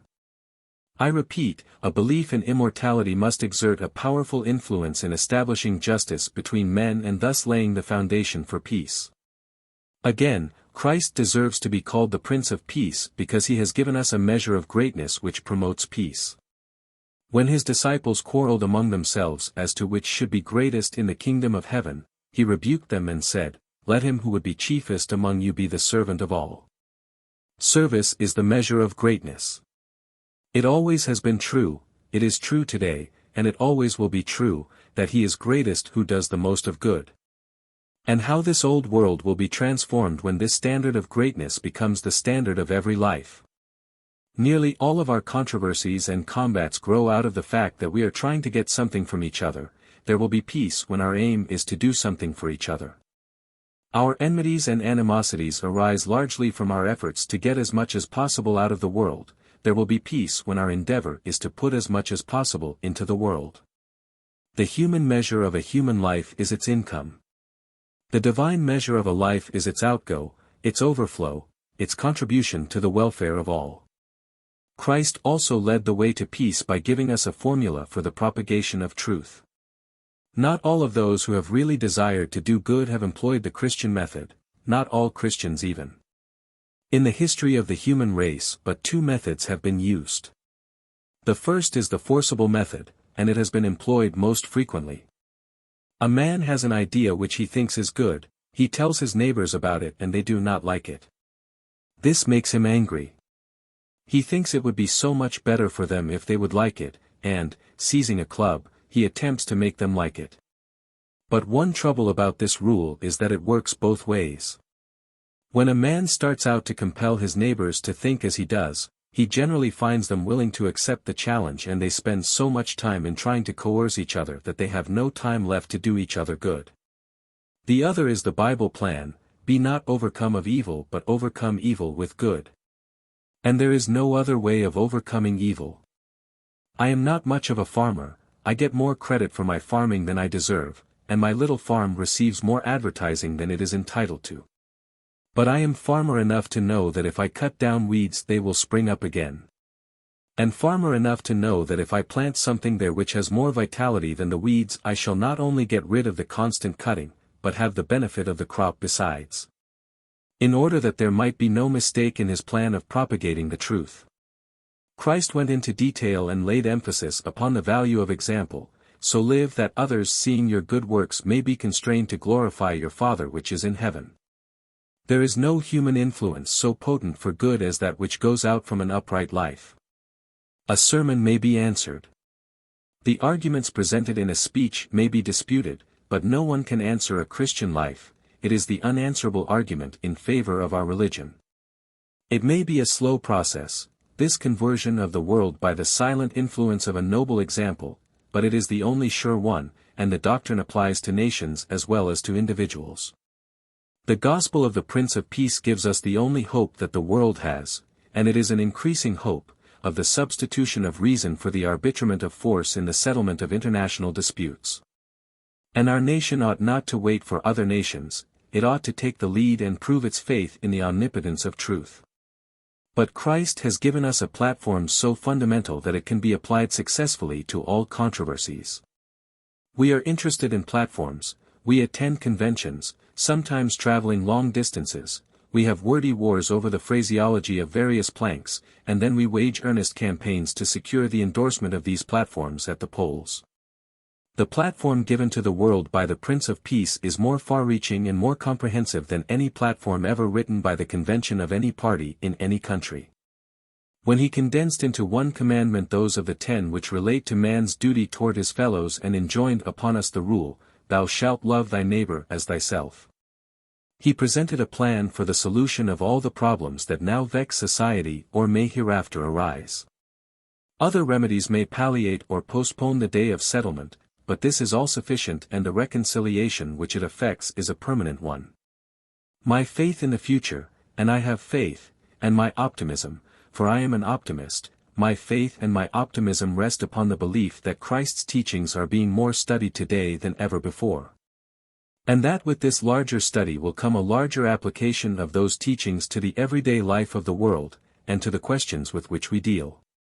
In former times when men read that Christ came to bring life and immortality to light, they placed the emphasis upon immortality, now they are studying Christ's relation to human life. People used to read the Bible to find out what it said of heaven, now they read it more to find what light it throws upon the pathway of today. In former years many thought to prepare themselves for future bliss by a life of seclusion here.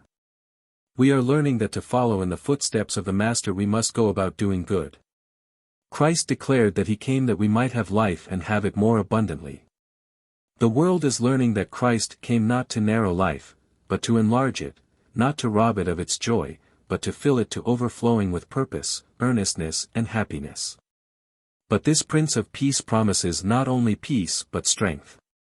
Some have thought his teachings fit only for the weak and the timid and unsuited to men of vigor, energy and ambition. Nothing could be farther from the truth. Only the man of faith can be courageous.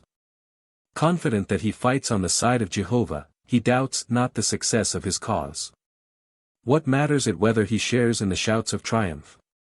If every word spoken in behalf of truth has its influence and every deed done for the right ways in the final account, it is immaterial to the Christian whether his eyes behold victory or whether he dies in the midst of the conflict. Yea, though thou lie upon the dust. When they who help thee flee in fear, die full of hope and manly trust. Like those who fell in battle here. Another hand thy sword shall wield. Another hand the standard wave. Till from the trumpet's mouth is pealed the blast of triumph o'er thy grave. Only those who believe attempt the seemingly impossible, and, by attempting, prove that one, with God, can chase 1,000 and that 2 can put 10,000 to flight. I can imagine that the early Christians who were carried into the Colosseum to make a spectacle for those more savage than the beasts, were entreated by their doubting companions not to endanger their lives. But, kneeling in the center of the arena, they prayed and sang until they were devoured. How helpless they seemed, and, measured by every human rule, how hopeless was their cause. And yet within a few decades the power which they invoked proved mightier than the legions of the emperor, and the faith in which they died was triumphant o'er all the land. It is said that those who went to mock at their sufferings returned asking themselves, what is it that can enter into the heart of man and make him die as these die? They were greater conquerors in their death than they could have been had they purchased life by a surrender of their faith. What would have been the fate of the Church if the early Christians had had as little faith as many of our Christians of today? And if the Christians of today had the faith of the martyrs, how long would it be before the fulfillment of the prophecy that every knee shall bow and every tongue confess? I am glad that he, who is called the Prince of Peace, who can bring peace to every troubled heart and whose teachings, exemplified in life, will bring peace between man and man, between community and community, between state and state, between nation and nation throughout the world. I am glad that he brings courage as well as peace so that those who follow him may take up and each day bravely do the duties that to that day fall. As the Christian grows older, he appreciates more and more the completeness with which Christ satisfies the longings of the heart, and, grateful for the peace which he enjoys and for the strength which he has received, he repeats the words of the great scholar, Sir William Jones.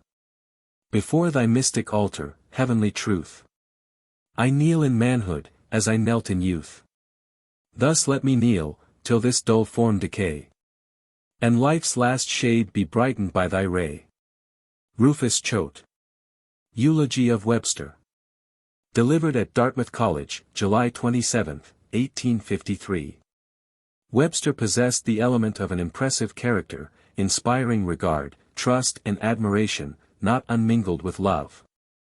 It had, I think, intrinsically a charm such as belongs only to a good, noble, and beautiful nature. In its combination with so much fame, so much force of will, and so much intellect, it filled and fascinated the imagination and heart. It was affectionate in childhood and youth, and it was more than ever so in the few last months of his long life. It is the universal testimony that he gave to his parents, in largest measure, honor, love, obedience. That he eagerly appropriated the first means which he could command to relieve the father from the debts contracted to educate his brother and himself. That he selected his first place of professional practice that he might suit the coming on of his old age.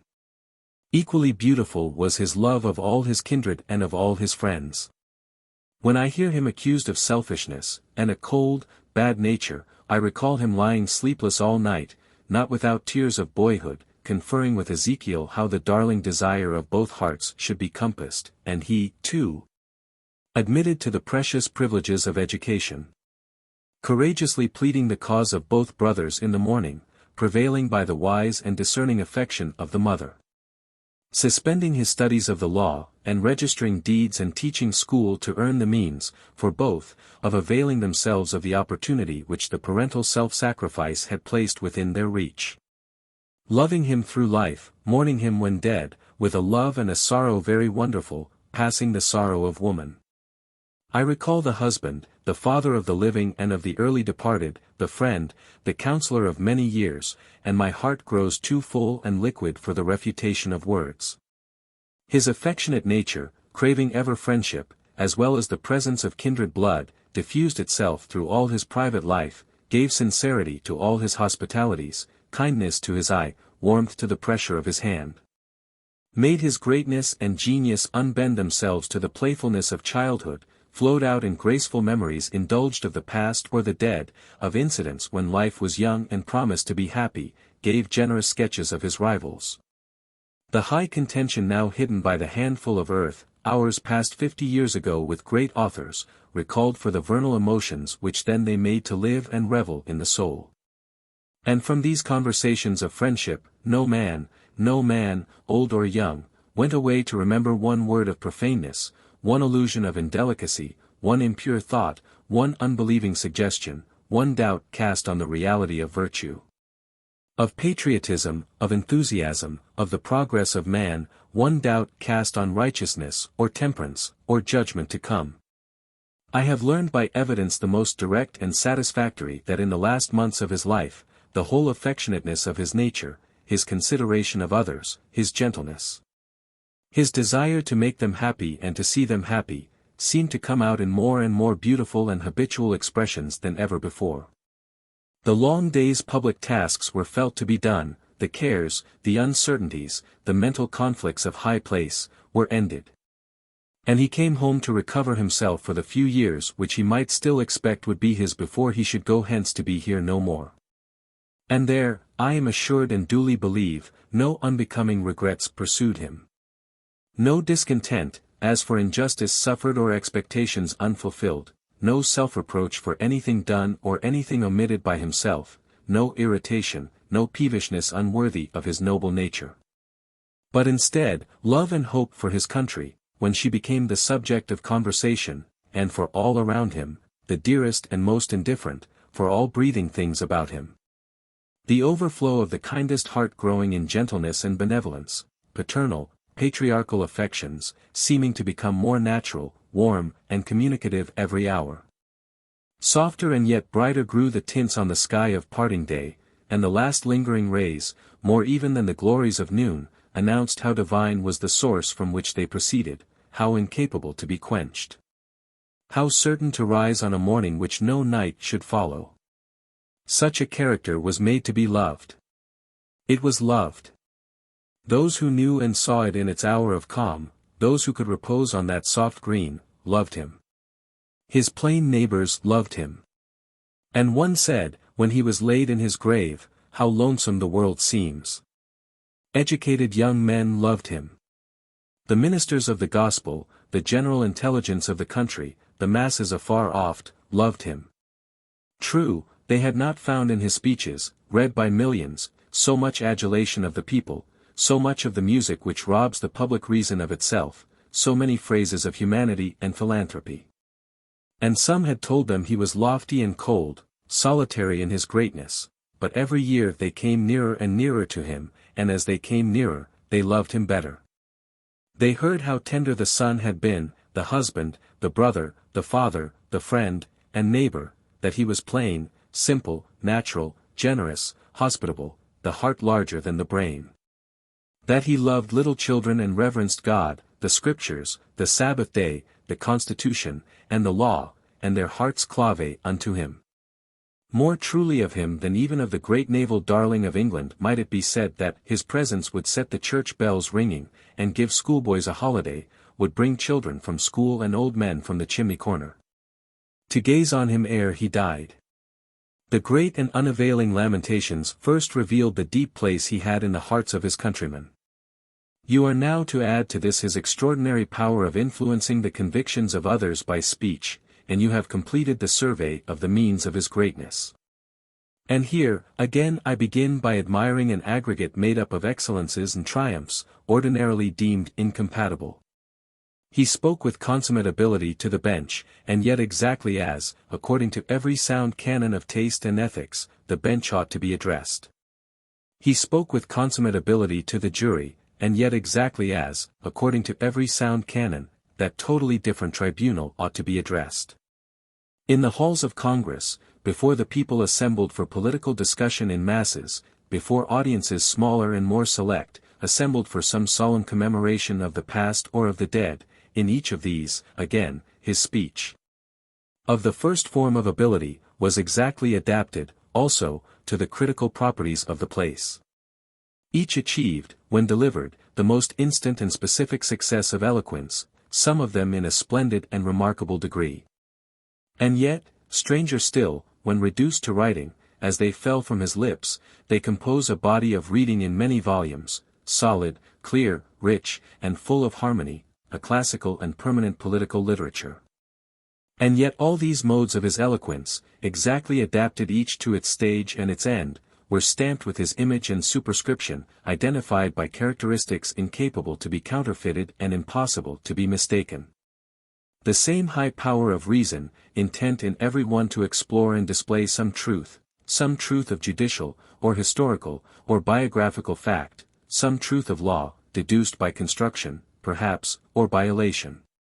Some truth of policy, for want whereof a nation, generations, may be the worse, reason seeking in unfolding truth. The same tone, in all, of deep earnestness, expressive of strong desire that what he felt to be important should be accepted as true, and spring up to action. The same transparent, plain, forcible, and direct speech, conveying his exact thought to the mind, not something less or more. The same sovereignty of form, of brow, and eye, and tone, and manner, everywhere the intellectual king of men, standing before you, that same marvelousness of qualities and results, residing, I know not where, in words, in pictures. In the ordering of ideas, infelicities indescribable, by means whereof, coming from his tongue, all things seemed mended, truth seemed more true, probability more plausible, greatness more grand, goodness more awful. Every affection more tender than when coming from other tongues, these are, in all, his eloquence. But sometimes it became individualized and discriminated even from itself. Sometimes place and circumstances, great interests at stake, a stage, an audience fitted for the highest historic action, a crisis, personal or national, upon him, stirred the depths of that emotional nature. As the anger of the goddess stirs the sea on which the great epic is beginning. Strong passions themselves kindled to intensity, quickened every faculty to a new life, the stimulated associations of ideas brought all treasures of thought and knowledge within command. The spell, which often held his imagination fast, dissolved, and she arose and gave him to choose of her urn of gold. Earnestness became vehemence, the simple, perspicuous, measured and direct language became a headlong, full, and burning tide of speech. The discourse of reason, wisdom, gravity, and beauty changed to that superhuman, that rarest consummate eloquence, grand, rapid, pathetic, terrible, the aliquid immensum infinitum that Cicero might have recognized. The master triumph of man in the rarest opportunity of his noble power. Such elevation above himself, in congressional debate, was most uncommon. Some such there were in the great discussions of executive power following the removal of the deposits, which they who heard them will never forget, and some which rest in the tradition of hearers only. But there were other fields of oratory on which, under the influence of more uncommon springs of inspiration, he exemplified, in still other forms, an eloquence in which I do not know that he has had a superior among men. Addressing masses by tens of thousands in the open air, on the urgent political questions of the day, or designed to lead the meditations of an hour devoted to the remembrance of some national era, or of some incident marking the progress of the nation, and lifting him up to a view of what is, and what is past, and some indistinct revelation of the glory that lies in the future, or of some great historical name. Just borne by the nation to his tomb, we have learned that then and there, at the base of Bunker Hill, before the cornerstone was laid, and again when from the finished column the centuries looked on him. In Faneuil Hall, mourning for those with whose spoken or written eloquence of freedom its arches had so often resounded, on the rock of Plymouth. Before the Capitol, of which there shall not be one stone left on another before his memory shall have ceased to live, in such scenes, unfettered by the laws of forensic or parliamentary debate, multitudes uncounted lifting up their eyes to him. Some great historical scenes of America around, all symbols of her glory in art and power and fortune there, voices of the past, not unheard. Shapes beckoning from the future, not unseen, sometimes that mighty intellect, borne upward to a height and kindled to an illumination which we shall see no more, wrought out, as it were, in an instant a picture of vision, warning, prediction. The progress of the nation, the contrasts of its eras, the heroic deaths, the motives to patriotism. The maxims and arts imperial by which the glory has been gathered and may be heightened, wrought out, in an instant, a picture to fade only when all record of our mind shall die. In looking over the public remains of his oratory, it is striking to remark how, even in that most sober and massive understanding in nature, you see gathered and expressed the characteristic sentiments and the passing time of our America. It is the strong old oak which ascends before you, yet our soil, our heaven, are attested in it as perfectly as if it were a flower that could grow in no other climate and in no other hour of the year or day. Let me instance in one thing only. It is a peculiarity of some schools of eloquence that they embody and utter, not merely the individual genius and character of the speaker, but a national consciousness, a national era, a mood, a hope, a dread, a despair, in which you listen to the spoken history of the time. There is an eloquence of an expiring nation, such as seems to sadden the glorious speech of Demosthenes, such as breathes grand and gloomy from visions of the prophets of the last days of Israel and Judah. Such as gave a spell to the expression of Grattan and of Kossuth, the sweetest, most mournful, most awful of the words which man may utter, or which man may hear, the eloquence of a perishing nation. There is another eloquence, in which the national consciousness of a young or renewed and vast strength, of trust in a dazzling certain and limitless future, an inward glorying in victories yet to be won, sounds out as by voice of clarion, challenging to contest for the highest prize of earth. Such as that in which the leader of Israel in its first days holds up to the new nation the land of promise. Such as that which in the well-imagined speeches scattered by Livy over the history of the majestic series of victories, speaks the Roman consciousness of growing aggrandizement which should subject the world. Such as that through which, at the tribunes of her revolution, in the bulletins of her rising soldiers, France told to the world her dream of glory. And of this kind somewhat is ours, cheerful, hopeful, trusting, as befits youth and spring. The eloquence of a state beginning to ascend to the first class of power, eminence, and consideration, and conscious of itself. It is to no purpose that they tell you it is in bad taste, that it partakes of arrogance and vanity. That a true national good breeding would not know, or seem to know, whether the nation is old or young, whether the tides of being are in their flow or ebb. Whether these coursers of the sun are sinking slowly to rest, wearied with a journey of 1,000 years, or just bounding from the Orient unbreathed. Higher laws than those of taste determine the consciousness of nations. Higher laws than those of taste determine the general forms of the expression of that consciousness. Let the downward age of America find its orators and poets and artists to erect its spirit, or grace and soothe its dying. Be it ours to go up with Webster to the rock, the monument, the Capitol, and bid the distant generations hail. Until the 7th day of March, 1850, I think it would have been accorded to him by an almost universal acclaim, as general and as expressive of profound and intelligent conviction and of enthusiasm, love, and trust. As ever saluted conspicuous statesmanship, tried by many crises of affairs in a great nation, agitated ever by parties, and wholly free. Albert J. Beveridge. Pass prosperity around. Delivered as temporary chairman of Progressive National Convention, Chicago, Illinois, June, 1911. We stand for a nobler America. We stand for an undivided nation. We stand for a broader liberty, a fuller justice. We stand for a social brotherhood as against savage individualism. We stand for an intelligent cooperation instead of a reckless competition. We stand for mutual helpfulness instead of mutual hatred. We stand for equal rights as a fact of life instead of a catchword of politics. We stand for the rule of the people as a practical truth instead of a meaningless pretense. We stand for a representative government that represents the people. We battle for the actual rights of man. To carry out our principles we have a plain program of constructive reform. We mean to tear down only that which is wrong and out of date. And where we tear down we mean to build what is right and fitted to the times. We hearken to the call of the present. We mean to make laws fit conditions as they are and meet the needs of the people who are on earth today. That we may do this we found a party through which all who believe with us can work with us, or, rather, we declare our allegiance to the party which the people themselves have founded. For this party comes from the grassroots. It has grown from the soil of the people's hard necessities.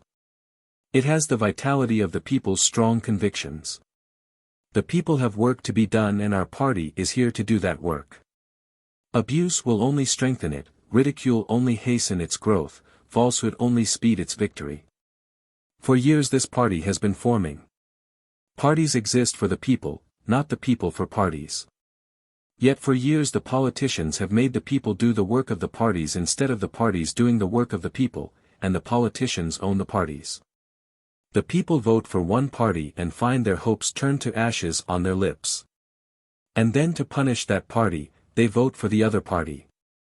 So it is that partisan victories have come to be merely the people's vengeance, and always the secret powers have played their game. Like other free people, most of us Americans are progressive or reactionary, liberal or conservative. The neutrals do not count. Yet today neither of the old parties is either wholly progressive or wholly reactionary. Democratic politicians and office seekers say to reactionary Democratic voters that the Democratic Party is reactionary enough to express reactionary views. And they say to progressive Democrats that the Democratic Party is progressive enough to express progressive views. At the same time, Republican politicians and office seekers say the same thing about the Republican Party to progressive and reactionary Republican voters.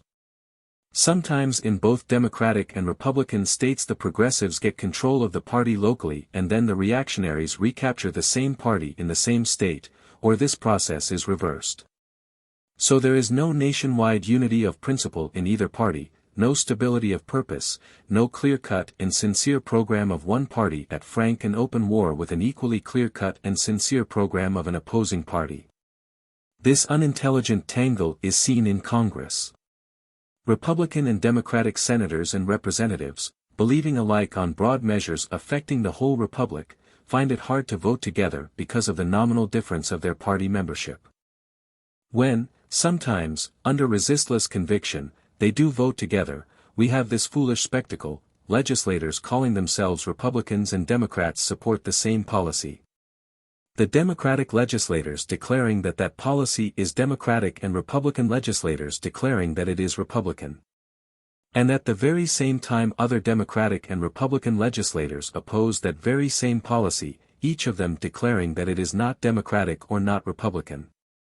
The condition makes it impossible most of the time, and hard at any time, for the people's legislators who believe in the same broad policies to enact them into logical, comprehensive laws.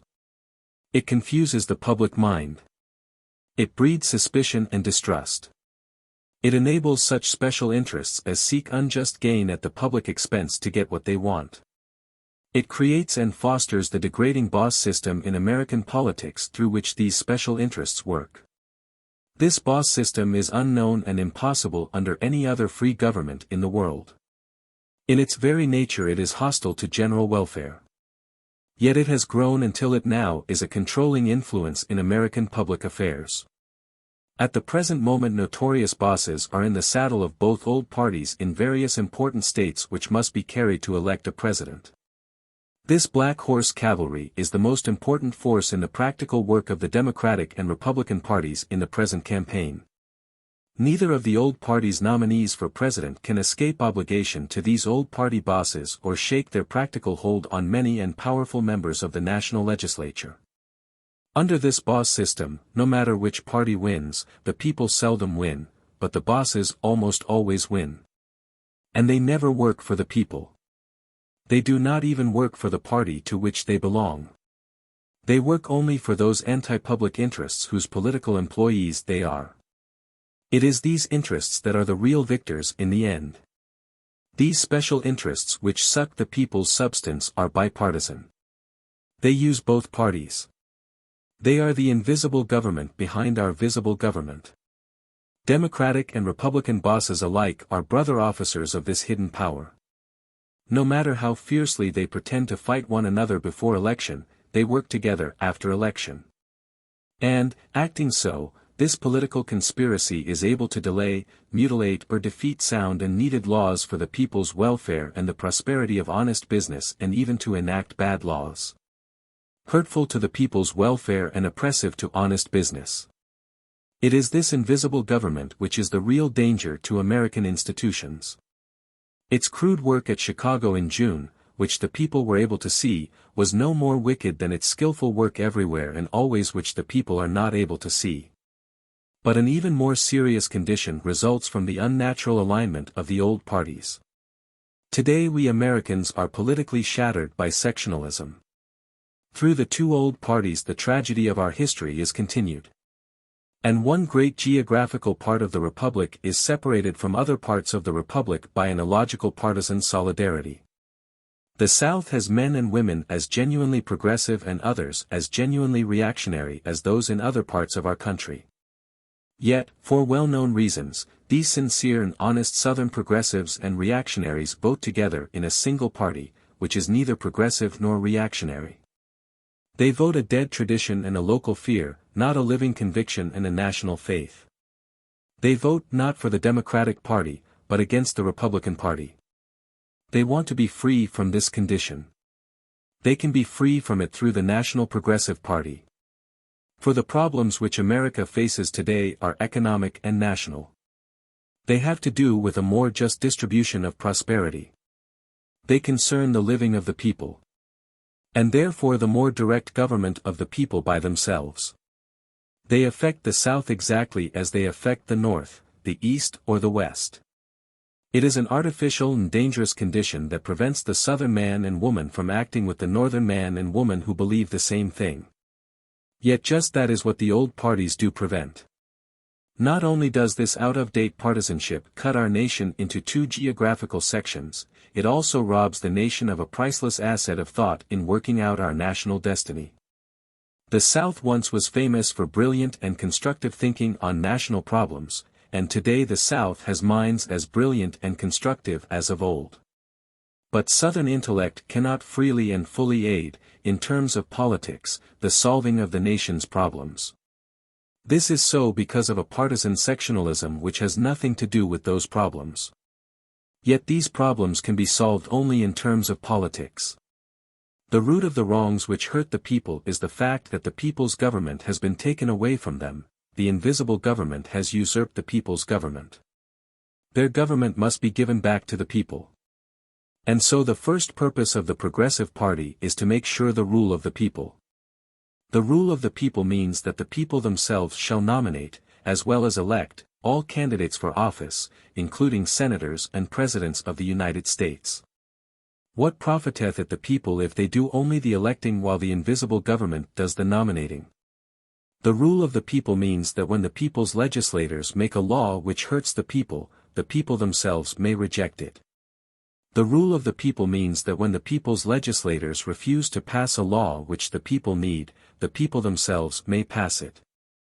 The rule of the people means that when the people's employees do not do the people's work well and honestly, the people may discharge them exactly as a businessman discharges employees who do not do their work well and honestly. The people's officials are the people's servants, not the people's masters. We progressives believe in this rule of the people that the people themselves may deal with their own destiny. Who knows the people's needs so well as the people themselves? Who so patient as the people? Who so long-suffering, who so just? Who so wise to solve their own problems? Today these problems concern the living of the people. Yet in the present stage of American development these problems should not exist in this country. For, in all the world there is no land so rich as ours. Our fields can feed hundreds of millions. We have more minerals than the whole of Europe. Invention has made easy the turning of this vast natural wealth into supplies for all the needs of man. One worker today can produce more than 20 workers could produce a century ago. The people living in this land of gold are the most daring and resourceful on the globe. Coming from the hardiest stock of every nation of the Old World, their very history in the New World has made Americans a peculiar people in courage, initiative, love of justice and all the elements of independent character. And, compared with other peoples, we are very few in numbers. There are only 90 millions of us, scattered over a continent. Germany has 65 millions packed in a country very much smaller than Texas. The population of Great Britain and Ireland could be set down in California and still have more than enough room for the population of Holland. If this country were as thickly peopled as Belgium there would be more than 1,200 million instead of only 90 million persons within our borders. So we have more than enough to supply every human being beneath the flag. There ought not to be in this republic a single day of bad business, a single unemployed working man, a single unfed child. American businessmen should never know an hour of uncertainty, discouragement or fear. American workingmen never a day of low wages, idleness or want. Hunger should never walk in these thinly peopled gardens of plenty. And yet in spite of all these favors which Providence has showered upon us, the living of the people is the problem of the hour. Hundreds of thousands of hard-working Americans find it difficult to get enough to live on. The average income of an American laborer is less than $500 a year. With this he must furnish food, shelter, and clothing for a family. Women, whose nourishing and protection should be the first care of the state, not only are driven into the mighty army of wage earners, but are forced to work under unfair and degrading conditions. The right of a child to grow into a normal human being is sacred. And yet, while small and poor countries, packed with people, have abolished child labor, American mills, mines, factories and sweatshops are destroying hundreds of thousands of American children in body, mind and soul. At the same time men have grasped fortunes in this country so great that the human mind cannot comprehend their magnitude. These mountains of wealth are far larger than even that lavish reward which no one would deny to business risk or genius. On the other hand, American business is uncertain and unsteady compared with the business of other nations. American businessmen are the best and bravest in the world, and yet our business conditions hamper their energies and chill their courage. We have no permanency in business affairs, no sure outlook upon the business future. This unsettled state of American business prevents it from realizing for the people that great and continuous prosperity which our country's location, vast wealth and small population justifies. We mean to remedy these conditions. We mean not only to make prosperity steady, but to give to the many who earn it a just share of that prosperity instead of helping the few who do not earn it to take an unjust share. The progressive motto is, pass prosperity around. To make human living easier, to free the hands of honest business, to make trade and commerce sound and steady, to protect womanhood, save childhood and restore the dignity of manhood, these are the tasks we must do. What, then, is the progressive answer to these questions? We are able to give it specifically and concretely. The first work before us is the revival of honest business. For business is nothing but the industrial and trade activities of all the people.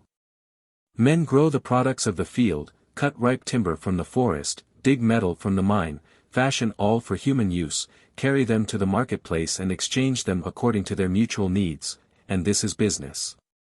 With our vast advantages, contrasted with the vast disadvantages of other nations, American business all the time should be the best and steadiest in the world. But it is not.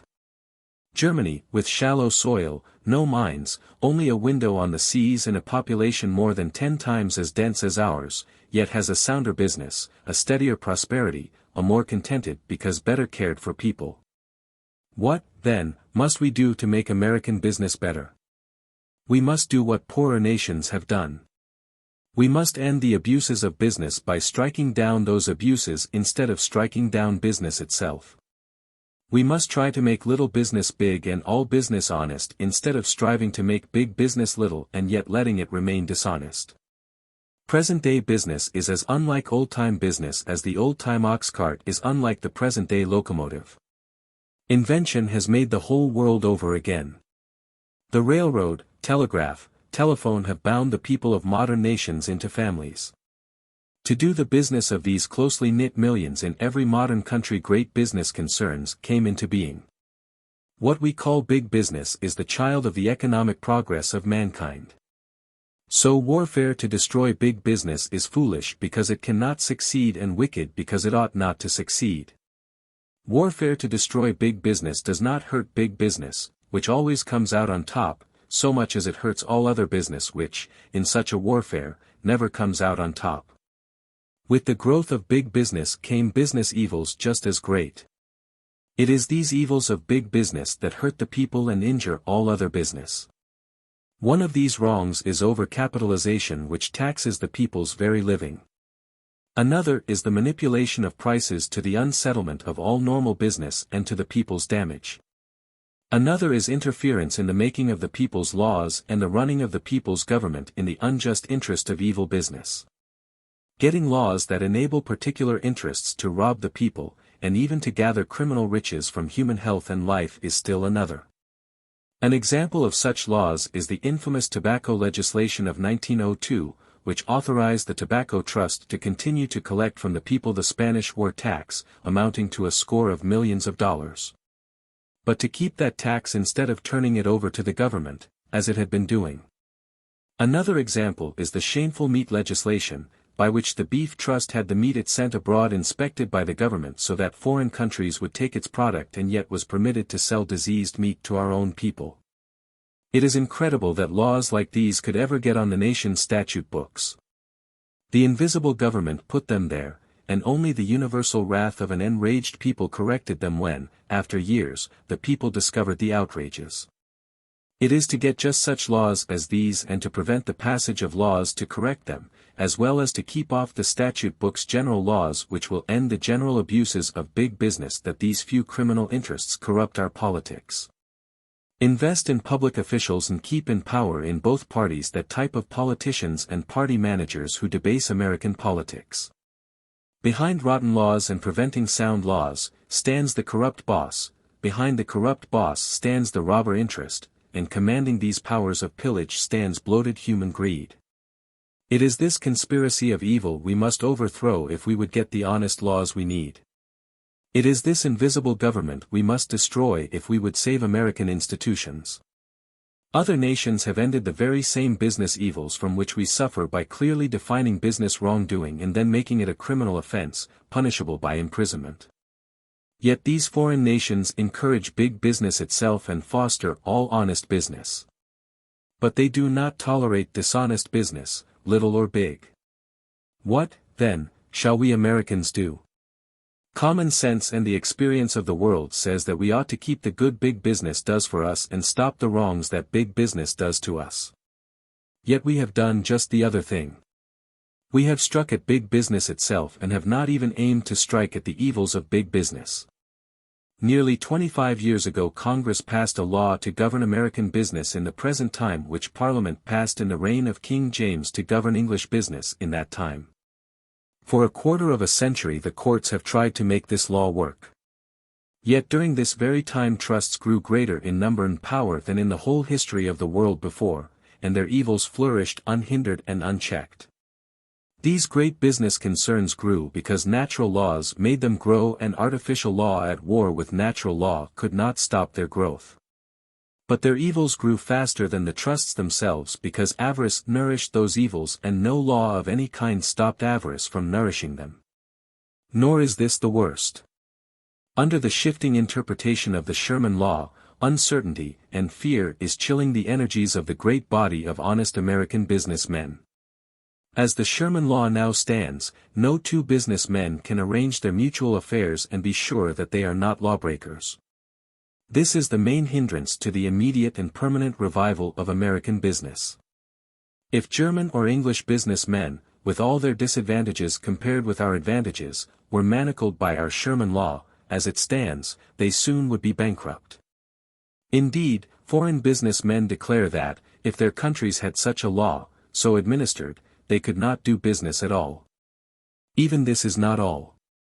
By the decrees of our courts, under the Sherman Law, the two mightiest trusts on earth have actually been licensed, in the practical outcome, to go on doing every wrong they ever committed. Under the decrees of the courts the oil and tobacco trusts still can raise prices unjustly and already have done so. They still can issue watered stock and surely will do so. They still can throttle other businessmen and the United Cigar Stores Company now is doing so. They still can corrupt our politics and this moment are indulging in that practice. The people are tired of this mock battle with criminal capital. They do not want to hurt business, but they do want to get something done about the trust question that amounts to something. What good does it do any man to read in his morning paper that the courts have dissolved the oil trust, and then read in his evening paper that he must thereafter pay a higher price for his oil than ever before? What good does it do the laborer who smokes his pipe to be told that the courts have dissolved the tobacco trust and yet find that he must pay the same or a higher price for the same short-weight package of tobacco? Yet all this is the practical result of the suits against these two greatest trusts in the world. Such business chaos and legal paradoxes as American business suffers from can be found nowhere else in the world. Rival nations do not fasten legal ball and chain upon their business, no, they put wings on its flying feet. Rival nations do not tell their businessmen that if they go forward with legitimate enterprise the penitentiary may be their goal. No. Rival nations tell their businessmen that so long as they do honest business their governments will not hinder but will help them. But these rival nations do tell their businessmen that if they do any evil that our businessmen do, prison bars await them. These rival nations do tell their businessmen that if they issue watered stock or cheat the people in any way, prison cells will be their homes. Just this is what all honest American business wants. Just this is what dishonest American business does not want, just this is what the American people propose to have, just this the National Republican Platform of 1908 pledged the people that we would give them. And just this important pledge the administration, elected on that platform, repudiated as it repudiated the more immediate tariff pledge. Both these reforms, so vital to honest American business, the Progressive Party will accomplish. Neither evil interests nor reckless demagogues can swerve us from our purpose, for we are free from both and fear neither. We mean to put new business laws on our statute books which will tell American businessmen what they can do and what they cannot do. We mean to make our business laws clear instead of foggy, to make them plainly state just what things are criminal and what are lawful. And we mean that the penalty for things criminal shall be prison sentences that actually punish the real offender, instead of money fines that hurt nobody but the people, who must pay them in the end. And then we mean to send the message forth to hundreds of thousands of brilliant minds and brave hearts engaged in honest business, that they are not criminals but honorable men in their work to make good business in this republic.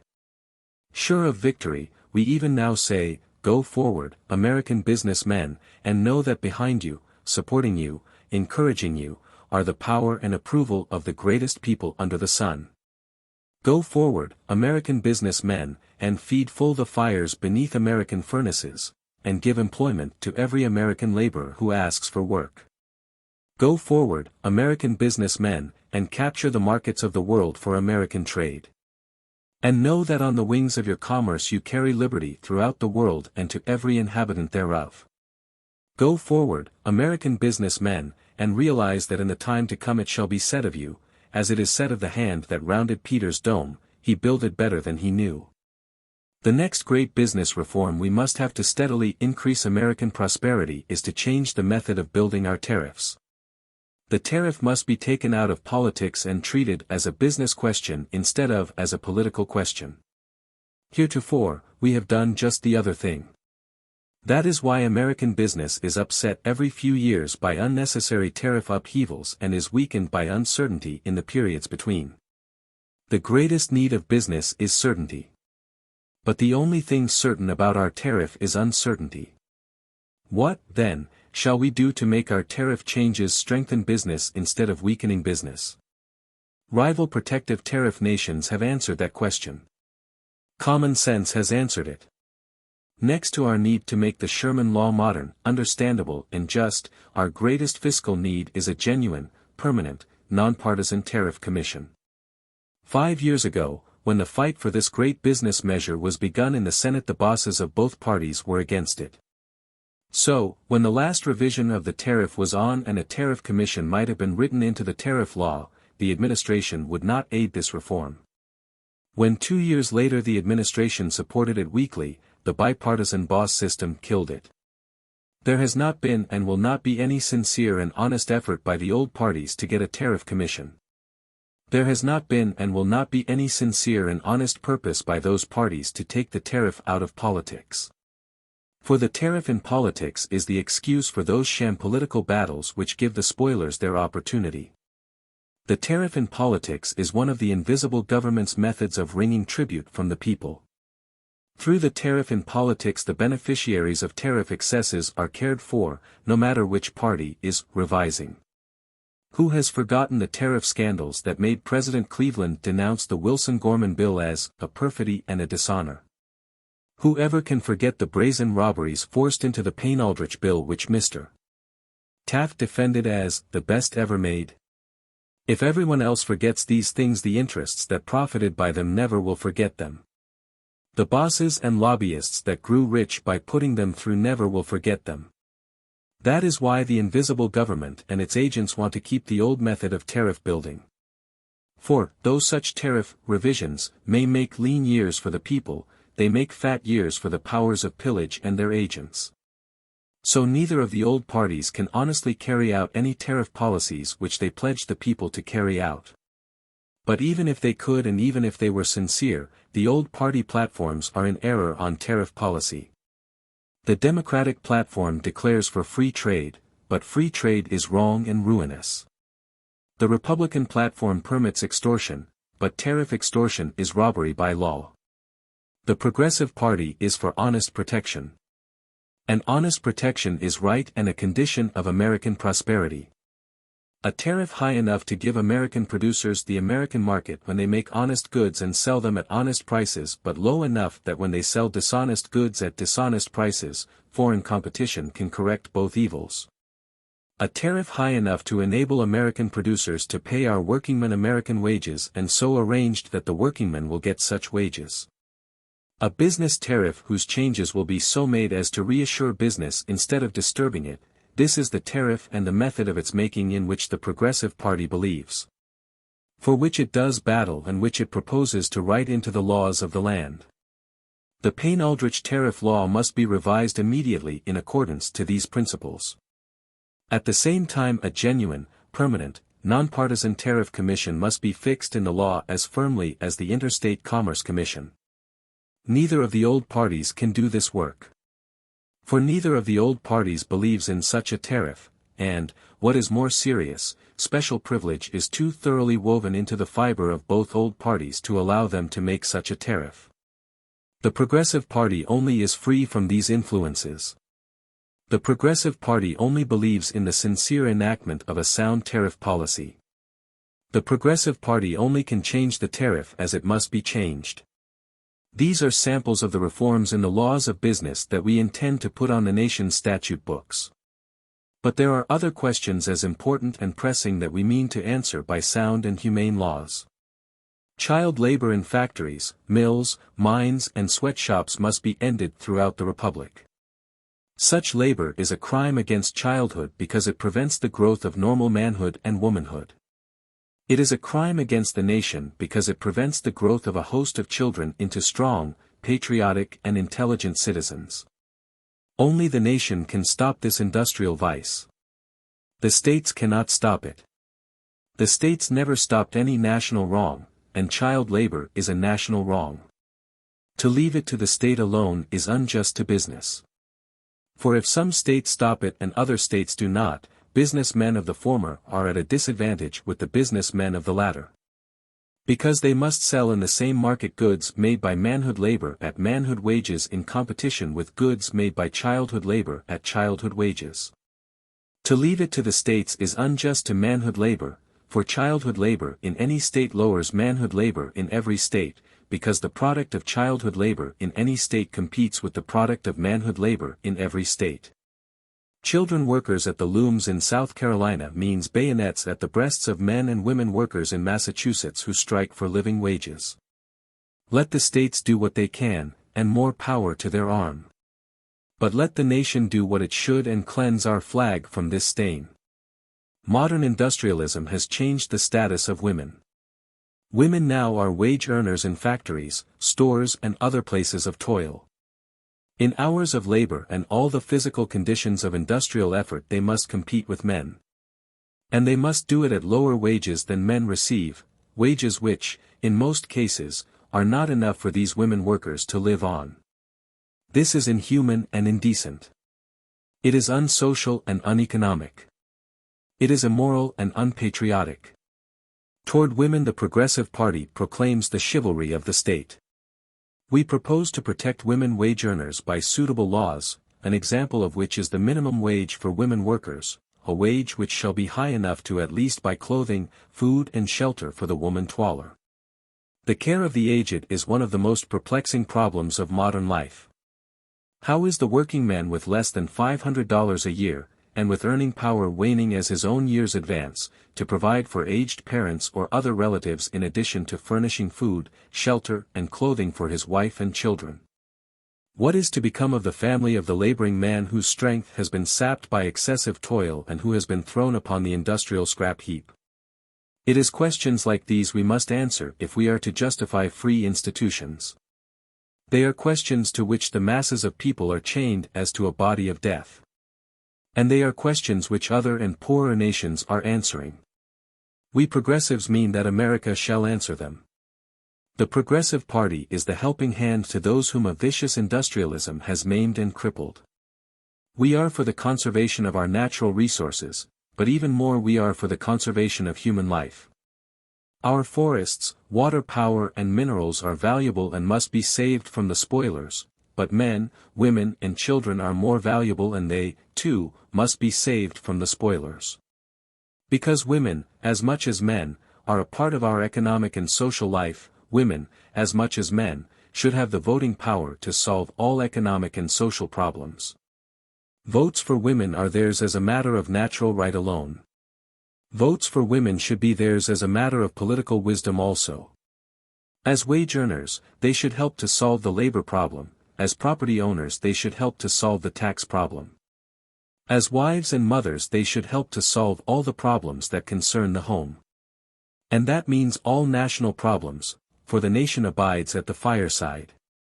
If it is said that women cannot help defend the nation in time of war and therefore that they should not help to determine the nation's destinies in time of peace, the answer is that women suffer and serve in time of conflict as much as men who carry muskets. And the deeper answer is that those who bear the nation's soldiers are as much the nation's defenders as their sons. Public spokesmen for the invisible government say that many of our reforms are unconstitutional. The same kind of men said the same thing of every effort the nation has made to end national abuses. But in every case, whether in the courts, at the ballot box, or on the battlefield, the vitality of the Constitution was vindicated. The Progressive Party believes that the Constitution is a living thing, growing with the people's growth, strengthening with the people's strength, aiding the people in their struggle for life, liberty and the pursuit of happiness, permitting the people to meet all their needs as conditions change.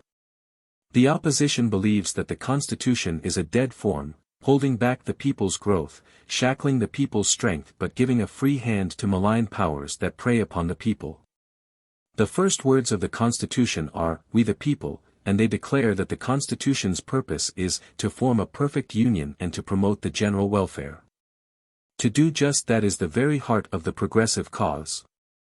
The Progressive Party asserts anew the vitality of the Constitution. We believe in the true doctrine of states' rights, which forbids the nation from interfering with states' affairs, and also forbids the states from interfering with national affairs. The combined intelligence and composite conscience of the American people is as irresistible as it is righteous, and the Constitution does not prevent that force from working out the general welfare. From certain sources we hear preachments about the danger of our reforms to American institutions. What is the purpose of American institutions? Why was this republic established? What does the flag stand for? What do these things mean? They mean that the people shall be free to correct human abuses. They mean that men, women and children shall not be denied the opportunity to grow stronger and nobler. They mean that the people shall have the power to make our land each day a better place to live in. They mean the realities of liberty and not the academics of theory. They mean the actual progress of the race in tangible items of daily living and not the theoretics of barren disputation. If they do not mean these things they are as sounding brass and tinkling cymbals. A nation of strong, upright men and women. A nation of wholesome homes, realizing the best ideals, a nation whose power is glorified by its justice and whose justice is the conscience of scores of millions of God-fearing people, that is the nation the people need and want. And that is the nation they shall have. For never doubt that we Americans will make good the real meaning of our institutions. Never doubt that we will solve, in righteousness and wisdom, every vexing problem.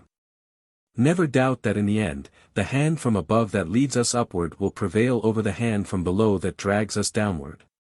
Never doubt that we are indeed a nation whose God is the Lord. And, so, never doubt that a braver, fairer, cleaner America surely will come, that a better and brighter life for all beneath the flag surely will be achieved. Those who now scoff soon will pray. Those who now doubt soon will believe.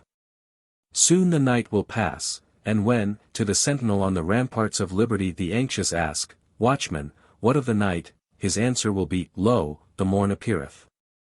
Knowing the price we must pay, the sacrifice we must make, the burdens we must carry, the assaults we must endure, knowing full well the cost, yet we enlist, and we enlist for the war.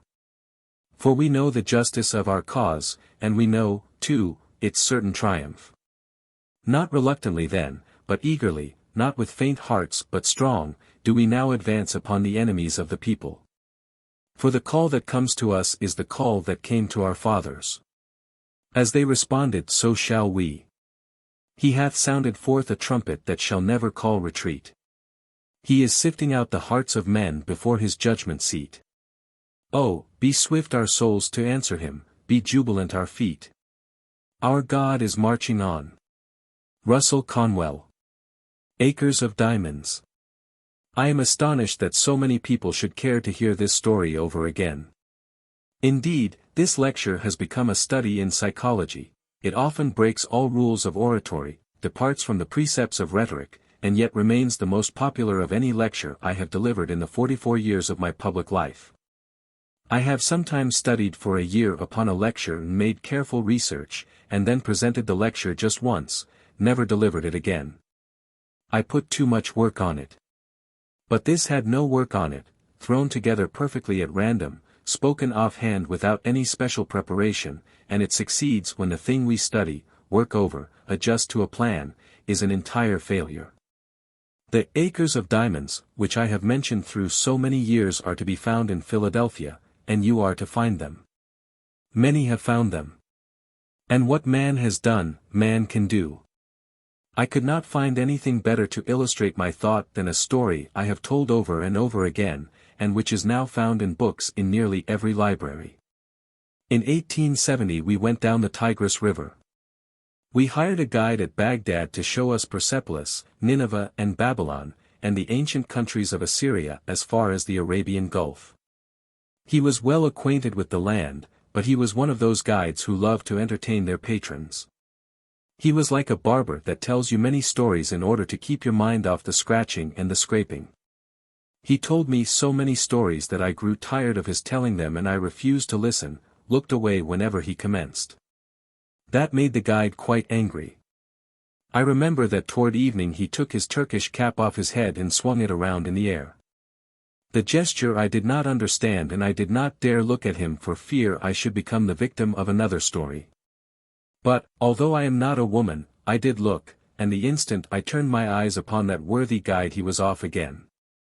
Said he, "I will tell you a story now which reserve for my particular friends." So then, counting myself a particular friend, I listened, and I have always been glad I did. He said there once lived not far from the river Indus an ancient Persian by the name of Al-Haft. He said that Al-Haft owned a very large farm with orchards, grain fields and gardens. He was a contented and wealthy man, contented because he was wealthy, and wealthy because he was contented. One day there visited this old farmer one of those ancient Buddhist priests, and he sat down by Al-Haft's fire and told that old farmer how this world of ours was made. He said that this world was once a mere bank of fog, which is scientifically true. And he said that the Almighty thrust his finger into the bank of fog and then began slowly to move his finger around and gradually to increase the speed of his finger until at last he whirled that bank of fog into a solid ball of fire. And it went rolling through the universe, burning its way through other cosmic banks of fog, until it condensed the moisture without, and fell in floods of rain upon the heated surface and cooled the outward crust. Then the internal flames burst through the cooling crust and threw up the mountains and made the hills of the valley of this wonderful world of ours. If this internal melted mass burst out and copied very quickly, it became granite. That which cooled less quickly became silver, and less quickly, gold, and after gold diamonds were made. Said the old priest, a diamond is a congealed drop of sunlight. This is a scientific truth also. You all know that a diamond is pure carbon, actually deposited sunlight, and he said another thing I would not forget. He declared that a diamond is the last and highest of God's mineral creations. As a woman is the last and highest of God's animal creations. I suppose that is the reason why the two have such a liking for each other. And the old priest told Al-Haft that if he had a handful of diamonds he could purchase a whole country, and with a mine of diamonds he could place his children upon thrones through the influence of their great wealth.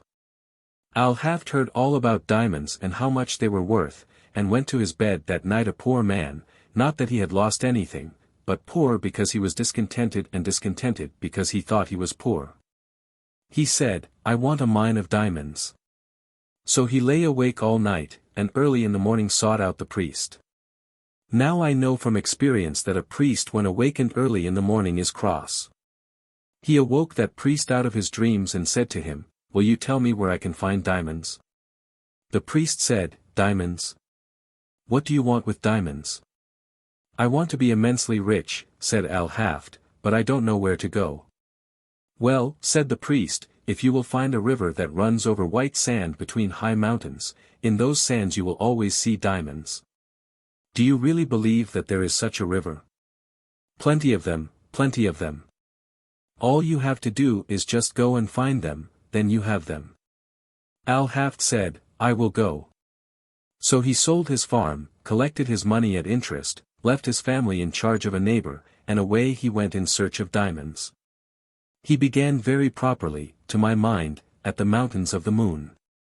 Afterwards he went around into Palestine, then wandered on into Europe, and at last when his money was all spent, and he was in rags, wretchedness and poverty, he stood on the shore of that bay in Barcelona, Spain. When a tidal wave came rolling through the Pillars of Hercules and the poor afflicted, suffering man could not resist the awful temptation to cast himself into that incoming tide, and he sank beneath its foaming crest. Never to rise in this life again. When that old guide had told me that very sad story, he stopped the camel I was riding and went back to fix the baggage on one of the other camels, and I remember thinking to myself, why did he reserve that for his particular friends? There seemed to be no beginning, middle or end, nothing to it. That was the first story I ever heard told or read in which the hero was killed in the first chapter. I had but one chapter of that story and the hero was dead. When the guide came back and took up the halter of my camel again, he went right on with the same story. He said that Al Haft's successor led his camel out into the garden to drink, and as that camel put its nose down into the clear water of the garden brook, Al Haft's successor noticed a curious flash of light from the sands of the shallow stream. And reaching in he pulled out a black stone having an eye of light that reflected all the colors of the rainbow, and he took that curious pebble into the house and left it on the mantel, then went on his way and forgot all about it. A few days after that, this same old priest who told Al Haft how diamonds were made, came in to visit his successor, when he saw that flash of light from the mantel. He rushed up and said, "Here is a diamond, here is a diamond. Has Al Haft returned?" "No, no, Al Haft has not returned, and that is not a diamond, that is nothing but a stone, we found it right out here in our garden." "But I know a diamond when I see it," said he, "that is a diamond." Then together they rushed to the garden and stirred up the white sands with their fingers and found others more beautiful, more valuable diamonds than the first, and thus, said the guide to me, were discovered the diamond mines of Golconda. The most magnificent diamond mines in all the history of mankind, exceeding the Kimberley in its value. The great Kohinoor diamond in England's crown jewels and the largest crown diamond on earth in Russia's crown jewels, which I had often hoped she would have to sell before they had peace with Japan, came from that mine. And when the old guide had called my attention to that wonderful discovery, he took his Turkish cap off his head again and swung it around in the air to call my attention to the moral. Those Arab guides have a moral to each story, though the stories are not always moral. He said, had Al Haft remained at home and dug in his own cellar or in his own garden, instead of wretchedness, starvation, poverty and death in a strange land, he would have had acres of diamonds, for every acre, yes. Every shovelful of that old farm afterwards revealed the gems which since have decorated the crowns of monarchs. When he had given the moral to his story, I saw why he had reserved this story for his particular friends. I didn't tell him I could see it, I was not going to tell that old Arab that I could see it. For it was that mean old Arab's way of going around a thing, like a lawyer, and saying indirectly what he did not dare say directly, that there was a certain young man that day traveling down the Tigris River that might better be at home in America. I didn't tell him I could see it. I told him his story reminded me of one, and I told it to him quick. I told him about that man out in California, who, in 1847, owned a ranch out there. He read that gold had been discovered in Southern California, and he sold his ranch to Colonel Sutter and started off to hunt for gold. Colonel Sutter put a mill on the little stream in that farm, and one day his little girl brought some wet sand from the raceway of the mill into the house and placed it before the fire to dry. And as that sand was falling through the little girl's fingers, a visitor saw the first shining scales of real gold that were ever discovered in California. And the man who wanted the gold had sold this ranch and gone away, never to return. I delivered this lecture 2 years ago in California, in the city that stands near that farm, and they told me that the mine is not exhausted yet. And that a one-third owner of that farm has been getting during these recent years $20 of gold every 15 minutes of his life, sleeping or waking. Why, you and I would enjoy an income like that. But the best illustration that I have now of this thought was found here in Pennsylvania. There was a man living in Pennsylvania who owned a farm here, and he did what I should do if I had a farm in Pennsylvania: he sold it. But before he sold it he concluded to secure employment collecting coal oil for his cousin in Canada. They first discovered coal oil there. So this farmer in Pennsylvania decided that he would apply for a position with his cousin in Canada. Now, you see, this farmer was not altogether a foolish man. He did not leave his farm until he had something else to do. Of all the simpletons the stars shine on, there is none more foolish than a man who leaves one job before he has obtained another. And that has a special reference to gentlemen of my profession, and has no reference to a man seeking a divorce. So I say this old farmer did not leave one job until he had obtained another. He wrote to Canada, but his cousin replied that he could not engage him because he did not know anything about the oil business. Well, then, said he, I will understand it. So he set himself at the study of the whole subject. He began at the second day of the creation. He studied the subject from the primitive vegetation to the coal oil stage, until he knew all about it. Then he wrote to his cousin and said, now I understand the oil business. And his cousin replied to him, all right, then, come on. That man, by the record of the county, sold his farm for $833, even money, no sense. He had scarcely gone from that farm before the man who purchased it went out to arrange for the watering the cattle, and he found that the previous owner had arranged the matter very nicely. There is a stream running down the hillside there, and the previous owner had gone out and put a plank across that stream at an angle, extending across the brook and down edgewise a few inches under the surface of the water. The purpose of the plank across that brook was to throw over to the other bank a dreadful-looking scum through which the cattle would not put their noses to drink above the plank, although they would drink the water on one side below it. Thus that man who had gone to Canada had been himself damming back for 23 years a flow of coal oil which the state geologist of Pennsylvania declared officially, as early as 1870, was then worth to our state $100 millions. The city of Titusville now stands on that farm, and those Pleasantville wells flow on, and that farmer who had studied all about the formation of oil since the second day of God's creation clear down to the present time, sold that farm for $833. No sense, again I say, no sense. But I need another illustration, and I found that in Massachusetts, and I am sorry I did, because that is my old state. This young man I mention went out of the state to study, went down to Yale College and studied mines and mining. They paid him $15 a week during his last year for training students who were behind their classes in mineralogy, out of hours, of course, while pursuing his own studies. But when he graduated they raised his pay from $15 to $45 and offered him a professorship. Then he went straight home to his mother and said, "Mother, I won't work for $45 a week. What is $45 a week for a man with a brain like mine? Mother, let's go out to California and stake out gold claims and be immensely rich." Now, said his mother, it is just as well to be happy as it is to be rich. But as he was the only son he had his way, they always do. And they sold out in Massachusetts and went to Wisconsin, where he went into the employ of the Superior Copper Mining Company, and he was lost from sight in the employ of that company at $15 a week again. He was also to have an interest in any mines that he should discover for that company. But I do not believe that he has ever discovered a mine. I do not know anything about it, but I do not believe he has. I know he had scarcely gone from the old homestead before the farmer who had bought the homestead went out to dig potatoes, and as he was bringing them in a large basket through the front gateway, the ends of the stone wall came so near together at the gate that the basket hugged very tight. So he set the basket on the ground and pulled, first on one side and then on the other side. Our farms in Massachusetts are mostly stone walls, and the farmers have to be economical with their gateways in order to have some place to put the stones. That basket hugged so tight there that as he was hauling it through he noticed in the upper stone next the gate a block of native silver, 8 inches square. And this professor of mines and mining and mineralogy, who would not work for $45 a week, when he sold that homestead in Massachusetts, sat right on that stone to make the bargain. He was brought up there.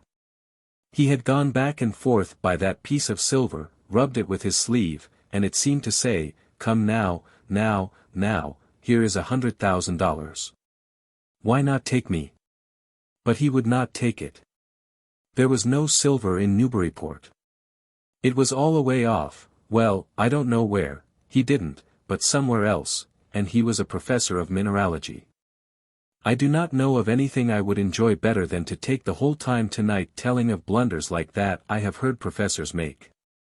Yet I wish I knew what that man is doing out there in Wisconsin.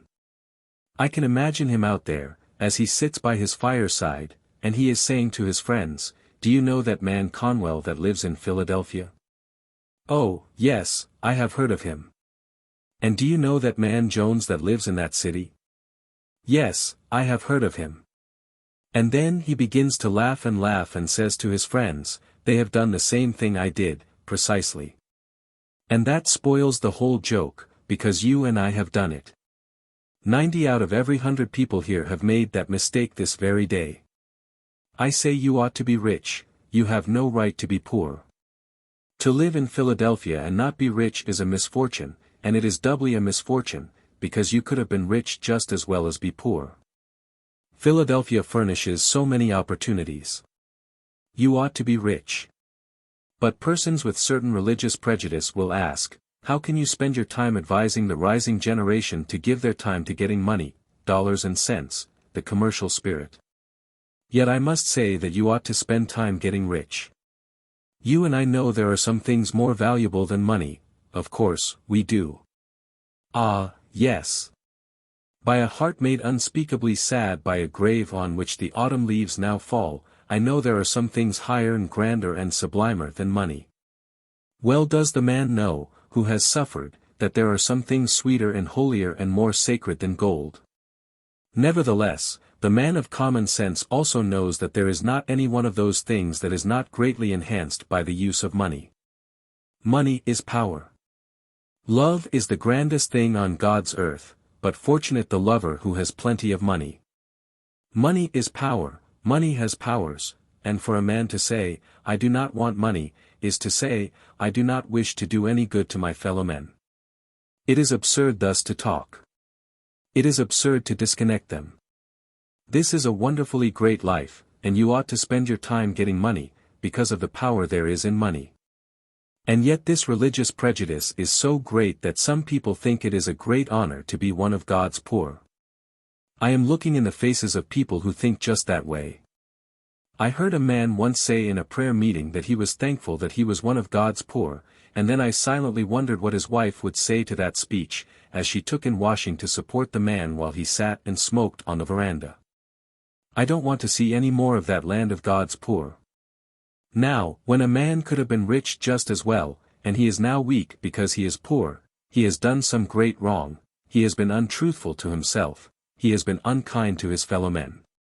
We ought to get rich if we can by honorable and Christian methods, and these are the only methods that sweep us quickly toward the goal of riches. I remember, not many years ago, a young theological student who came into my office and said to me that he thought it was his duty to come in and labor with me.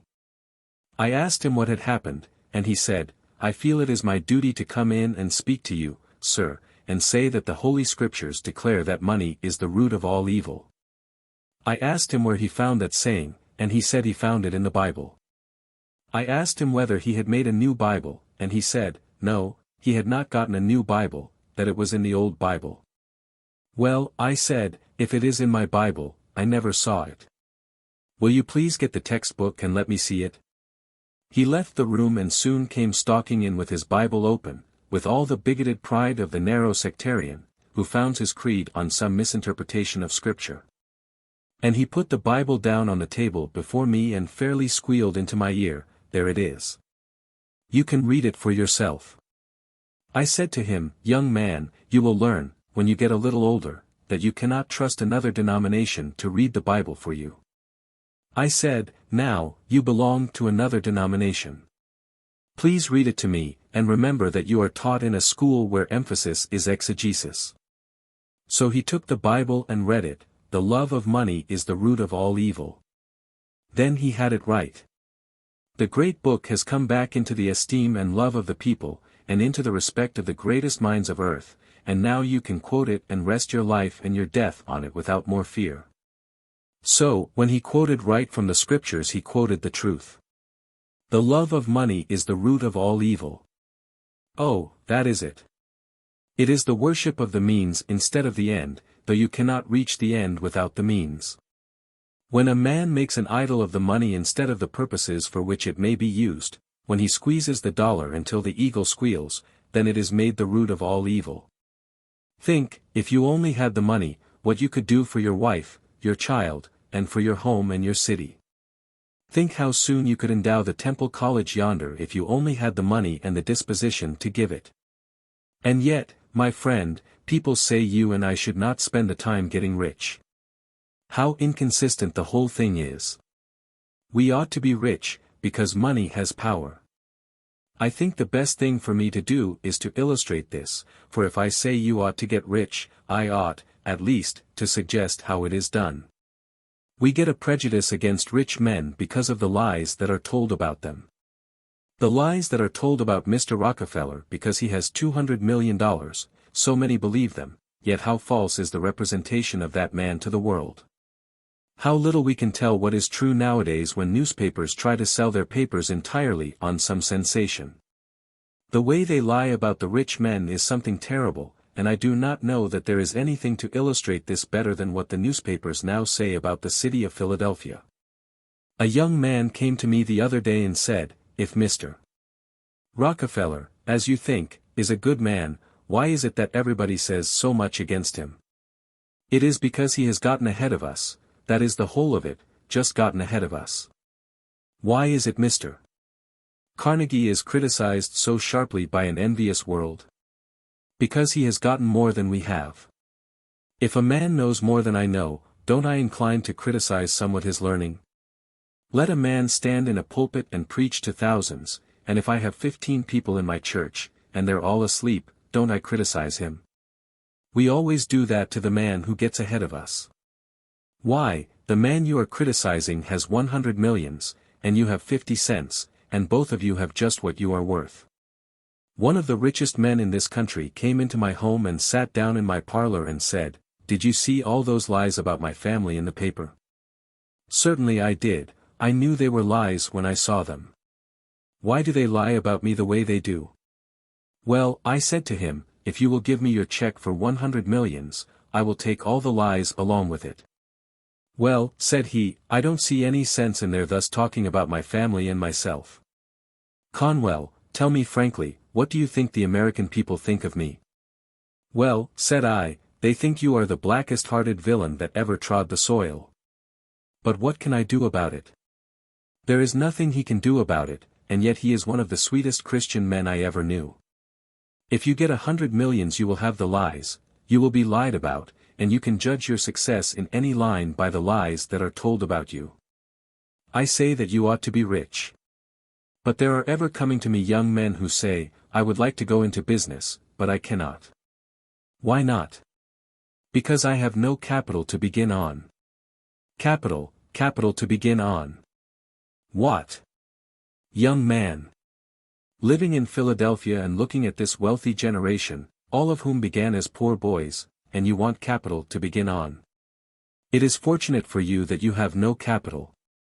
I am glad you have no money. I pity a rich man's son. A rich man's son in these days of ours occupies a very difficult position. They are to be pitied. A rich man's son cannot know the very best things in human life. He cannot. The statistics of Massachusetts show us that not 1 out of 17 rich men's sons ever die rich. They are raised in luxury, they die in poverty. Even if a rich man's son retains his father's money, even then he cannot know the best things of life. A young man in our college yonder asked me to formulate for him what I thought was the happiest hour in a man's history. And I studied it long and came back convinced that the happiest hour that any man ever sees in any earthly matter is when a young man takes his bride over the threshold of the door, for the first time, of the house he himself has earned and built. When he turns to his bride and with an eloquence greater than any language of mine, he saith to his wife, My loved one, I earned this home myself. I earned it all. It is all mine, and I divide it with thee. That is the grandest moment a human heart may ever see. But a rich man's son cannot know that.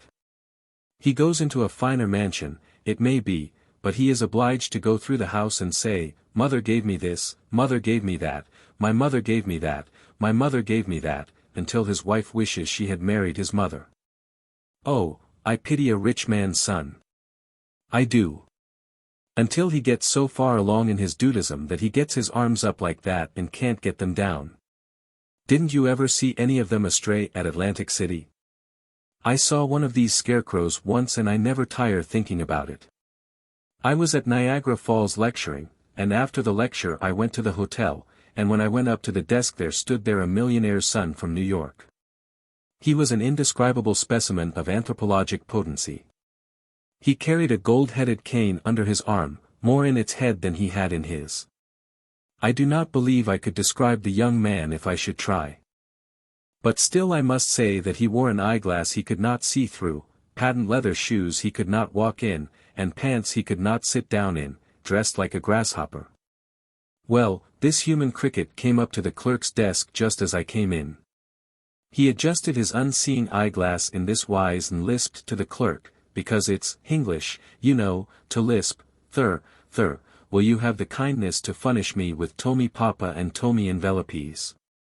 The clerk measured that man quick, and he pulled out a drawer and took some envelopes and paper and cast them across the counter and turned away to his books. You should have seen that specimen of humanity when the paper and envelopes came across the counter, he whose wants had always been anticipated by servants. He adjusted his unseeing eyeglass and he yelled after that clerk, Come back here, Thur, come right back here. Now, Thur, will you order a servant to take that papa and throw the envelopes and carry them to yonder desk? Oh, the poor miserable, contemptible American monkey. He couldn't carry paper and envelopes 20 feet. I suppose he could not get his arms down. I have no pity for such travesties of human nature. If you have no capital, I am glad of it. You don't need capital, you need common sense, not copper cents. A.T. Stewart, the great princely merchant of New York, the richest man in America in his time, was a poor boy. He had $1.50 and went into the mercantile business.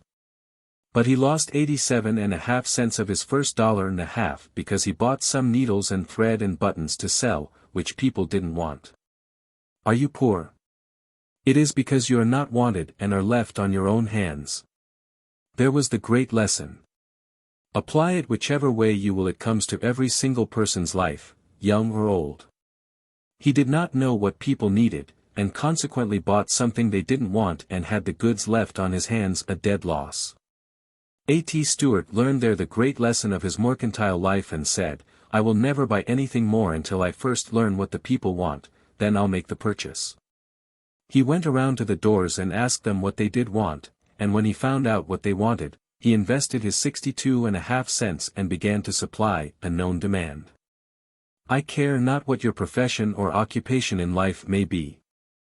I care not whether you are a lawyer, a doctor, a housekeeper, teacher or whatever else, the principle is precisely the same. We must know what the world needs first and then invest ourselves to supply that need, and success is almost certain. A.T. Stewart went on until he was worth 40 millions. Well, you will say, a man can do that in New York, but cannot do it here in Philadelphia. The statistics very carefully gathered in New York in 1889 showed 107 millionaires in the city worth over 10 millions apiece. It was remarkable and people think they must go there to get rich. Out of that 107 millionaires only 7 of them made their money in New York, and the others moved to New York after their fortunes were made. And 67 out of the remaining 100 made their fortunes in towns of less than 6,000 people, and the richest man in the country at that time lived in a town of 3,500 inhabitants. and always lived there and never moved away. It is not so much where you are as what you are. But at the same time, if the largeness of the city comes into the problem, then remember it is the smaller city that furnishes the great opportunity to make the millions of money. The best illustration that I can give is in reference to John Jacob Astor, who was a poor boy and who made all the money of the Astor family. He made more than his successors have ever earned, and yet he once held a mortgage on a millinery store in New York, and because the people could not make enough money to pay the interest and the rent, he foreclosed the mortgage and took possession of the store and went into partnership with the man who had failed. He kept the same stock, did not give them $1 capital, and he left them alone and went out and sat down upon a bench in the park. Out there on that bench in the park he had the most important, and to my mind, the pleasantest part of that partnership business. He was watching the ladies as they went by, and where is the man that wouldn't get rich at that business? But when John Jacob Astor saw a lady pass, with her shoulders back and her head up, as if she did not care if the whole world looked on her, he studied her bonnet. And before that bonnet was out of sight he knew the shape of the frame and the color of the trimmings, the curl of the something on a bonnet. Sometimes I try to describe a woman's bonnet, but it is of little use, for it would be out of style tomorrow night. So John Jacob Astor went to the store and said, "Now, put in the show window just such a bonnet as I described to you because," said he, "I have just seen a lady who likes just such a bonnet. Do not make up any more till I come back." And he went out again and sat on that bench in the park, and another lady of a different form and complexion passed him with a bonnet of different shape and color, of course. "Now," said he, "put such a bonnet as that in the show window." He didn't fill his show window with hats and bonnets which drive people away and then sit in the back of the store and bawl because the people go somewhere else to trade. He didn't put a hat or bonnet in that show window the like of which he had not seen before it was made up. In our city especially there are great opportunities for manufacturing, and the time has come when the line is drawn very sharply between the stockholders of the factory and their employees. Now, friends, there has also come a discouraging gloom upon this country and the laboring men are beginning to feel that they are being held down by a crust over their heads through which they find it impossible to break. And the aristocratic money owner himself is so far above that he will never descend to their assistance. That is the thought that is in the minds of our people. But, friends, never in the history of our country was there an opportunity so great for the poor man to get rich as there is now in the city of Philadelphia. The very fact that they get discouraged is what prevents them from getting rich. That is all there is to it. The road is open, and let us keep it open between the poor and the rich. I know that the labor unions have two great problems to contend with, and there is only one way to solve them. The labor unions are doing as much to prevent its solving as are the capitalists today, and there are positively two sides to it. The labor union has two difficulties. The first one is that it began to make a labor scale for all classes on a par, and they scale down a man that can earn $5 a day to $2.50 a day, in order to level up to him an imbecile that cannot earn 50 cents a day. That is one of the most dangerous and discouraging things for the working man. He cannot get the results of his work if he do better work or higher work or work longer. That is a dangerous thing, and in order to get every laboring man free and every American equal to every other American, let the laboring man ask what he is worth and get it, not let any capitalist say to him, "You shall work for me for half of what you are worth." Nor let any labor organization say, "You shall work for the capitalist for half your worth." Be a man, be independent, and then shall the laboring man find the road ever open from poverty to wealth. The other difficulty that the labor union has to consider, and this problem they have to solve themselves, is the kind of orators who come and talk to them about the oppressive rich. I can in my dreams recite the oration I have heard again and again under such circumstances. My life has been with the laboring man. I am a laboring man myself. I have often, in their assemblies, heard the speech of the man who has been invited to address the labor union. The man gets up before the assembled company of honest laboring men and he begins by saying, "Oh, ye honest, industrious laboring men, who have furnished all the capital of the world. Who have built all the palaces and constructed all the railroads and covered the ocean with her steamships. Oh, you laboring men! You are nothing but slaves. You are ground down in the dust by the capitalist who is gloating over you as he enjoys his beautiful estates and as he has his banks filled with gold, and every dollar he owns is coined out of the heart's blood of the honest laboring man.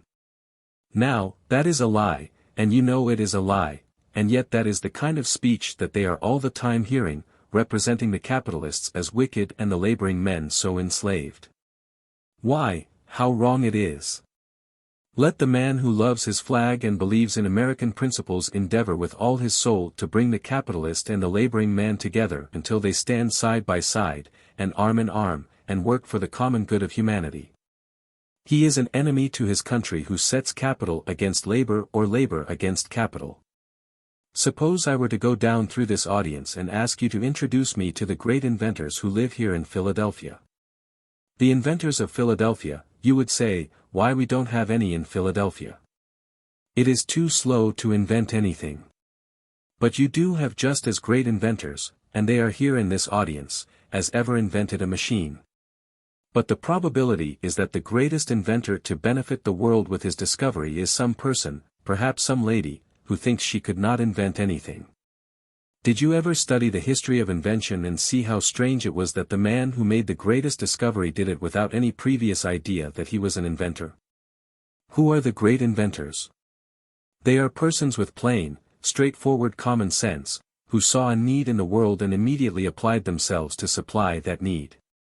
If you want to invent anything, don't try to find it in the wheels in your head nor the wheels in your machine, but first find out what the people need, and then apply yourself to that need.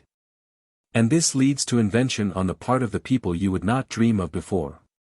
The great inventors are simply great men, the greater the man the more simple the man, and the more simple a machine, the more valuable it is. Did you ever know a really great man? His ways are so simple, so common, so plain, that you think anyone could do what he is doing. So it is with the great men the world over. If you know a really great man, a neighbor of yours, you can go right up to him and say, "How are you, Jim? Good morning, Sam." Of course you can, for they are always so simple. When I wrote the life of General Garfield, one of his neighbors took me to his back door, and shouted, "Jim, Jim, Jim," and very soon Jim came to the door and General Garfield let me in, one of the grandest men of our century. The great men of the world are ever so. I was down in Virginia and went up to an educational institution and was directed to a man who was setting out a tree. I approached him and said, "Do you think it would be possible for me to see General Robert E. Lee, the president of the university?" He said, "Sir, I am General Lee." Of course, when you meet such a man, so noble a man as that, you will find him a simple, plain man. Greatness is always just so modest and great inventions are simple. I asked a class in school once who were the great inventors, and a little girl popped up and said, "Columbus." Well, now, she was not so far wrong. Columbus bought a farm and he carried on that farm just as I carried on my father's farm. He took a hoe and went out and sat down on a rock. But Columbus, as he sat upon that shore and looked out upon the ocean, noticed that the ships, as they sailed away, sank deeper into the sea the farther they went. And since that time some other Spanish ships have sunk into the sea. But as Columbus noticed that the tops of the masts dropped down out of sight, he said, "That is the way it is with this hoe handle. If you go around this hoe handle, the farther off you go the farther down you go. I can sail around to the East Indies." How plain it all was. How simple the mind, majestic like the simplicity of a mountain in its greatness. Who are the great inventors? They are ever the simple, plain, everyday people who see the need and set about to supply it. I was once lecturing in North Carolina, and the cashier of the bank sat directly behind a lady who wore a very large hat. I said to that audience, "Your wealth is too near to you, you are looking right over it." He whispered to his friend, "Well, then, my wealth is in that hat." A little later, as he wrote me, I said, "Wherever there is a human need there is a greater fortune than a mine can furnish." He caught my thought, and he drew up his plan for a better hat pin than was in the hat before him, and the pin is now being manufactured. He was offered $55,000 for his patent. That man made his fortune before he got out of that hall. This is the whole question: do you see a need? I remember well a man up in my native hills, a poor man, who for 20 years was helped by the town in his poverty, who owned a wide-spreading maple tree that covered the poor man's cottage like a benediction from on high. I remember that tree, for in the spring, there were some roguish boys around that neighborhood when I was young. In the spring of the year the man would put a bucket there and the spouts to catch the maple sap, and I remember where that bucket was. And when I was young the boys were, oh, so mean, that they went to that tree before that man had gotten out of bed in the morning, and after he had gone to bed at night, and drank up that sweet sap. I could swear they did it. He didn't make a great deal of maple sugar from that tree. But one day he made the sugar so white and crystalline that the visitor did not believe it was maple sugar, thought maple sugar must be red or black. He said to the old man, "Why don't you make it that way and sell it for confectionery?" The old man caught his thought and invented the rock maple crystal, and before that patent expired he had $90,000 and had built a beautiful palace on the site of that tree.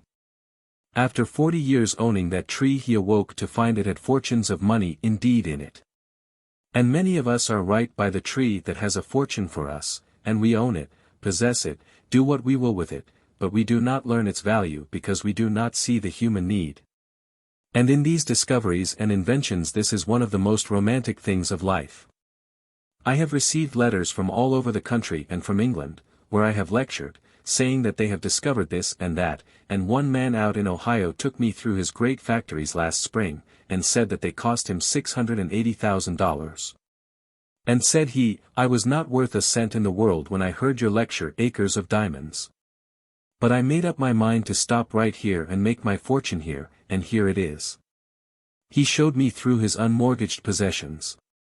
And this is a continual experience now as I travel through the country, after these many years. I mention this incident, not to boast, but to show you that you can do the same if you will. Who are the great inventors? I remember a good illustration in a man who used to live in East Brookfield, Massachusetts. He was a shoemaker, and he was out of work, and he sat around the house until his wife told him to go outdoors. And he did what every husband is compelled by law to do, he obeyed his wife. And he went out and sat down on an ash barrel in his backyard. Think of it. Stranded on an ash barrel and the enemy in possession of the house. As he sat on that ash barrel, he looked down into that little brook which ran through that backyard into the meadows, and he saw a little trout go flashing up the stream and hiding under the bank. I do not suppose he thought of Tennyson's beautiful poem.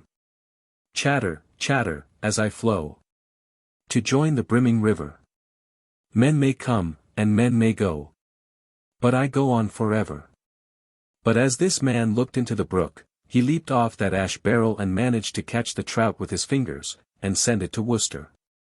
They wrote back that they would give him a $5 bill for another such trout as that, not that it was worth that much, but they wished to help the poor man. So this shoemaker and his wife, now perfectly united, that $5 bill in prospect, went out to get another trout. They went up the stream to its source and down to the brimming river, but not another trout could they find in the whole stream. And so they came home disconsolate and went to the minister. The minister didn't know how trout grew, but he pointed the way. Said he, "Get Seth Green's book, and that will give you the information you want." They did so, and found all about the culture of trout. They found that a trout lays 3,600 eggs every year and every trout gains 1/4 pound every year, so that in 4 years a little trout will furnish 4 tons per annum to sell to the market at 50 cents a pound. When they found that, they said they didn't believe any such story as that, but if they could get $5 apiece they could make something.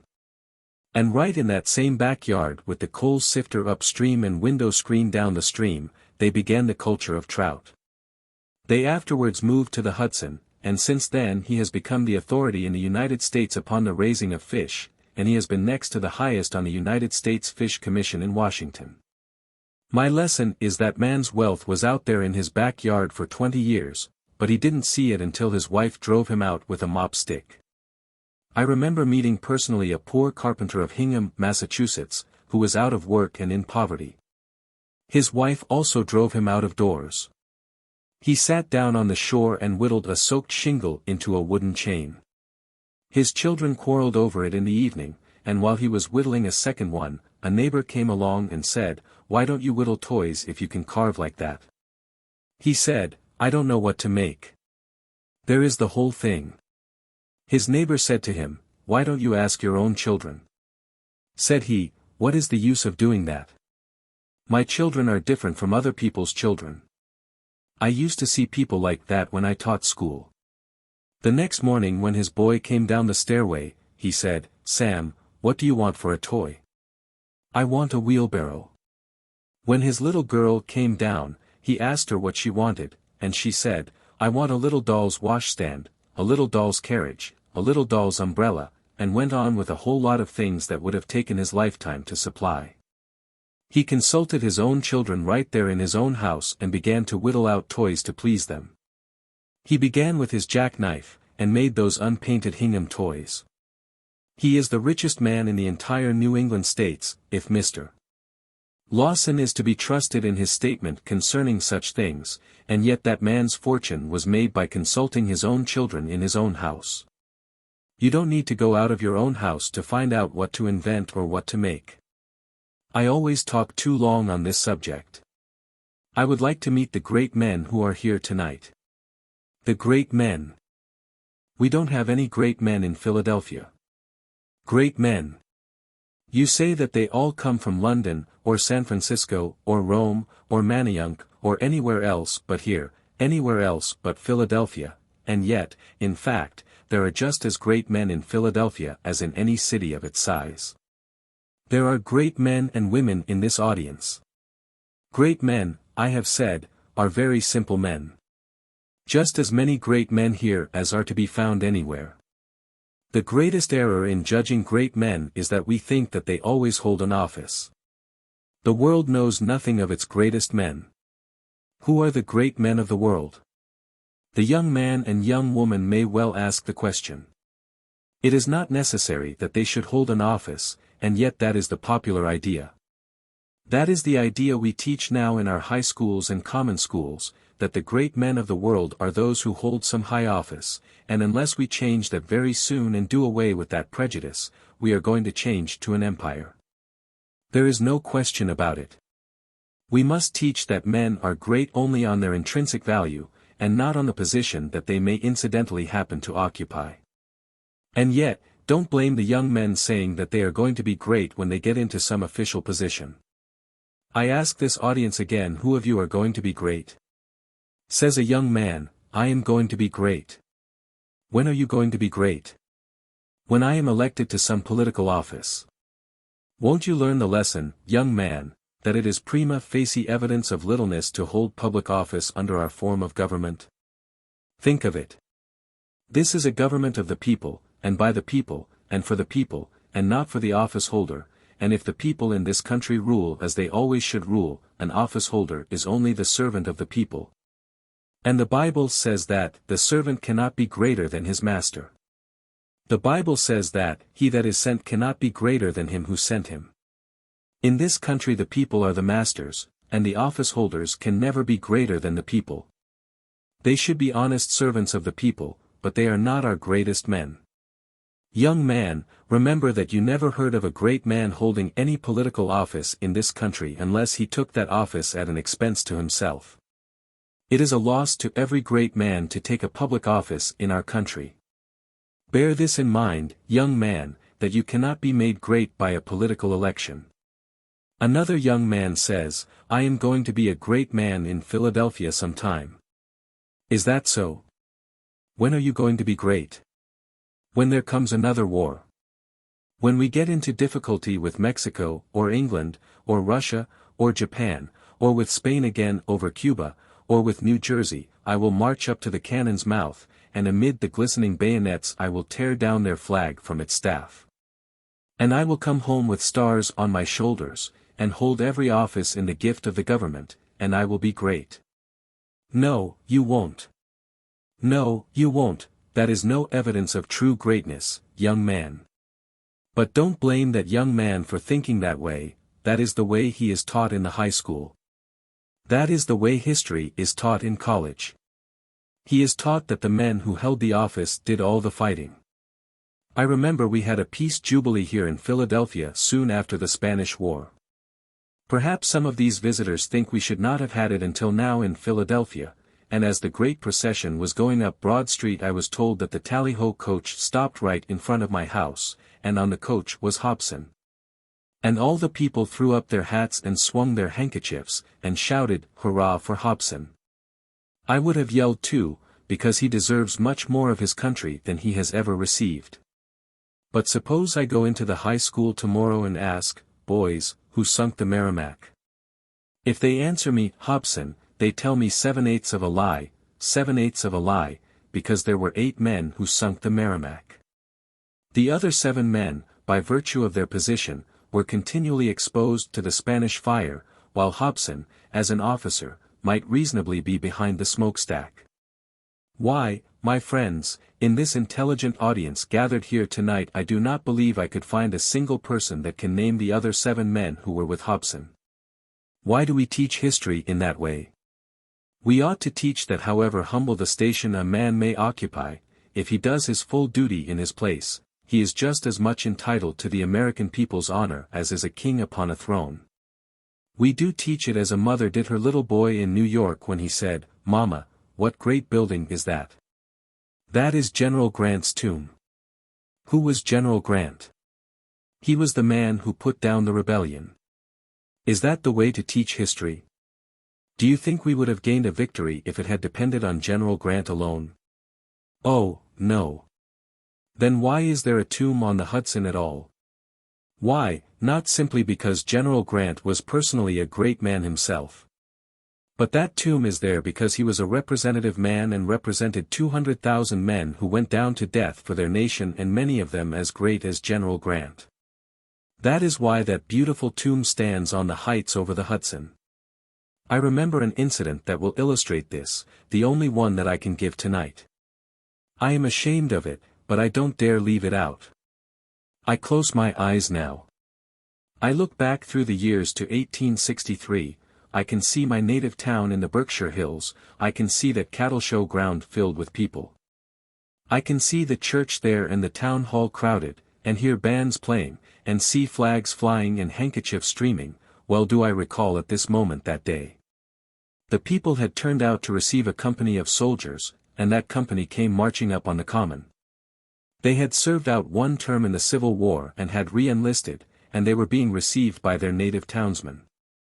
I was but a boy, but I was captain of that company, puffed out with pride on that day.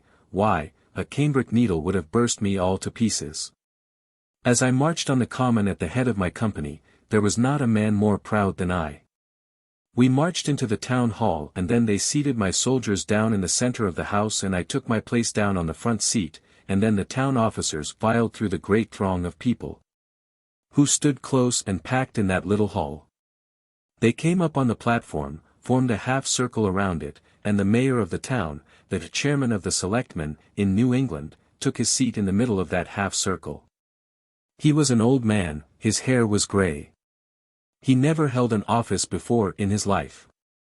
He thought that an office was all he needed to be a truly great man, and when he came up he adjusted his powerful spectacles and glanced calmly around the audience with amazing dignity. Suddenly his eyes fell upon me, and then the good old man came right forward and invited me to come up on the stand with the town officers. Invited me up on the stand. No town officer ever took notice of me before I went to war. Now, I should not say that. One town officer was there who advised the teacher to whale me, but I mean no honorable mention. So I was invited up on the stand with the town officers. I took my seat and let my sword fall on the floor, and folded my arms across my breast and waited to be received. Napoleon V. Pride goeth before destruction and a fall. When I had gotten my seat and all became silent through the hall, the chairman of the selectmen arose and came forward with great dignity to the table, and we all supposed he would introduce the congregational minister. Who was the only orator in the town, and who would give the oration to the returning soldiers? But, friends, you should have seen the surprise that ran over that audience when they discovered that this old farmer was going to deliver that oration himself. He had never made a speech in his life before, but he fell into the same error that others have fallen into. He seemed to think that the office would make him an orator. So he had written out a speech and walked up and down the pasture until he had learned it by heart and frightened the cattle, and he brought that manuscript with him, and taking it from his pocket, he spread it carefully upon the table. Then he adjusted his spectacles to be sure that he might see it, and walked far back on the platform and then stepped forward like this. He must have studied the subject much, for he assumed an elocutionary attitude.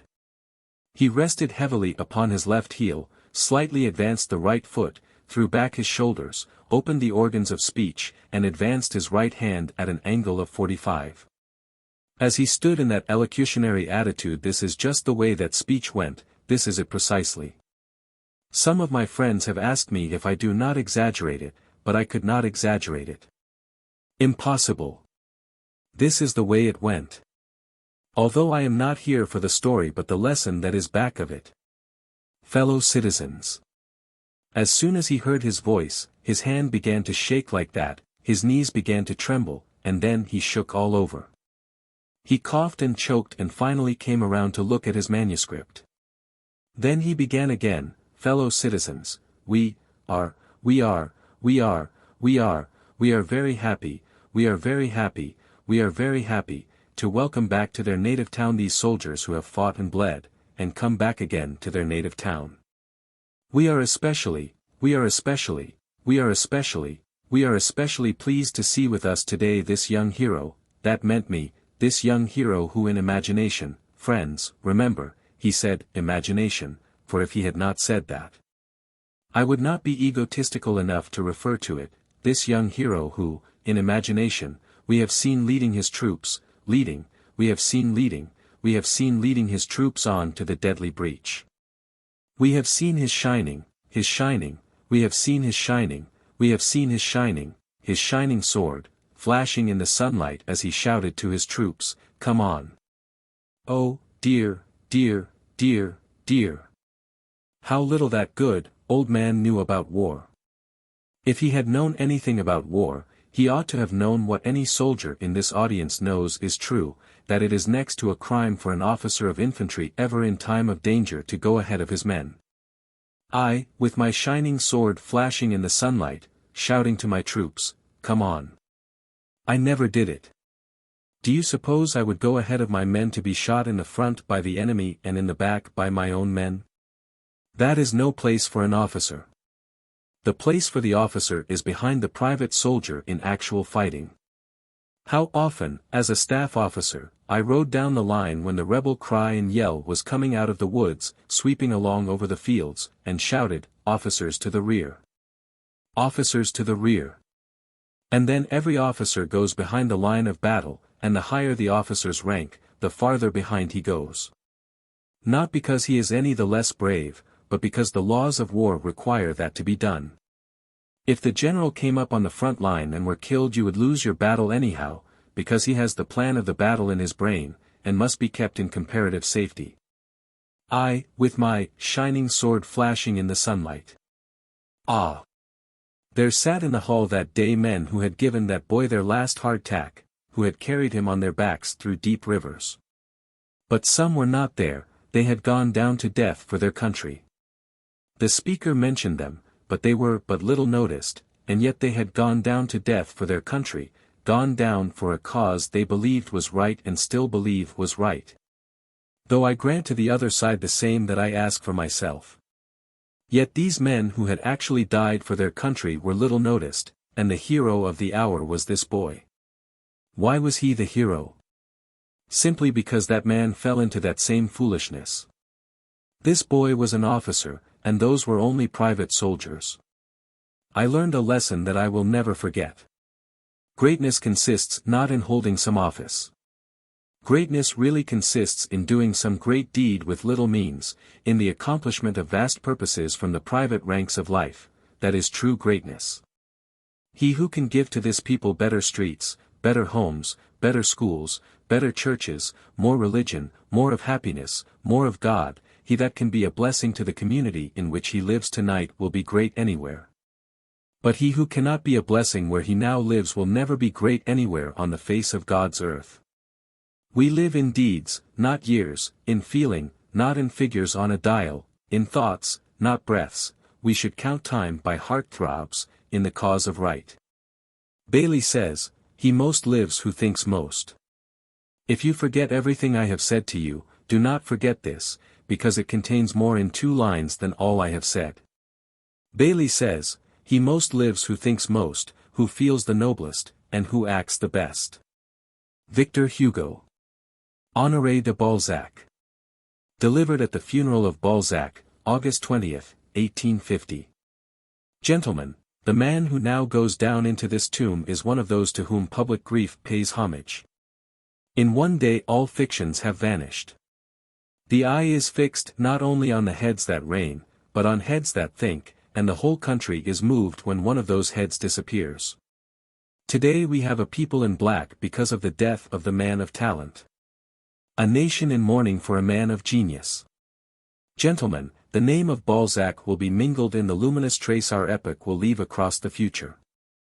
Balzac was one of that powerful generation of writers of the 19th century who came after Napoleon, as the illustrious Pleiad of the 17th century came after Richelieu. As if in the development of civilization there were a law which gives conquerors by the intellect as successors to conquerors by the sword. Balzac was one of the first among the greatest, one of the highest among the best. This is not the place to tell all that constituted this splendid and sovereign intelligence. All his books form but one book, a book living, luminous, profound, where one sees coming and going and marching and moving, with I know not what of the formidable and terrible, mixed with the real, all our contemporary civilization.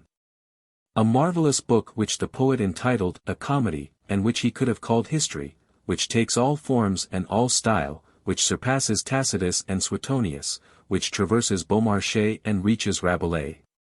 A book which realizes observation and imagination, which lavishes the true, the esoteric, the commonplace, the trivial, the material, and which at times through all realities, swiftly and grandly rent away. Allows us all at once a glimpse of a most somber and tragic ideal. Unknown to himself, whether he wished it or not, whether he consented or not, the author of this immense and strange work is one of the strong race of revolutionist writers. Balzac goes straight to the goal. Body to body he seizes modern society. From all he wrests something, from these an illusion, from those a hope, from one a catchword, from another a mask. He ransacked vice, he dissected passion. He searched out and sounded man, soul, heart, entrails, brain, the abyss that each one has within himself. And by grace of his free and vigorous nature, by a privilege of the intellect of our time, which, having seen revolutions face to face, can see more clearly the destiny of humanity and comprehend providence better, Balzac redeemed himself smiling and severe from those formidable studies which produced melancholy in Molière and misanthropy in Rousseau. This is what he has accomplished among us, this is the work which he has left us, a work lofty and solid, a monument robustly piled in layers of granite, from the height of which hereafter his renown shall shine in splendor. Great men make their own pedestal, the future will be answerable for the statue. His death stupefied Paris. Only a few months ago he had come back to France. Feeling that he was dying, he wished to see his country again, as one who would embrace his mother on the eve of a distant voyage. His life was short, but full, more filled with deeds than days. Alas! This powerful worker, never fatigued, this philosopher, this thinker, this poet, this genius, has lived among us that life of storm, of strife, of quarrels and combats, common in all times to all great men. Today he is at peace. He escapes contention and hatred. On the same day he enters into glory and the tomb. Thereafter beyond the clouds, which are above our heads, he will shine among the stars of his country. All you who are here, are you not tempted to envy him? Whatever may be our grief in presence of such a loss, let us accept these catastrophes with resignation. Let us accept in it whatever is distressing and severe. It is good perhaps, it is necessary perhaps, in an epoch like ours, that from time to time the great dead shall communicate to spirits devoured with skepticism and doubt, religious fervor. Providence knows what it does when it puts the people face to face with the supreme mystery and when it gives them death to reflect on, death which is supreme equality, as it is also supreme liberty. Providence knows what it does, since it is the greatest of all instructors. There can be but austere and serious thoughts in all hearts when a sublime spirit makes its majestic entrance into another life, when one of those beings who have long soared above the crowd on the visible wings of genius, spreading all at once other wings which we did not see, plunges swiftly into the unknown. No, it is not the unknown, no, I have said it on another sad occasion and I shall repeat it today, it is not night, it is light. It is not the end, it is the beginning. It is not extinction, it is eternity. Is it not true, my hearers, such tombs as this demonstrate immortality? In presence of the illustrious dead, we feel more distinctly the divine destiny of that intelligence which traverses the earth to suffer and to purify itself, which we call man. Footnotes. Saguntum was a city of Iberia, Spain, in alliance with Rome. Hannibal, in spite of Rome's warnings in 219 BC, laid siege to and captured it. This became the immediate cause of the war which Rome declared against Carthage. From his speech in Washington on March 13, 1905, before the National Congress of Mothers. Printed from a copy furnished by the President for this collection, in response to a request. Used by permission. Reported by A. Russell Smith and Harry E. Granger. Used by permission. On May 21, 1914, when Dr. Conwell delivered this lecture for the 5,000th time, Mr. John Wanamaker said that if the proceeds had been put out at compound interest the sum would aggregate $8 million. Dr. Conwell has uniformly devoted his lecturing income to works of benevolence. General Index. Names of speakers and writers referred to are set in capitals. Other references are printed in lowercase, or small, type. Because of the large number of fragmentary quotations made from speeches and books, no titles are indexed, but all such material will be found indexed under the name of its author. A. Accentuation. Addison, Joseph. Ade, George. After dinner speaking. Analogy. Analysis. Anecdote. Anglo-Saxon words. Antithesis. Applause. Argument. Aristotle. Articulation. Association of ideas. Attention. Auditory images. B. Bacon, Francis. Badgett, Walter. Baker, George P. Baldwin, C.S. Barry, James M. Bates, Arlo. Beecher, Henry Ward. Bernhard, Sarah. Beryl, Felix. Beveridge, Albert, J. Birrell, Augustine. Blaine, James G. Bonsi, Sr. Books. Breathing. Briefs. Brisbane, Arthur. Brooks, Phillips. Brougham, Lord. Bryan, William Jennings. Bryant, William Cullen. Burns, Robert. Burroughs, John. Byron, Lord. C. Caesar, Julius. Campbell, Thomas. Carlton, Will. Carlyle, Thomas. Cato. Chambers, Robert. Change of pace. Character. Channing, William Ellery. Charm. Child, Richard Washburn.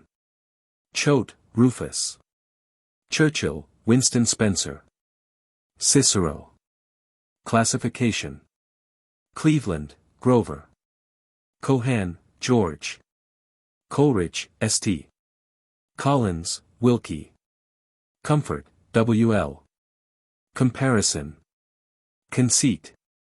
Concentration. Confidence. Contrast. Conversation. Conwell, Russell. Cornwall, Barry. Cooper, William. Cranch, Christopher P.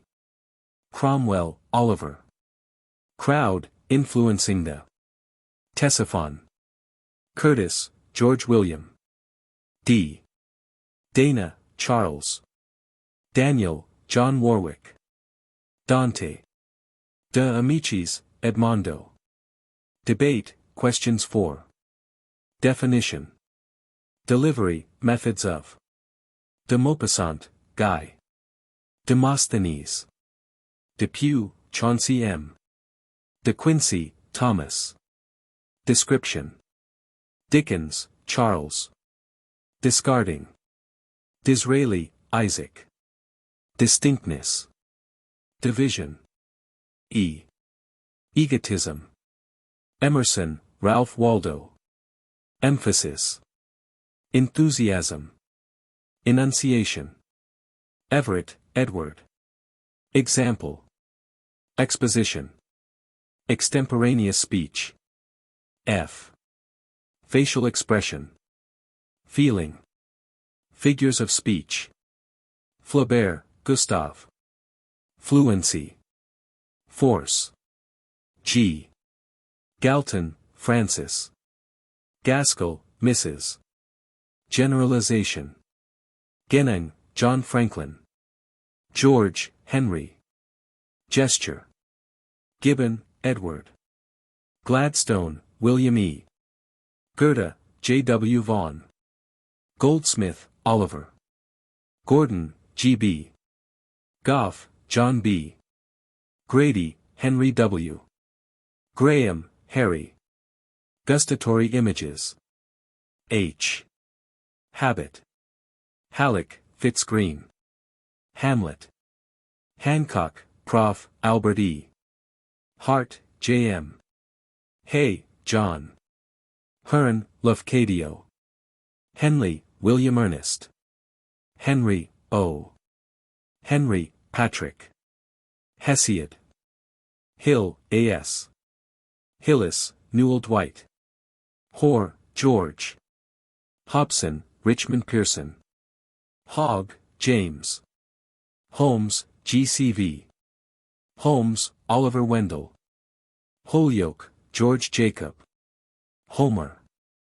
Howden, Robert. Hubbard, Elbert. Hugo, Victor. Humor. Huxley, Th. I. Imagination. Imitation. Inflection. Ingersoll, Robert J. Irving, Washington. Irving, Sir Henry. J. James, William. Jameson, Mrs. Anna. Jones Foster, Ardennes. Johnson, Ben. K. Kaufman, Herbert. Kipling, Rudyard. Kirkham, Stanton Davis. L. Landor, Walter Savage. Lee, Gerald Stanley. Library, use of A. Lincoln, Abraham. Lindsay, Howard. Locke, John. Longfellow, H. W. Loomis, Charles Battelle. Lodi, Pierre. Lowell, James Russell. M. Macaulay, T. B. McLaren, Alexander. McKinley, William, Last Speech. Tribute to, by John Hay. Massillon. Memory. Merwin, Samuel. Messaros, Waldo. Mill, John Stewart. Milton, John. Monotony, Evils of. How to Conquer. Morley, John. Moses. Motor Images. Mott, Antoine. Mosley, James. N. Napoleon. Narration. Naturalness. Notes, see briefs. O. Observation. Occasional speaking. Olfactory images. Outline of speech. P. Pace, change of. Pain, Thomas. Parker, Alton B. Parker, Theodore.